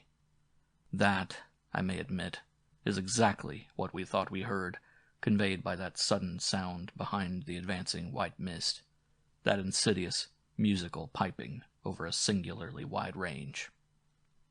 We were in full flight before 3 notes or syllables had been uttered, though we knew that the swiftness of the old ones would enable any scream-roused and pursuing survivor of the slaughter to overtake us in a moment if it really wished to do so. We had a vague hope, however, that non-aggressive conduct and a display of kindred reason might cause such a being to spare us in case of capture, if only from scientific curiosity. After all, if such a one had nothing to fear for itself, it would have no motive in harming us. Concealment being futile at this juncture, we used our torch for a running glance behind, and perceived that the mist was thinning. Would we see, at last, a complete and living specimen of those others? Again came that insidious musical piping, tekalili, tekalili. Then, noting that we were actually gaining on our pursuer, it occurred to us that the entity might be wounded. We could take no chances, however, since it was very obviously approaching in answer to Danforth's scream, rather than in flight from any other entity. The timing was too close to admit of doubt, of the whereabouts of that less conceivable and less mentionable nightmare, that fetid, unglimpsed mountain of slime-spewing protoplasm whose race had conquered the abyss and sent land pioneers to recarve and squirm through the burrows of the hills. We could form no guess, and it cost us a genuine pang to leave this probably crippled old one, perhaps a lone survivor, to the peril of recapture in a nameless fate. Thank heaven we did not slacken our run. The curling mist had thickened again, and was driving ahead with increased speed, whilst the straying penguins in our rear were squawking and screaming and displaying signs of a panic really surprising in view of their relatively minor confusion when we had passed them. Once more came that sinister, wide-ranged piping, "Tekka-lee-lee, Tekka-lee-lee." We had been wrong. The thing was not wounded, but had merely paused on encountering the bodies of its fallen kindred, and the hellish slime inscription above them. We could never know what that demon message was, but those burials at Lake's camp had shown how much importance the being attached to their dead. A recklessly used torch now revealed ahead of us the large open cavern where various ways converged, and we were glad to be leaving those morbid palimpsest sculptures, almost felt even when scarcely seen, behind. Another thought which the advent of the cave inspired was the possibility of losing our pursuer at this bewildering focus of large galleries. There were several of the blind albino penguins in the open space, and it seemed clear that their fear of the oncoming entity was extreme to the point of unaccountability. If at this point we dimmed our torch to the very lowest limit of traveling need, keeping it strictly in front of us, the frightened squawking motions of the huge birds in the mist might muffle our footfalls, screen our true course, and somehow set up a false lead. Amidst the churning, spiraling fog, the littered and unglistening floor of the main tunnel beyond this point, as differing from the other morbidly polished burrows, could hardly form a highly distinguished feature, even so far as we could conjecture, for those indicated special senses which made the old ones partly, though imperfectly, independent of light at emergencies. In fact, we were somewhat apprehensive lest we go astray ourselves in our haste. For we had, of course, decided to keep straight on toward the dead city, since the consequences of loss in those unknown foothill honeycombings would be unthinkable. The fact that we survived and emerged is sufficient proof that the thing did take a wrong gallery, whilst we providentially hit on the right one. The penguins alone could not have saved us, but in conjunction with the mist they seemed to have done so. Only a benign fate kept the curling vapors thick enough at the right moment, for they were constantly shifting and threatening to vanish. Indeed, they did lift for a second just before we emerged from the nauseously resculptured tunnel into the cave, so that we actually caught one first and only half glimpse of the oncoming entity as we cast a final, desperately fearful glance backward, before dimming the torch and mixing with the penguins in the hope of dodging pursuit. If the fate which screened us was benign, that which gave us the half-glimpse was infinitely the opposite. For to that flash of semi-vision can be traced a full half of the horror which has ever since haunted us. Our exact motive in looking back again was perhaps no more than the immemorial instinct of the pursued to gauge the nature and course of its pursuer, or perhaps it was an automatic attempt to answer a subconscious question raised by one of our senses. In the midst of our flight, with all our faculties centered on the problem of escape, we were in no condition to observe and analyze details. Yet even so, our latent brain cells must have wondered at the message brought them by our nostrils. Afterward, we realized what it was, that our retreat from the fetid slime coating on those headless obstructions and the coincident approach of the pursuing entity had not brought us the exchange of stenches which logic called for. In the neighborhood of the prostrate things, that new and lately unexplainable fetor had been wholly dominant, but by this time it ought to have largely given place to the nameless stench associated with those others. This it had not done, for instead the newer and less bearable smell was now virtually undiluted, and growing more and more poisonously insistent each second. So we glanced back, simultaneously it would appear, though no doubt the incipient motion of one prompted the imitation of the other. As we did so, we flashed both torches full strength at the momentarily thinned mist, either from sheer primitive anxiety to see all we could, or in a less primitive but equally unconscious effort to dazzle the entity before we dimmed our light and dodged among the penguins of the labyrinth center ahead. Unhappy act! Not Orpheus himself or Lot's wife paid much more dearly for a backward glance. And again came that shocking, wide-ranged piping. Tekka-lee-lee, Tekka-lee-lee.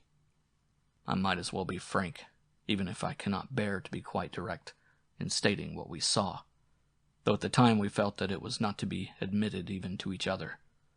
The words reaching the reader can never even suggest the awfulness of the sight itself.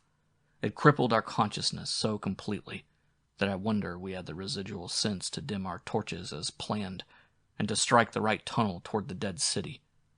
Instinct alone must have carried us through, perhaps better than reason could have done, though if that was what saved us, we paid a high price. Of reason we certainly had little enough left. Danforth was totally unstrung, and the first thing I remember of the rest of the journey was hearing him light-headedly chant an hysterical formula in which I alone of mankind could have found anything but insane irrelevance. It reverberated in falsetto echoes among the squawks of the penguins, reverberated through the vaultings ahead and, thank God, through the now empty vaultings behind. He could not have begun it at once, else we would not have been alive and blindly racing. I shudder to think of what a shade of difference in his nervous reactions might have brought. South Station, under Washington, under Park Street, under Kendall Central, Harvard. The poor fellow was chanting the familiar stations of the Boston-Cambridge tunnel that burrowed through our peaceful native soil thousands of miles away in New England. Yet to me the ritual had neither irrelevance nor home feeling. It had only horror, because I knew unerringly the monstrous, nefandous analogy that had suggested it. We had expected upon looking back to see a terrible and incredibly moving entity, if the mists were thin enough. But of that entity we had formed a clear idea. What we did see, for the mists were indeed all too malignly thinned, was something altogether different, and immeasurably more hideous and detestable. It was the utter, objective embodiment of the fantastic novelist's thing that should not be, and its nearest comprehensible analog is a vast, on-rushing subway train as one sees it from a station platform, the great black front looming colossally out of infinite subterraneous distance, constellated with strangely colored lights and filling the prodigious burrow as a piston fills a cylinder. But we were not on a station platform. We were on the track ahead as the nightmare plastic column of fetid black iridescence oozed tightly onward through its 15-foot sinus, gathering unholy speed and driving before it a spiral, re-thickening cloud of the pallid abyss vapor.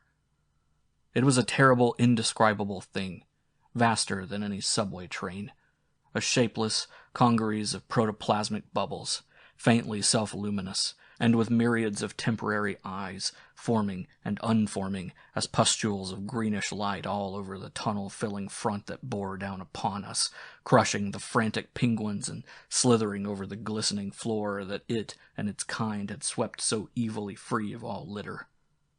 Still came that eldritch, mocking cry, "Tekali-li, Tekali-li," and at last we remembered that the demoniac Shoggoths, given life, thought, and plastic organ patterned solely by the old ones, and having no language save that which the dot groups expressed, had likewise no voice save the imitated accents of their bygone masters. Chapter 12. Danforth and I have recollections of emerging into the great sculptured hemisphere, and of threading our back trail through the cyclopean rooms and corridors of the dead city, yet these are purely dream fragments, involving no memory of volition, details, or physical exertion. It was as if we floated in a nebulous world or dimension without time, causation, or orientation. The gray half-daylight of the vast circular space sobered us somewhat, but we did not go near those cached sledges or look again at poor Gedney and the dog. They have a strange and titanic mausoleum, and I hope the end of this planet will find them still undisturbed. It was while struggling up the colossal spiral incline that we first felt the terrible fatigue and short breath which our race through the thin plateau air had produced. But not even the fear of collapse could make us pause before reaching the normal outer rim of sun and sky. There was something vaguely appropriate about our departure from those buried epochs, for as we wound our panting way up the 60-foot cylinder of primal masonry, we glimpsed beside us a continuous procession of heroic sculptures in the dead race's early and undecayed technique, a farewell from the old ones, written 50 million years ago. Finally scrambling out at the top, we found ourselves on a great mound of tumbled blocks, with the curved walls of higher stonework rising westward, and the brooding peaks of the great mountains showing beyond the more crumbled structures toward the east. The low Antarctic sun of midnight peered redly from the southern horizon through rifts in the jagged ruins, and the terrible age and deadness of the nightmare city seemed all the starker by contrast with such relatively known and accustomed things as the features of the polar landscape.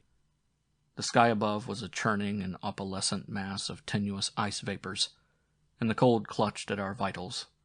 Warily resting the outfit bags to which we had instinctively clung throughout our desperate flight, we rebuttoned our heavy garments for the stumbling climb down the mound, and the walk through the eon-old stone maze to the foothills where our aeroplane waited. Of what had set us fleeing from the darkness of Earth's secret and archaic gulfs, we said nothing at all.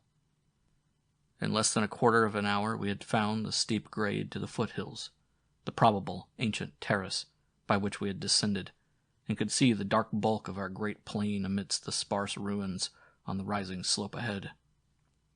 Halfway uphill toward our goal we paused for a momentary breathing spell, and turned to look again at the fantastic Pelagian tangle of incredible stone shapes below us, once more outlined mystically against an unknown west. As we did so, we saw that the sky beyond had lost its morning haziness, the restless ice vapors having moved up to the zenith, where their mocking outlines seemed on the point of settling into some bizarre pattern which they feared to make quite definite or conclusive.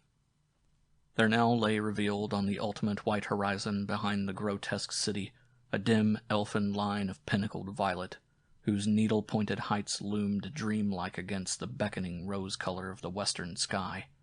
Up toward this shimmering rim sloped the ancient tableland, the depressed course of the bygone river traversing it as an irregular ribbon of shadow.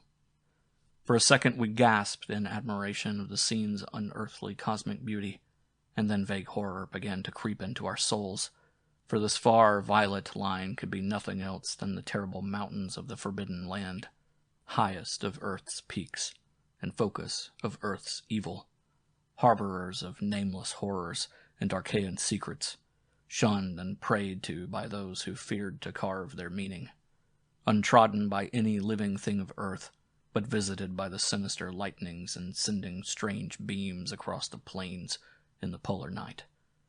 Beyond doubt the unknown archetype of that dreaded Kadath in the cold waste beyond abhorrent Leng, whereof unholy primal legends hint evasively. We were the first human beings ever to see them, and I hope to God we may be the last. If the sculptured maps and pictures in that pre-human city had told truly, these cryptic violet mountains could not be much less than 300 miles away. Yet none the less sharply did their dim elfin essence just above that remote and snowy rim, like the serrated edge of a monstrous alien planet about to rise into unaccustomed heavens. Their height then must have been tremendous beyond all known comparison, carrying them up into tenuous atmospheric strata peopled by such gaseous wraiths as rash flyers have barely lived to whisper of after unexplainable falls. Looking at them, I thought nervously of certain sculptured hints of what the great bygone river had washed down into the city from their accursed slopes, and wondered how much sense and how much folly had lain in the fears of those old ones who carved them so reticently. I recalled how their northerly end must come near the coast at Queen Mary Land, where even at that moment Sir Douglas Mawson's expedition was doubtless working less than 1,000 miles away, and hoped that no evil fate would give Sir Douglas and his men a glimpse of what might lie beyond the protecting coastal range. Such thoughts formed a measure of my overwrought condition at the time, and Danforth seemed to be even worse. Yet long before we had passed the great star-shaped ruin and reached our plain, our fears had become transferred to the lesser but vast enough range whose recrossing lay ahead of us. From these foothills the black ruin-crusted slopes reared up starkly and hideously against the east, again reminding us of those strange Asian paintings of Nicholas Roerich. And when we thought of the damnable honeycombs inside them, and of the frightful amorphous entities that might have pushed their fetidly squirming way even to the topmost hollow pinnacles, we could not face without panic the prospect of again sailing by those suggestive skyward cave mouths, where the wind made sounds like an evil musical piping over a wide range. To make matters worse, we saw distinct traces of local mist around several of the summits, as poor Lake must have done when he made that early mistake about volcanism, and thought shiveringly of that kindred mist from which we had just escaped, of that, and of the blasphemous, horror-fostering abyss whence all such vapors came. All was well with the plane, and we clumsily hauled on our heavy flying furs. Danforth got the engines started without trouble, and we made a very smooth takeoff over the nightmare city. Below us the primal cyclopean masonry spread out as it had done when first we saw it, so short, yet infinitely long a time ago. And we began rising and turning to test the wind for our crossing through the pass.